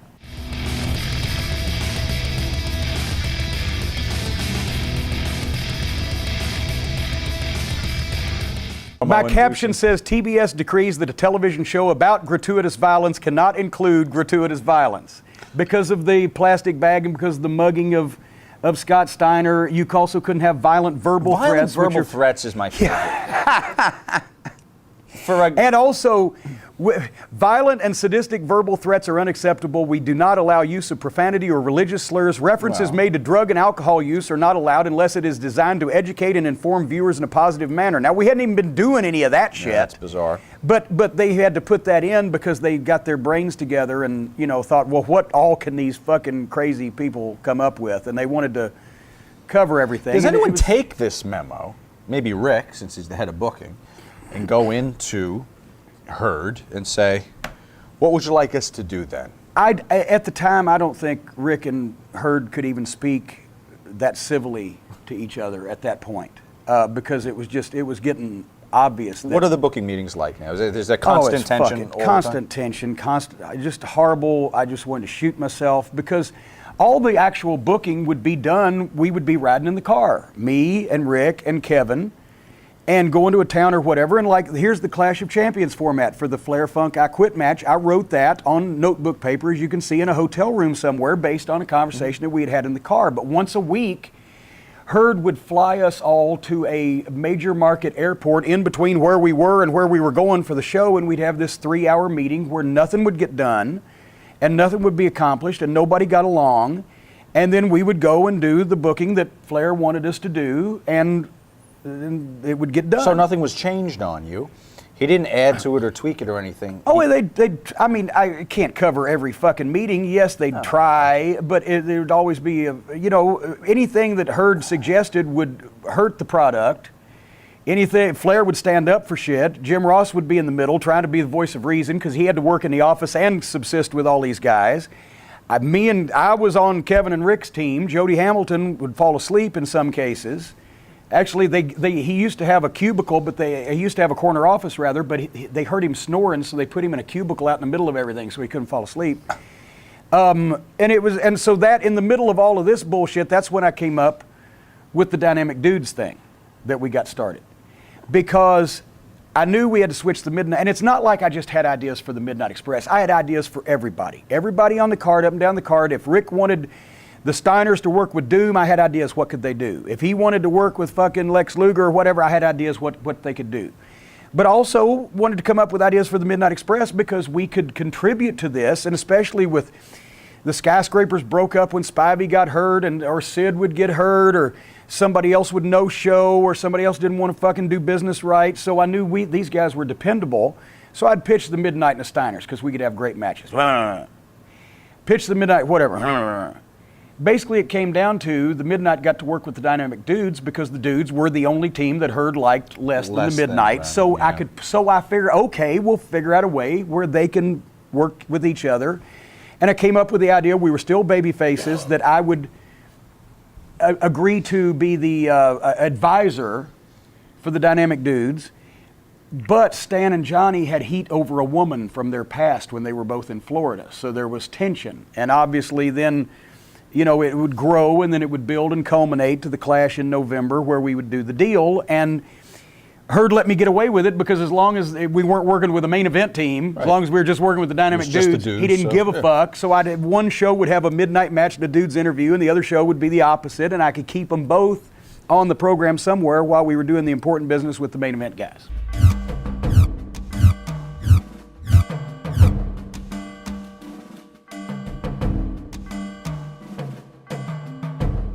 Jim Troy was a longtime executive, kind of there from the beginning. Ex-hockey player. With Vince. Ex-hockey player, and a friend of Vince's who helped him set up the purchase from his father and whatnot. You remember the incident? I wasn't there. What I do? It was a fist fight, right? Yeah. What happened? Something. Racial slur. And Coco jumped his ass, and from what I hear, pretty good. Got crawled up in his ass, Pat Patterson flag. The big white boy, and it didn't go over well with him. He's fired, But then later, I guess Yeah, they do but an he investigation, got rehired. and he gets Yeah, rehired yeah. when they find out what really happened. And then Yeah. Troy is, I guess, forced to resign. Yeah. He's not a hothead, right, Coco? No.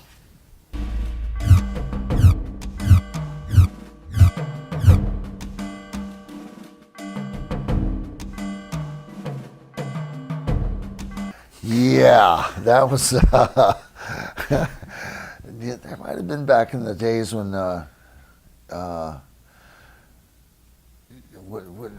Now they call it what do they call it now? They when you put a pill in somebody's drink or something. Yeah. What, Roofies, roofies. yeah. We didn't have roofies then, but I think there was called. Geez, there was another sleeping pill. What was it called? Eric, you remember? The 'Cause white. you're sleeping. Halcyon. Halcyon. Yeah. It was that was a drug that the pilots. It was in and out of your system quick. So pilots on these overseas flights would be flying, 18, 20-hour flights. They could because they had to take a nap or obviously in sleep or something.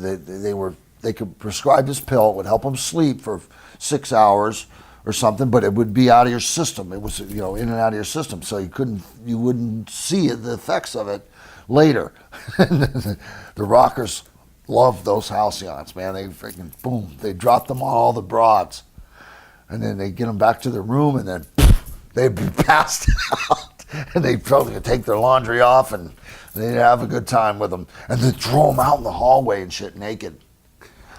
Yeah, so needless to say, they got in trouble in a few hotels, and that's what got them fired, because the hotels called the office, because Wow. they found all these, they kept finding naked girls in the I get hallway. self-conscious about putting my room service tray outside Oh, yeah. that I'd get in trouble. Oh, yeah. And yeah. Oh, they would be all About that. their eyebrows shaved off, magic marker written all over them. I'm a douchebag or something, written all over them. in black magic marker, and throw them naked out of the room.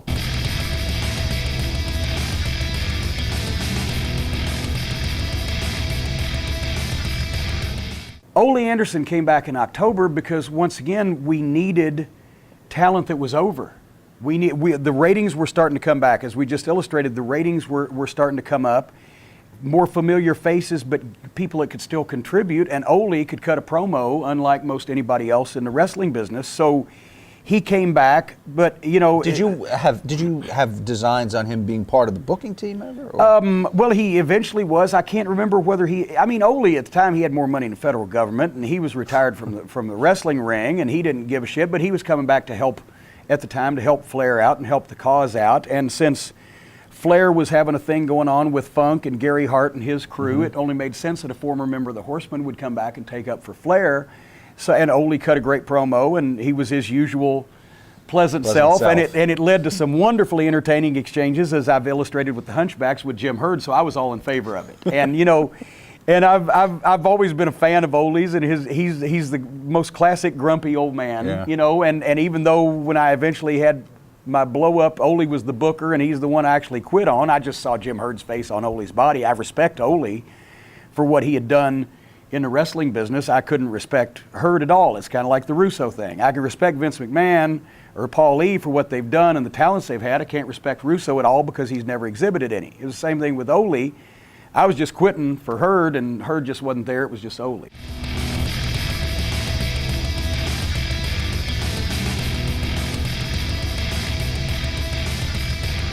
Me and Woman in the hotel room. Yeah. This was my mother's favorite thing I ever did. They had us come down to Atlanta, and this was where Woman was really going to reveal that she was this insidious, evil, fucking bewitching creature that could put men under her spell. And they had a room at the Omni Hotel where the CNN Center was, the TBS office was, and they just had a small camera crew like we've got here. Mm-hmm. And we did the promo to reveal what she was all about. And my mom's favorite part was where the champagne cork bottle pops. And that was my idea, kind of, and I had to loosen the cork to get it, and then I had my thumb to where it would stay in, and I shook it up, and we had to do a couple of takes to get it just right. But I can't even remember what she said to me, or she gave me the look, or she might have twiddled me under the chin or whatever, and I let go and the fucking champagne cork pops. My mom had that on tape. After she passed away, I found it at home. It was still cued to that exact spot. She watched it I don't know how many times. That's great. It was funny, but it got over. It wasn't like it was funny, silly, it got over.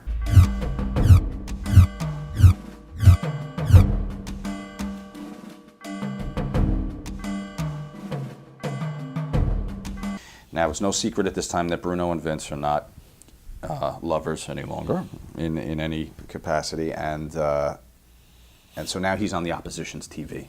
A big deal? Yeah, This must have been discussed. big deal. Yeah. Yeah. Well, you know, Bruno, to this day, he's still running around. You know, I haven't seen him for a while, but, you know, he's still not even talking to his kid, David. Doesn't talk to David. You know, and him and Vince, you know, still, you know. Would Vince talk about him publicly with the not guys really. at all? No. He would. Vince wasn't like that, because, you know, he figured if he talked about you, you know, around people, then that'd be like putting you over.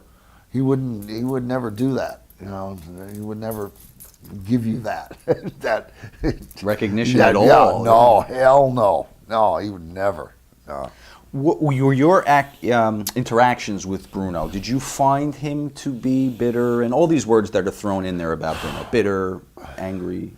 I work with him, you know,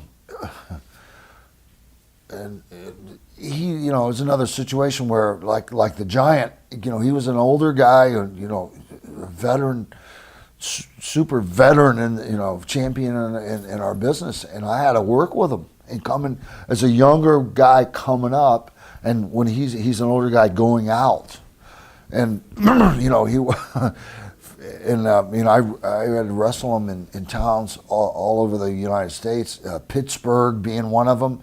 That's his hometown, and it wasn't easy for him. But I mean, he was a businessman. He you know, I wrestled him with Johnny V as my manager in Pittsburgh and all these cities, and he put me over.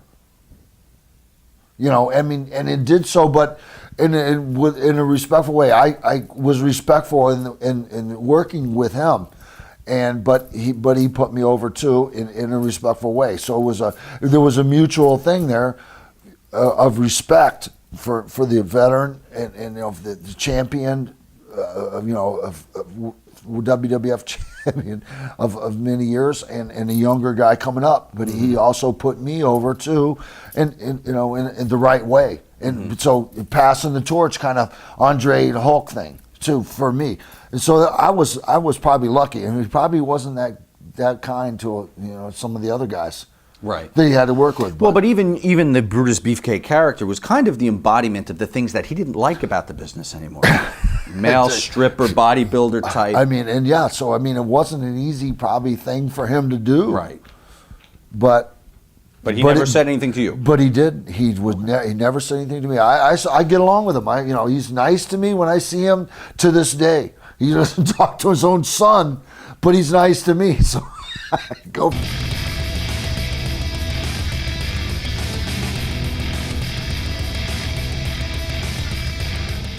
It was one of the first ventures into special effects, and we actually had thought that it sounded great because we said, you know, we came up, Kevin probably came up with part of it, and, you know, I sure threw some things in afterwards, but we were assured that this could somehow be done, that this cage would be electrified and really cool looking. And when we got there, you know, it was Halloween and they had spooky things hanging off of it and whatever, but however they wired the special effects up, if you go back and watch the tape, before the match had even started, the zapping things set some of the burlap and the spooky shit that they had hung on the cage on fire, and there's Muda's blowing the mist at it, trying to put it out, and Tommy Young risks life and limb, gets up there and is trying to put it out, and then they turned the juice off. So the whole fucking gimmick was, that's where you get too cool for school, man, with these special effects. It was the same thing in TNA. They tried to have an electrified cage, and it was a fucking popcorn fart. Who put something like that together, physically put something like that together? That was above my pay grade. I don't know who actually built the fucking thing or how they thought it was going to work or whatever, but that was it. And it was just, and Bruno being a special referee, and I'm sure he enjoyed being involved in some goddamn Who Shot John like that. Yeah, yeah. like Lou Thez didn't even want to be on cards with women and midgets, and he's in the middle of this madness. So bringing Bruno in is just a fuck you to Connecticut? I mean, you could... Well, no, it was Philadelphia. We thought we'd draw a fucking house. You know, and Bruno was cordial with a variety of the people involved in the company at that time. So, you know, he wasn't working anywhere else. Right. So bring him into, you know, one of his old strongholds and see if we can sell the place out. And I don't even know what the fucking house was. So there was nothing planned beyond that for him? No, he was just to draw the house? Yeah.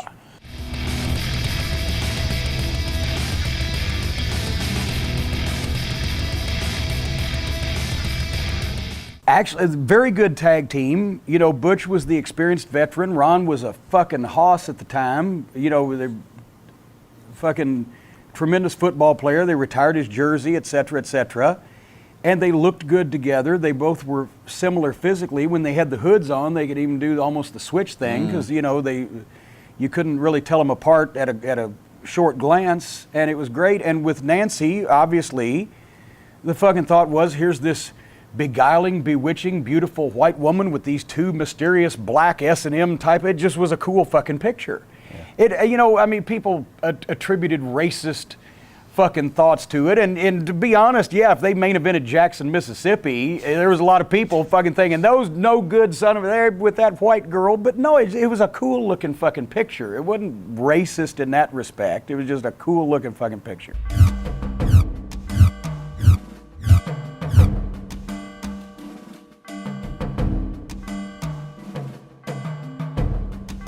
When something like this happens, how are you made aware by your opponent that something's really wrong? You got to stay away from me for a few minutes, or end the match, or go Fortunate home, for whatever. me, I've never had that happen in a match. Yeah, I don't know. I mean, you just tell them. I'm hurt. You just tell them, yeah, you know, go home. Let's go home. You know, good. I can't. You know, I can't do anything. I'm hurt. Let's go home. You know, the worst thing that's ever happened to me is being hit by a chair and have my head split open, 12 stitches, staples across the back of my head. Who did it? Diamond Dallas Page. I wasn't even in a match. The Georgia Dome. Well, the NWO thing with Mailman, with the box, the Malone, the basketball player. Karl Malone. Karl Yeah, Malone. Sure. Then we had a big NWO thing. Me and Kurt or Henning were outside the ring or something, and Malone and Diamond came running down, and he hit me with a chair. He's supposed to hit me in the back with the chair. The only way you can hit somebody in the back with the chair is you have to hit them sideways. Mm-hmm. Oh, but You know, and I told him before the match, okay, look, my head is put together with steel, with titanium and screws. So you know, I would appreciate it if you don't hit me in the head because I could die. What did he do? He ran down there, friggin' wide open with the chair over his head and hit me in the head. Straight up, boom, split my head wide open. Blood squirted 12, 10, 15, 20 feet from here to where the camera's over there into the crowd. People sprayed with blood. And I grabbed my head and I was like, a handful of blood and I just walked out. The whole thing, yeah. Wow. You know, the whole thing was supposed, whatever I was supposed to do. Kurt, was out there and some of the other guys or whatever. I was supposed to do a whole thing with them, a Malone and thing, and I walked out, holding my head together. Right. And they sewed me up. And then Paul Orndorff held me down the table because when the Diamond Dallas Page walked in the room and started making excuses. Oh, I tripped. I tripped on the wire. I'm like, I'll fucking kill you. you know better, after we already spoke about this before, know that you can't and should not ever hit me with a chair in the head, period. There's no excuse. There's no excuses for it. You tripped on the wire. I saw you running in with a chair over your head. First of all, you can't hit me in the back. If I'm standing up with the chair over your head, you're going to hit me in the head, period. That's only. We rehearsed this thing for before. You hit me, you get the chair, you come from the side, boom, you hit me in the back. That's the way you hit somebody in the back. You came running in with the chair and you deliberately hit me in the head and nearly killed me and split my head open. And now, instead of just saying, I screwed up, brother, I'm sorry. I can accept that. I'm sorry, I screwed up. That's not a problem. I get a problem with an asshole that comes in and goes, oh, I tripped on the wire. Oh, it wasn't my fault. Right. I get a major problem with that.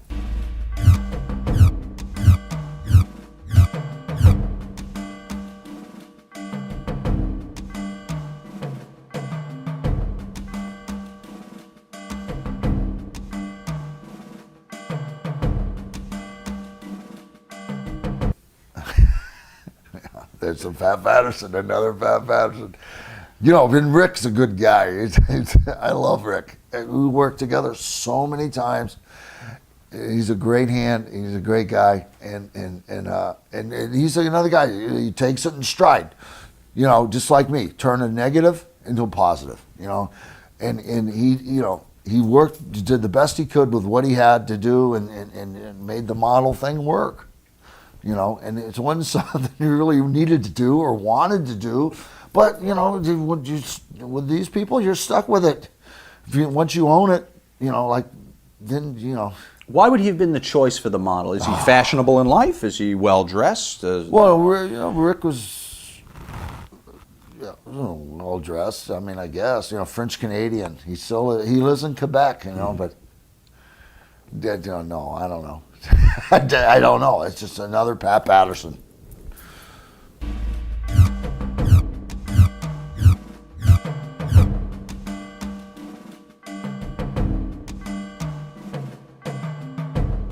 Where does Sapphire come from? I have no idea. How did she end up in the wrestling business? One day,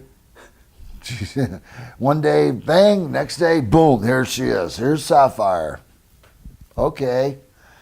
That's the way it was. You know, you just had to deal with it.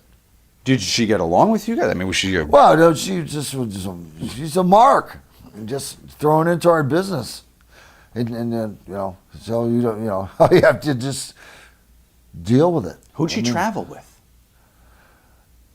You know what? Dusty? You know, no, she didn't travel with Dusty. I don't know if they had somebody travel with her or not. To be honest with you. They might have had one of the office people that, you know, was making the towns with us, helping her, at least at first. You know, they used to do that for some of the people. You know, they'd have somebody on the road with them, to acclimate them, you know, to get to the used schedule. To it. Yeah. Because it was a day, every day. You know, we weren't wrestling a couple days a week and going home and then come back. We're on the road every single day. Monday, Tuesday, Wednesday, Thursday, Friday, Saturday, Sunday, every day, from town to town to town to town to town to town. And then you didn't go home for 2 months. If you're lucky, you got home for a day or two, maybe. But every single day, you're on the road.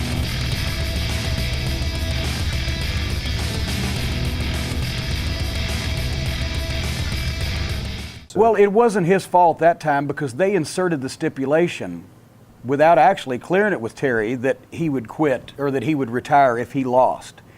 And he wasn't real happy about it. And he, you know, actually didn't think it was going to happen that way, and it wasn't on his terms, but they wanted to move him into a broadcasting position. Herd was always big with moving everybody into a broadcasting position. So he went along with it because they kind of did it, but he wasn't happy about it. Did not affect his performance in the match, which, and there once again, there's my handwritten format, was an all-time classic. Gordon Soley was you know, before Jim Ross, Gordon Soley and Lance Russell were the voices of wrestling, in my opinion. Those are the three guys on Mount Rushmore. And Gordon was on his game then. He was aging at that point, and he was bored by the regular weekly shows, and he occasionally, you know, would drink dinner before the taping or whatever. But on that one, he was on, and he could still turn a phrase. And, you know, and the match was incredible, and then that's why that Terry ended up turning babyface, and Gary Hart, and et cetera, they all attacked him afterwards because they were going to transition Terry to a commentary role.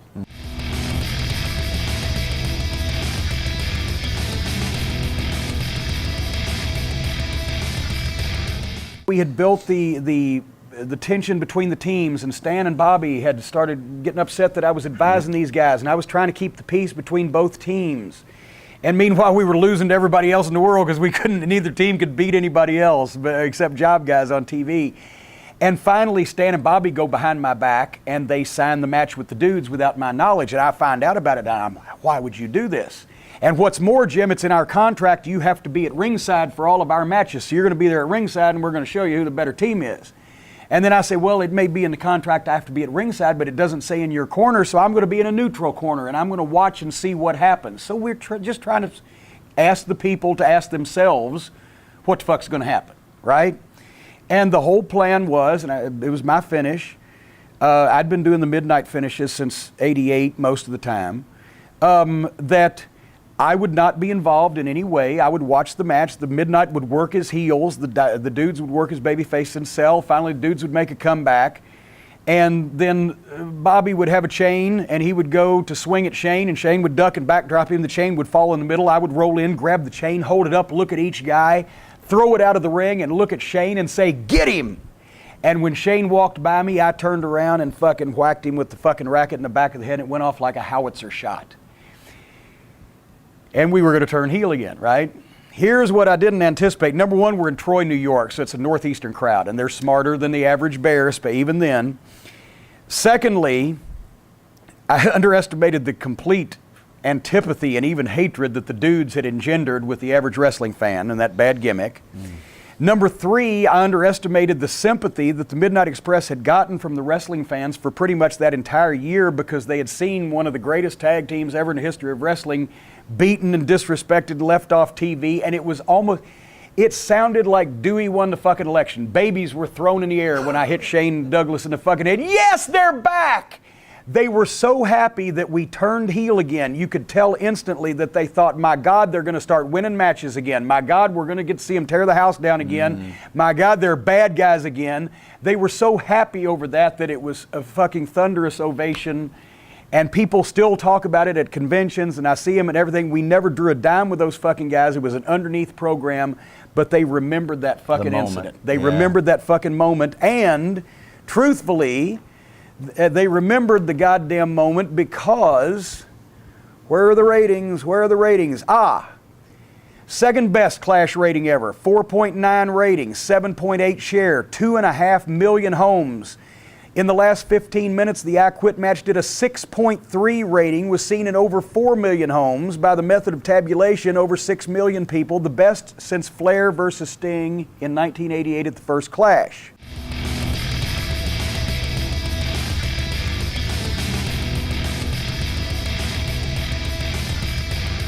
Ric Flair wanted to work with Bobby Eaton.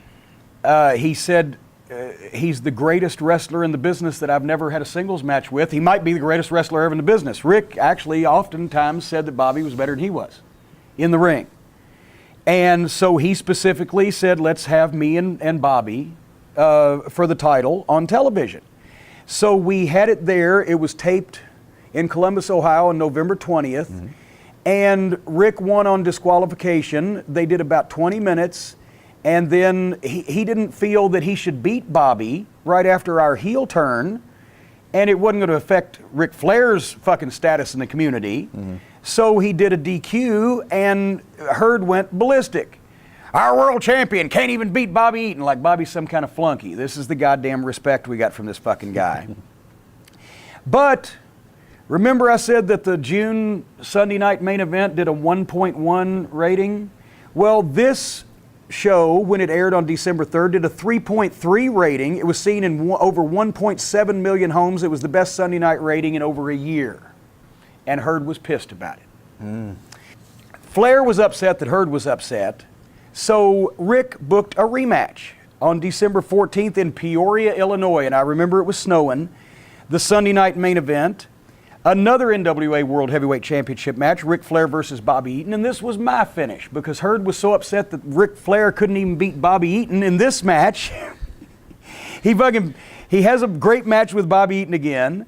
Then in the finish, I try to interfere. No, Stan tries to interfere. He beats Stan up. I try to interfere.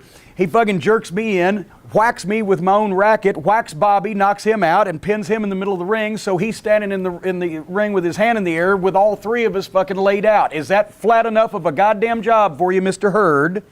And the ratings came in on that one. It was a 3.2 rating with 1.667 million homes, the highest rated Sunday night main event on TBS since the first match they had a fucking month before. And Herd still wasn't happy. Why does Bobby Eaton get a title match? What'd they do, drop him in out of a helicopter?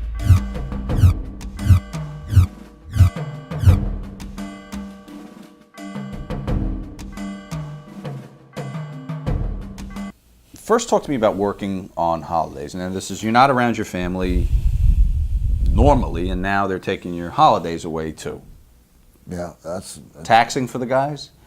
Yeah, it's brutal on the guys. I mean, for the wrestling business, holidays, you know, that's one of their big times sometimes.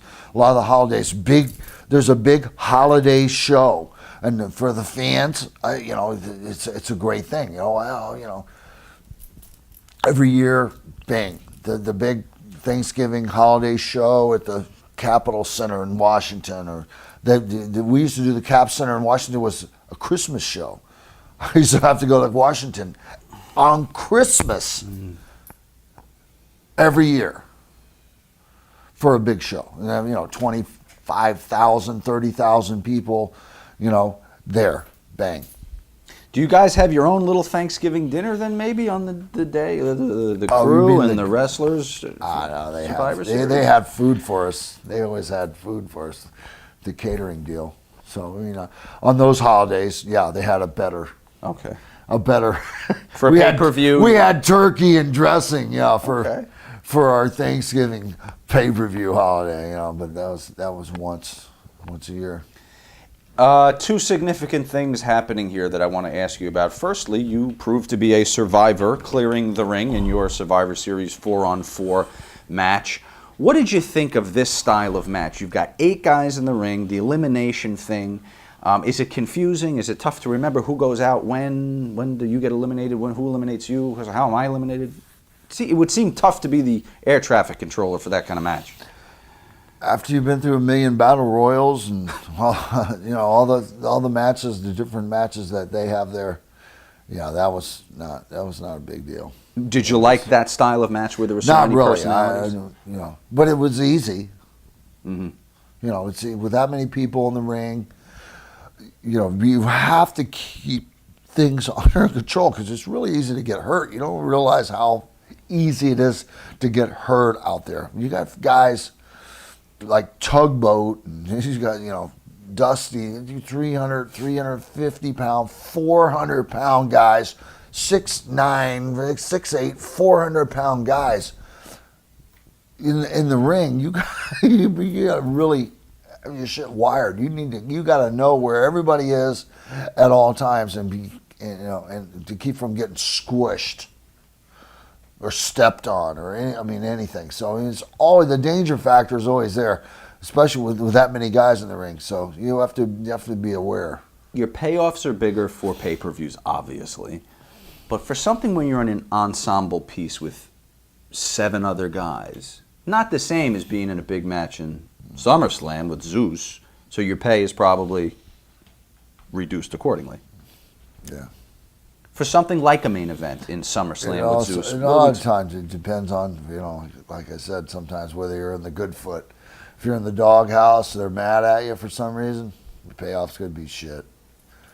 Where were you were you in the doghouse, or were you a most favored nation in the SummerSlam match with Zeus? I was in favorable spot there. I got a decent payoff. Not the 1.2. No. Are we over 10? Not Are we even over the 10 grand? .2. Maybe. Yeah, right about probably a 10 grand. Okay. Now for something like this where you've got 7 other people, maybe 5? Yeah, you know, a lot of payoffs over 5 grand, 5 and 10 grand. You didn't get a lot. You know, a couple of the pay-per-views maybe. All right. Main events. The other significant thing here, and I'm wondering if this is a shift in the tide, the main event of this show is the Ultimate Warrior. The third match on the show is Hogan and his team wrestling their opponents in the Survivor Series match. Is this Vince now kind of making a declaration that this is the way we're headed, A, and B, is that straining the relationship between Vince and Hogan at this point? Well, he was trying to replace Hogan. Warrior was obviously his boy. You know, the WrestleMania in Toronto, where he beat Hogan, and they booed him. Hogan hands him the belt, and they're booing Warrior. Gotta tell you something. Stupid move. Not gonna work. Is Hogan feeling it at this point? That, I mean, he's still wearing the strap and he's put on third. He's got to have something to say about this, right? Yeah, well, Vince was trying to do his deal, you know, trying to replace him, and you know, and it wasn't, it wasn't to be. It wasn't going to work. It didn't work. You know. Did that cause Did that cause friction between Hulk and Vince? No, Vince. Well, I mean, between Hulk and Vince, a little bit, I'm sure. I mean, there's definitely not, you know, Vince is trying to be able, you know, Vince is about holding on to his power, you know, and, you know, his power over people and things, you know, and Hulk was that breakout guy who was beyond Vince's power. In other words, he was the, you know, he was out there, you know, and then there was everybody else. Mm-hmm. There was Hulk, and there was everybody else. As far as, especially with pay goes, he was making his money. That's why I said, yeah, I got a check for 1.2. There's nobody seeing 1.2 for the whole year, much less a payoff for one show for 1.2. So, but you know, I got no fucking hard feelings for him. God bless him. You make that kind of money. If you're doing the deal, you know, you deserve it. You can get that money. Hey, that it's all good. Is Warrior behaving properly around Warrior's Hogan? a dumbass. Warrior couldn't tie any of our bootstrings. You know, he never deserved anything that he got. He didn't, you know, he never paid any dues. He never really did anything. He was a piece of shit. He's still a piece of shit. He'll always be a piece of shit. To this day, he's a piece of shit. He's still out there running around trying to knock Hulk. And he wouldn't have a job if it wasn't for Hulk.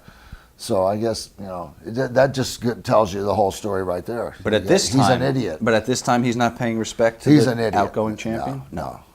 No, he was all, Vince had him all pumped up and his ego was all blown up and he thought he was really something, you know. What's Hulk's attitude towards it? Well, he's just trying to make a dollar, trying to make a living for his family, keep his legacy going, and you know, and it survived Warrior like it survived everything else.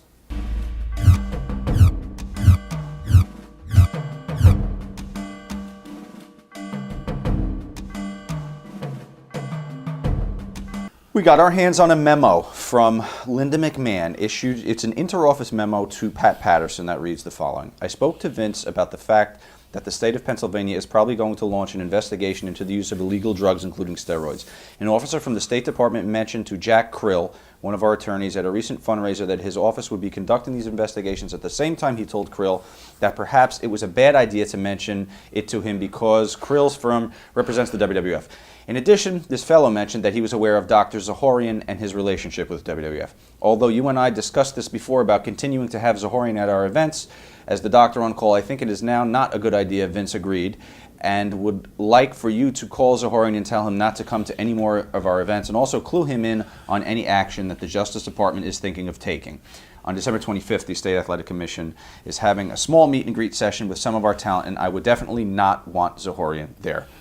You remember George Zahorian? Absolutely. Dr. George. The doc. Would it, Oh, man. Yeah. it was like the candy store coming he was in, wasn't a it? good man, man. He took care of the boys for many, many years. Prescriptions, or you could just walk up and get it? Oh, both. So he'd set up the case and you line up and... The guys lined up. Right. Lined up. Did anyone think it was dangerous, or because it was a doctor, did it kind of feel okay? Well, you know, man's got to, like Clint Eastwood said, man's got to know his limitations. Rick McGraw, okay, ring a bell to you? Know the guy? Yes. Died. Yes. You know, why? 1984. Probably because Dr. Zahorian. He was able to, you know, get prescription drugs and abuse them. But anybody, you can walk out the door of the hotel room, and then the elevator can fall, boom, from the sixth floor, and you can die. Anything can happen anytime. You can't be, you can't always foresee accidents happen or things happening, but that you can foresee. And man's, like I said, a man's got to know his limitations. So, Dr. Z didn't make anybody take drugs. Didn't force them on anybody. Everybody made a conscious decision to buy them. And Vince wasn't really responsible for the doctor. The doctor was the doctor, and he prescribed steroids and sleeping pills and this and pain pills and all kind of different things. Some guys had prescriptions. Most of the guys all had prescriptions and stuff. And usually the doc was there. We're getting monitored every day. We're getting our blood pressure checked. We're getting things. You're getting checked out pretty much on a daily basis. So if there's a problem, they're going to know about it. You can't go and wrestle 7 days a week, 30 days a month, 12 months a year, 10 years in a row. If you're abusing a lot of drugs, and stuff, you can't do it. It's not possible. You can't maintain that kind of schedule. But if I'm Vince and I'm walking through my arenas, I think I'd be a wreck or at least say to myself, he's handing a bunch of shit out in paper bags. Is this how it's supposed to be? Am I liable for this in some way? It was never considered, I guess. Okay. And they just looked the other way. That's why I don't own a wrestling company, I He guess. might have been getting his paper bag. Sure he was. Well, that was the FedEx deal. He got the FedEx deal, right? That was what the FedEx records they pulled out at trial. I'm not sure. I don't December know. 20th. The memory, right.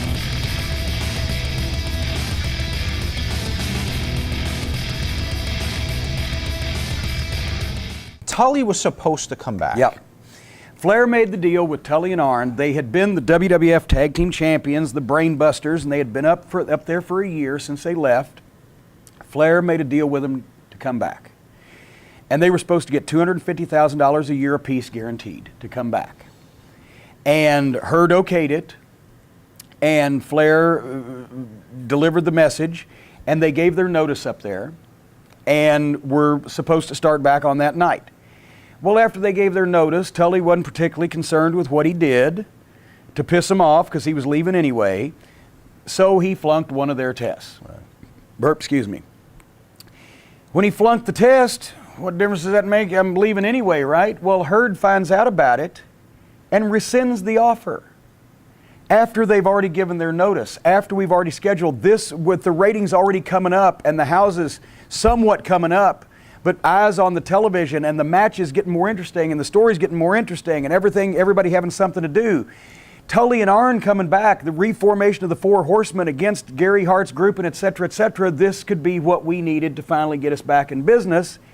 And he rescinds the offer because Tully flunked the drug test. And that's when I started having my first of my regular jousts with him, because, well, TBS won't allow it, and it's bad for corporate policy. We got a drug addict coming to work. I said, goddamn, I thought of everything. I even thought, what about if he goes through a drug treatment program, and then if anybody says anything, you can announce that a guy who's gone through rehab and is turning his life around has been given a second chance by these wonderful Turner Broadcasting executives.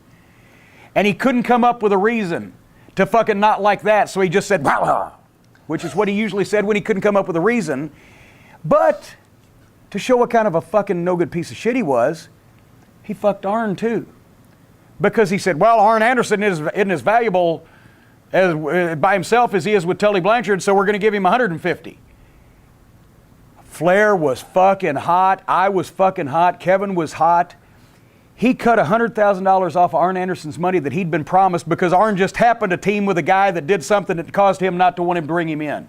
And now Arn was too late to fucking stay where he was because he'd already fucking quit, so he had to come and tell his family, oh, by the way, because somebody else did something, I'm going to make $100,000. That's the kind of guy Jim Herd was.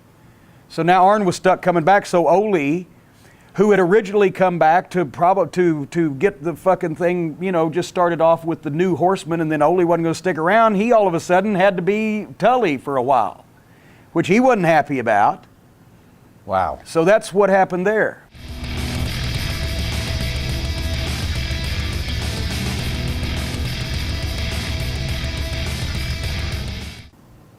Why choose that format for Starrcade, which is kind of the crown jewel of the year, and only get to showcase 12 people I can't remember whose idea it was. I know that they actually had problems with Night of the Iron Man because somebody somehow had that fucking trademarked. But picking the talent was problematic. And once again, I pitched, if we're going to do this, let's have the Steiners, the Road Warriors, it was originally supposed to be the Skyscrapers, I think, and then they got hurt. And I wanted, the Midnight Express in there for match quality alone, because who the fuck is going to do all these jobs because it's a round robin thing. So ended up it was Steiners, Road Warriors, Samoans, and Doom. And Doom ended up doomed because they're the ones that had to do all the jobs. And I even tried to come up with a finish for the Road Warriors and the Steiners match where, you see, always if you were going to try to pitch beating the Road Warriors, it had to be an accident, right? So on this case, I said, what about if Animal's pressing Rick and fucking Hawk beals Scott, and Scott fucking hits Animal's leg and he falls with Rick on top? I thought it would be a cool thing and a fluke, and where the Road Warriors would, oh, no, I wasn't going to do that. So Doom had to drop all the fucking matches, and I can't remember what else went on. And it was Flair, Luger, Sting, and Muta, and of course then Muta became the fall guy, and I did the commentary on the tag matches with Jim Ross, and Funk did the commentary on the singles, and it was what it was. It was not a Starrcade, but Starrcade had been ruined the year before anyway. Tournament nights force you as a booker to really confine the length of time these guys are in the ring, because you got to get so many. And for some cases, that may be the best. Sometimes, but for a big show like that where you want to showcase your talent, the tournament probably wouldn't work. Well, no, and not a round robin where you get, a regular tournament can be good for a big show, but not the round robin thing. You saw everybody too much. It was, they were trying to be different. I don't recall, being real happy about it, and I don't know that anybody else was supportive. That's why I'm trying to think, who came up to it to begin with.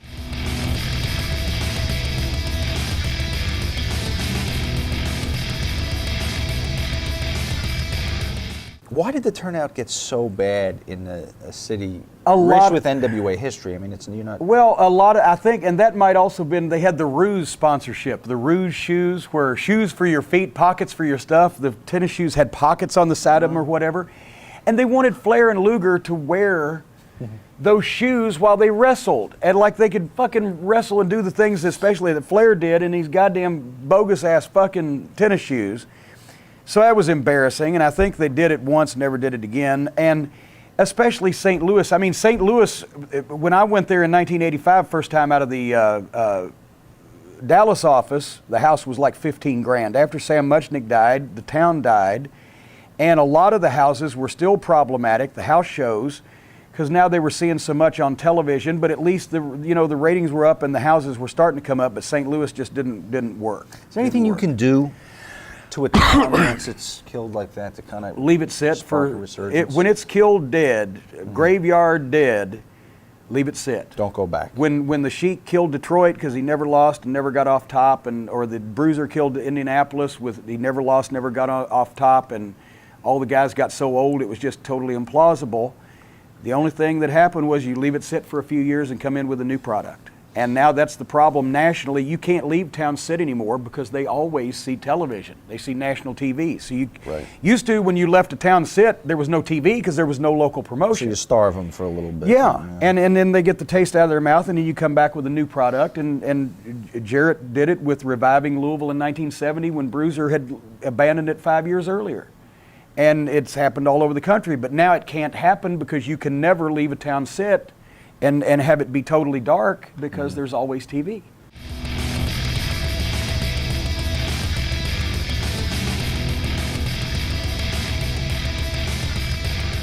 Here's what happened. Continental was closing up, and Cactus had come over to Atlanta and come to see us at the taping. And I had seen his work in Memphis, and I also was one of the very few people in or out of the business at the time watching the Continental tapes. And I instantly knew we got to have this fucking guy, right? And Kevin Sullivan, I can't remember whether Kevin knew him or not. I think Kevin had seen some of him and liked him. Flair had not seen him. Nobody else had really seen him. Jim Ross was an early convert, and he had heard some things about him, and once he saw him, he liked him. But basically, Kevin and I came up with the idea, we want to use this fucking guy, but we didn't have the power to actually bring a guy in and put him over, but we had the power to bring anybody we wanted in to beat him, right?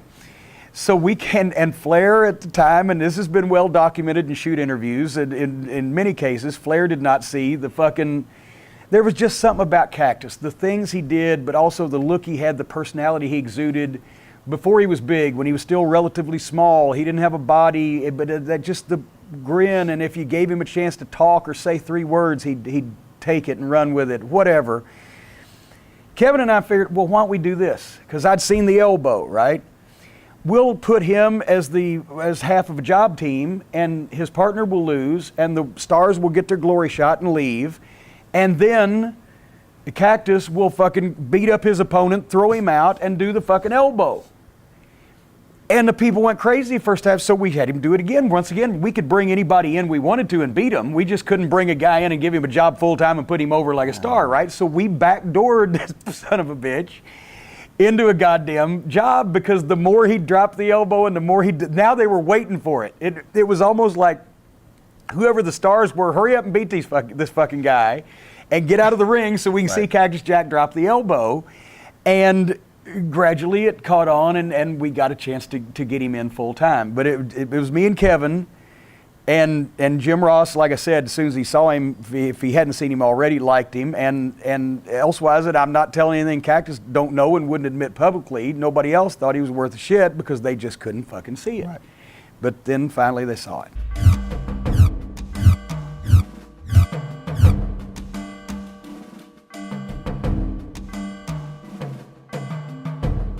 Here are the cities. The World Title Crew works San Francisco in the afternoon, does Sacramento in the evening. The Tag Team Title Crew does Landover, Maryland, and then an evening show in Hershey. The Intercontinental Crew does the Palace at Auburn Hills in Michigan, and then Toronto's Maple Leaf Garden that night. If that's not a testament to, A, how much money they were making as a company, and then B, how many pieces of talent they had on the roster that they could sustain 6 cities. That was it. I mean, just there was so many guys, so much talent, you know, superstars. It was called, what was the Saturday show called? Superstars of Wrestling. Vince was a genius. He made superstars out of everybody on the card. So guys, the people would come out to see. It didn't matter who. It didn't have to be necessarily the champion or the Intercontinental, but everybody was a superstar. and featured and did vignettes and things and made everybody a star. And so Vince is a freaking genius, man. It's too bad he can't duplicate that now. I bet he wish he could. He's too far away from it. He had control. He was there with you guys every day. Now it's a corporation. It's being run by other people. Yeah. A night like that or a day like that, who is the person in the office coordinating plane tickets and travel and booking the arenas? Was it JJ at that time? Who was it that had to maintain that insane schedule for you guys?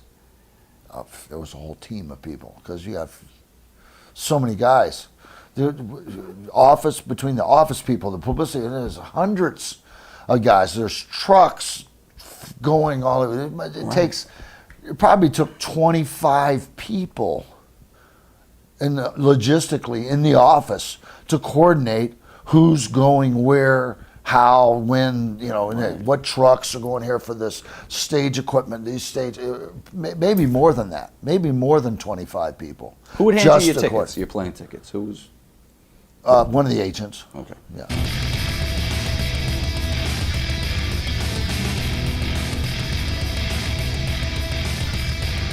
Well, let me explain this. Obviously, we had just turned on the dudes, so naturally they got to try to get some revenge, and also we're being booked around the loop in house show matches with them. And in the South, truthfully, with Shane selling, the people would get behind the dudes, and we'd get a little bit of heat, and then Johnny would make the tag, and it was almost like people would start cheering the Midnight Express because he made a lousy comeback. But in the South, it kind of worked, but in the North, they were still cheering the fuck out of us, no matter if we could have, killing puppies, right? We're for it. What do you think? Yay! And it was the night in Philadelphia, December 27th, famous night in my memory. They're getting heat on fucking Johnny for once, for some reason. I can't remember why, but they were getting the heat on Johnny instead of Shane. And the crowd starts chanting, "Johnny sucks dick. Johnny sucks." And I'm like, what the fuck? And I look up and they've got like a 10 by 6 foot bed sheet with the words, "Johnny sucks Shane's dick," hanging from the balcony. "Johnny sucks dick. Johnny sucks dick." And the whole place. And it was a decent house because it was Christmas week. So decent for us at the time, right? So at one point, Bobby brings Johnny Ace over and puts his head over the ropes, like for me to come over and give him a shot with the racket or something, and I turn and fucking run away. And fucking after the match, Johnny asked, "Why did you turn and run away from me?" I said, "I was afraid of snipers. I didn't want to get hit in the crossfire." Literally in the locker room afterwards, Shane walks in the shower, and Johnny's sitting there with his head down and his towel, and he gets up and he starts going this way, and Bobby, Stan maybe was probably fucking with him, said, "Where are you going, Johnny?" And Johnny said, "I'm just going to suck Shane's dick." They hated him. So, but on television, once again, the ratings were coming up, and we were trying to hook things for ratings, and so to give, once again, both teams something to do, I came up with the idea, I will sign a contract anytime, any place for the fucking Midnight to wrestle the dudes. And I signed the dudes' contract blindly and come to find out, oh no, wouldn't you know who won the pony? Mm-hmm. It's a contract for me to wrestle Shane Douglas in a singles match. Because it was Saturday night, TBS, WCW Saturday night, we wanted fucking ratings. We want what's gonna happen? I didn't know, and I'm not saying that Shane and I, this is 25 years ago, Shane and I are cordial. We speak every time we talk. There's no lingering heat, but he was a young guy at the time. He was green. He didn't know when he was being done a favor and getting used in a prominent position and trying to be involved, because he even said to me in the airport before we were going to do the taping, "You know, I don't sell that powder and that Memphis stuff," right? Like, hey, you know what? I'm a junior member of the booking committee, but you're the junior member of the goddamn talent roster. And you ain't telling me what you're fucking selling or not selling, right? And especially when Ric Flair and Kevin Sullivan both are going to tell you to goddamn do it. You know, that's pretty much what you're going to do, because goddamn, I'm trying to get us all fucking used on the program here, right? So, and it's in Greensboro, so they're going to accept this. Yeah. And here's what happens. Same thing has happened since the dawn of time. Jerry Lawler's done it with Jimmy Hart, fucking... Dusty's done it with J.J. Dillon. Everybody's fucking done it. Obviously, Shane's going to kick my ass. The boys are at ringside. Somebody distracts him long enough for me to throw the powder in his eyes, and the referee don't see it, and he's blind, and I get on him, and I'm fucking trying to fight against this fucking wrestler that I can't whip. And right as he goes to fucking clear his eyes and make some kind of a comeback, one of the guys reaches in and pulls his fucking foot and trips him so I can pull the rope out of my tights and choke him. We're giving him some time. What am I going to go out and wrestle him, hip tosses and fucking arm bars for 5 minutes, or he's going to beat me in fucking 30 seconds because he can whip me in 30 seconds? But no, that's rotten television, right? So the people are up and down, and they're getting into it, and then finally he clears his eyes and gets away from me and makes a fucking comeback and gets his hands around my neck, and he's throttling me and pinning me just like my main event cage match in 1987 with Ronnie Garvin in Charlotte that drew fucking $70,000 and 8,000 people, that Ronnie Garvin, the toughest man walking the fucking earth, did the same goddamn match with me in front of a lot of people in a town he was over in because he was smart to the business. And he pins me while he's choking me. The referee counts so that now it's over and the Midnight can come in and get him off of me before he fucking dismembers me. And in Greensboro, the people loved it, right? Shane calls Herd.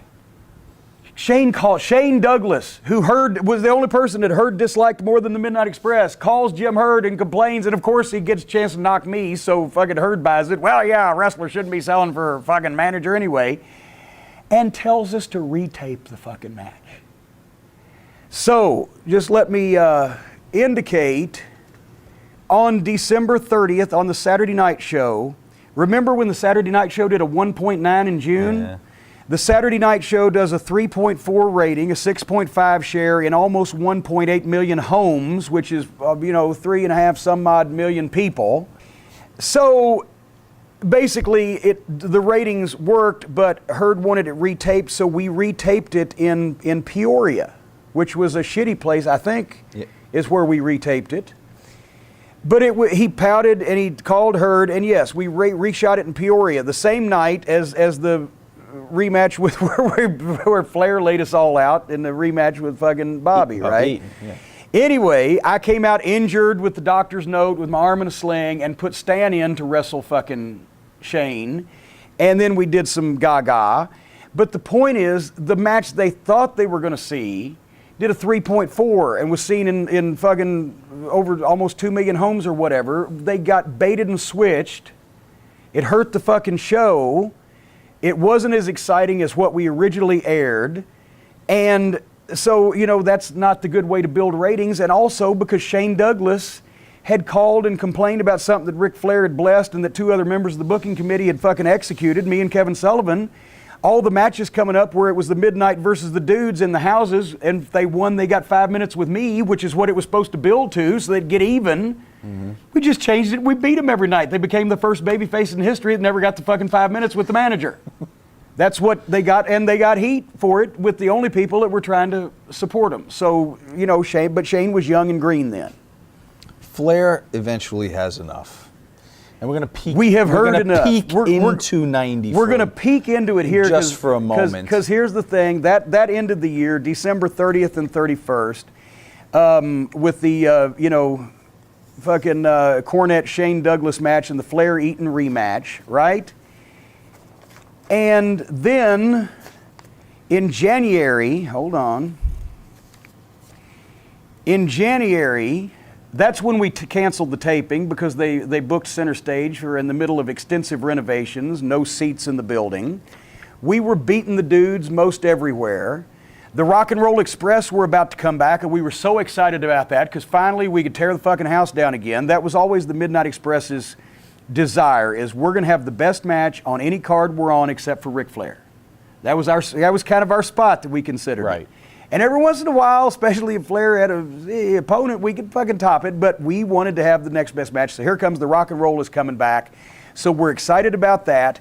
And we go to Corpus Christi, the Clash of Champions. That's where Cactus and Mil Mascaras, right? And you should have seen Cactus Jack's face when I told him he's booked, because Jim Barnett was still living in the 70s. And thought, we're in Corpus Christi, Mexican border town, we got to have Mil Mascaras on the card. He ain't gonna do no jobs, right? No. So who can we book him against? Cactus Jack. Because I'd seen Cactus Jack take the Nestea plunge in Memphis. And I went to him, and you should have seen his face when he heard he was wrestling Mil Mascaras, because he knew the match was gonna be shit, so it was gonna be short, he was gonna get eat up, he was definitely gonna lose. I said, can you take that bump that you took in Memphis without killing yourself? Really? He said, yeah. I said, that's what you're gonna do. So the finish, to make Mascaras happy, because he had no idea what was fucking coming. Here's the way Mil Mascaras heard the finish. You're going to make your comeback. You're going to nail Cactus Jack. He's going to go to the floor. He's going to come up on the apron. You're going to hit him with your drop kick. He's going to take a bump back to the floor. He's going to roll in the ring, and you're going to hit him with your crossbody and pin him 1, 2, 3. So, of course, Mascaras is all on board with this, right? Told Cactus, when he hits you with that drop kick, take that fucking nasty plunge and then do the death crawl back into the ring. When he flew over the pads and actually flat back onto the fucking concrete, and Jim Ross's fucking call, and I was on commentary, and I fucking shit my pants, and fucking everybody went ape shit. And even Mascaras, it looked like Mascaras' eyebrows on his mask even went up like that, right? And he even thanked Cactus after, oh, brother, nobody ever sell for me like that. We're getting the guy over that he's beaten. He don't even fucking know it. That's how slick this was. And Cactus does the death crawl back in, and there's the cry, 1, 2, 3. And then they had a band playing with the guy, who was the guy leading the band that would later have a brief wrestling career. He was an independent guy, or an outlaw guy, as we called it at that time anyway. The point is, they had a band playing, and to get Cactus some oomph back after the match, they go to break, they come back, the band is playing, and Cactus goes and has a fight with the fucking guy leading the band, and the guy leading the band beats him up. But he's getting over. And people are seeing it. And then, you know, of course, that was the infamous problem we'll talk about in a second. But the overall ratings, it did a 4.5, 2.5 million homes. The main event peaked at a 5.9 with nearly 4 million homes. That's going to be the big fucking turn night. The Horsemen turned on Sting earlier in the show. The cage match main event was Flair, Ole, and Arn against Muta, Buzz Sawyer, and the Dragon Master. And Sting is going to climb the cage and shoot the angle to build for the big Greensboro pay-per-view. As he's climbing the cage, Doug Dillinger, former Charlotte police officer, former Jim Crockett Promotions cameraman, and now security director for WCW, and his minions are supposed to fucking grab Sting and pull him down, and it's the big goddamn confrontation. They grab him and pull him down, and he lands, and he tears his ACL bigger than fucking Christmas morning. And immediately is hobbled, and immediately knows he's fucked. And, oh, fuck. Now we're a month away from the goddamn match where the pay-per-view in Greensboro where he's supposed to win the fucking title from Flair, and his ACL is shot, his knee is shot, and who knows how long he's going to be out. And so Flair even had me, I was going to drive on that night to the next town. He said, stay over and we'll fly. We're going to have to fucking figure this out. And, of course, I stayed over and flew, and he said, let me think about it some more. But we ended up, that's when Luger turned babyface and went to Greensboro, but he didn't win the title because Flair had promised Sting he was going to pass the title to him, so that's why Luger didn't win that. This was all on the fly shit, and because Luger didn't win the first time out, that became kind of a history with him. SummerSlam 93. Yeah. But the point is, in Beaumont, Texas on February 7th, we taped the Saturday night and Sunday night shows to air in the middle of February. And Ric Flair specifically wanted, specifically wanted to work, okay, here we go. Here's the matches he wanted. He wanted to work with Brian Pillman on the Saturday night show, and he wanted him and Arn Anderson to work with the Rock and Roll Express on the Sunday night show. The ratings came in. Flair versus Pillman on Saturday night did a 4.0 with a 7.8 share in 2.1 million homes, which is over 4 million people or whatever the fuck. The best rating since February 1987. The all-time high in viewers because TBS was increasingly available in more cable homes. And the Sunday night main event with Flair and Arn versus the Rock and Roll Express did a 4.4 rating, an 8.2 share, 2,324,000 homes, 5 million viewers, the best TBS wrestling number since December 1985, and the all-time high for the Sunday program. So Ric Flair as Booker, and me and Kevin Sullivan writing the TVs, and I was the receptionist here, but still I was involved, but Rick as Booker and Kevin, they took Saturday night from a 1.9 to a 4. They took Sunday night from a 1.1 in June to a fucking 4.4. The Clash in June was a 3.8, and it was at record or second best ever levels 6 months later. Right. And the houses were starting to come back, and Flair and Hurd still was not happy with Flair and trying to change everything. What is he saying? You're saying he's not happy. He have specific requests. He would always argue with everything. He would change people's deals, or he would argue with everything, or no, we just need to have a good wrestling bout. he didn't know what he was doing, and he increasingly was being shown that he didn't know what he's doing, because the guy that he was always trying to change his shit was the only one in the past fucking year they'd owned the company that was doing any business, over a year. And he wouldn't leave anybody alone, so on February 22nd, Ric Flair sent this memo to Jim Herd. I have tried very hard to make the committee work and have spent many long hours analyzing the internal turmoil and the reasons for the turmoil. I have come to the conclusion that your interference in the planning of the committee and constant changes exercised by members of the committee without my approval is not workable. You had promised me full control and you have not kept that promise. Please accept my resignation from the committee effective immediately, and rest assured that I will conduct myself in the same high standard that I have throughout my career, because he wasn't quitting as a wrestler. And he sent that to Jack Petrick and to the entire booking committee, as well as Jim Herd, and I call it a model of understatement. And Flair quit, and we went back to a committee format, and I was soon to follow in a few months off the committee when Herd changed a deal that we had already made.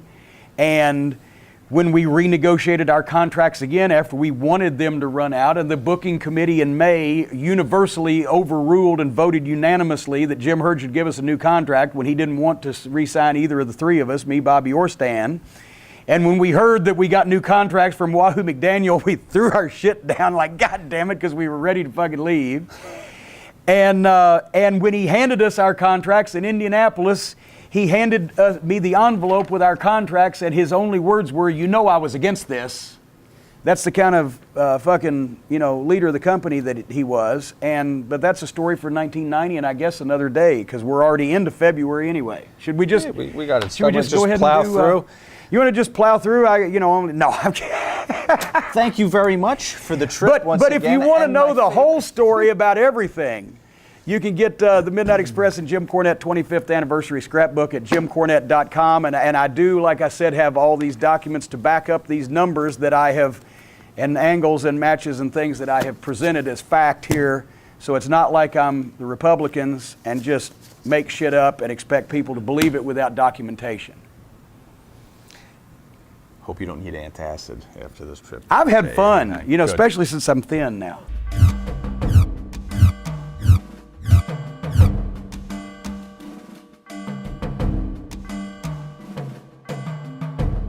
All right, we're going to close this year and this show with Brutus on December 30th winning the worst battle royal ever.